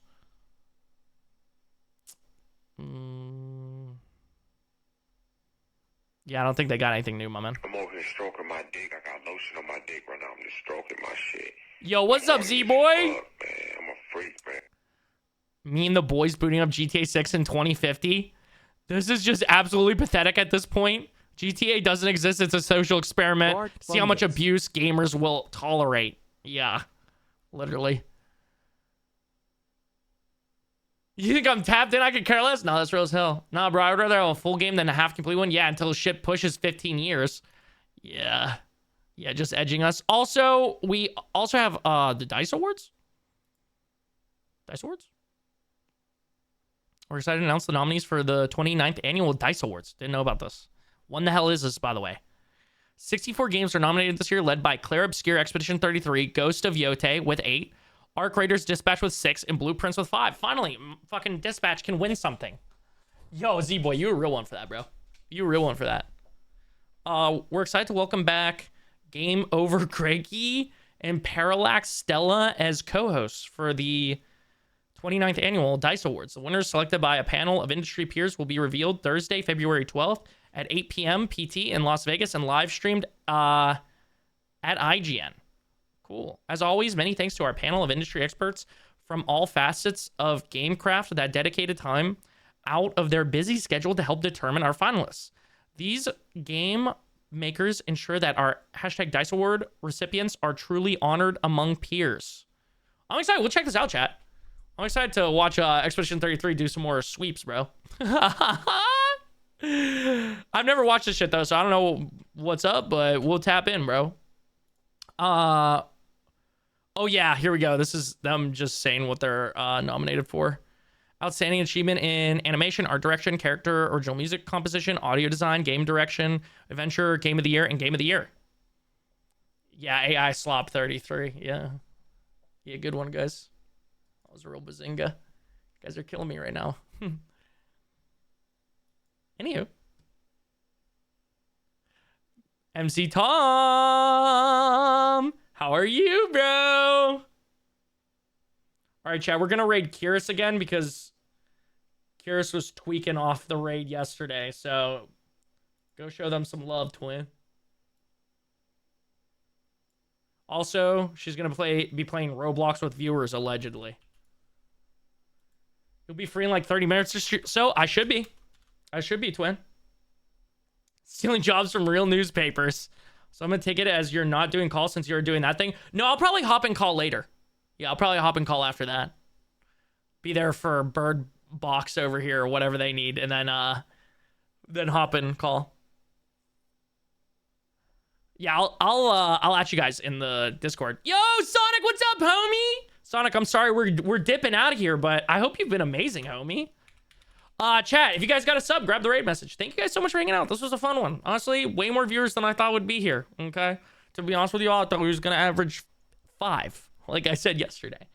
I love you all. I appreciate you all. Sometime soon, I will be taking a day off to catch a breather, catch up on some edits, maybe even 2 days off. I know, kind of crazy. But at some point I am. Or I might do like a really, like 2 really short streams, like literally like an hour of just chatting. But yeah, dude, I love you all. I appreciate you all, man. Chat, we'll probably be hanging out in call tonight. If you guys want to come by. Dom, love you too, brother. Big love, dude. I'll join y'all on the other stream. Yeah, dude. Kyrus is gonna be playing some Roblox. Roblox. So, hey, thanks, Dom. Appreciate you, bro. Appreciate you. Appreciate you all. Chat, if you guys haven't already, tap it on the YouTube, tap it on the Discord, and add me on PlayStation, dude. With all that being said, I love you all. Appreciate you all again. Thank you for the incredible stream today. Y'all are fucking real ones. Shout out Spike for the biddies. Yeah, dude. And Potassium the resub, bro. And shout out Mono Goat. I forgot to say it last night. But shout out Mono Goat again for all the biddies. All right, chat. I'll see you guys later. Bye. Love you all. Bye. Bye. That Scar. Scar?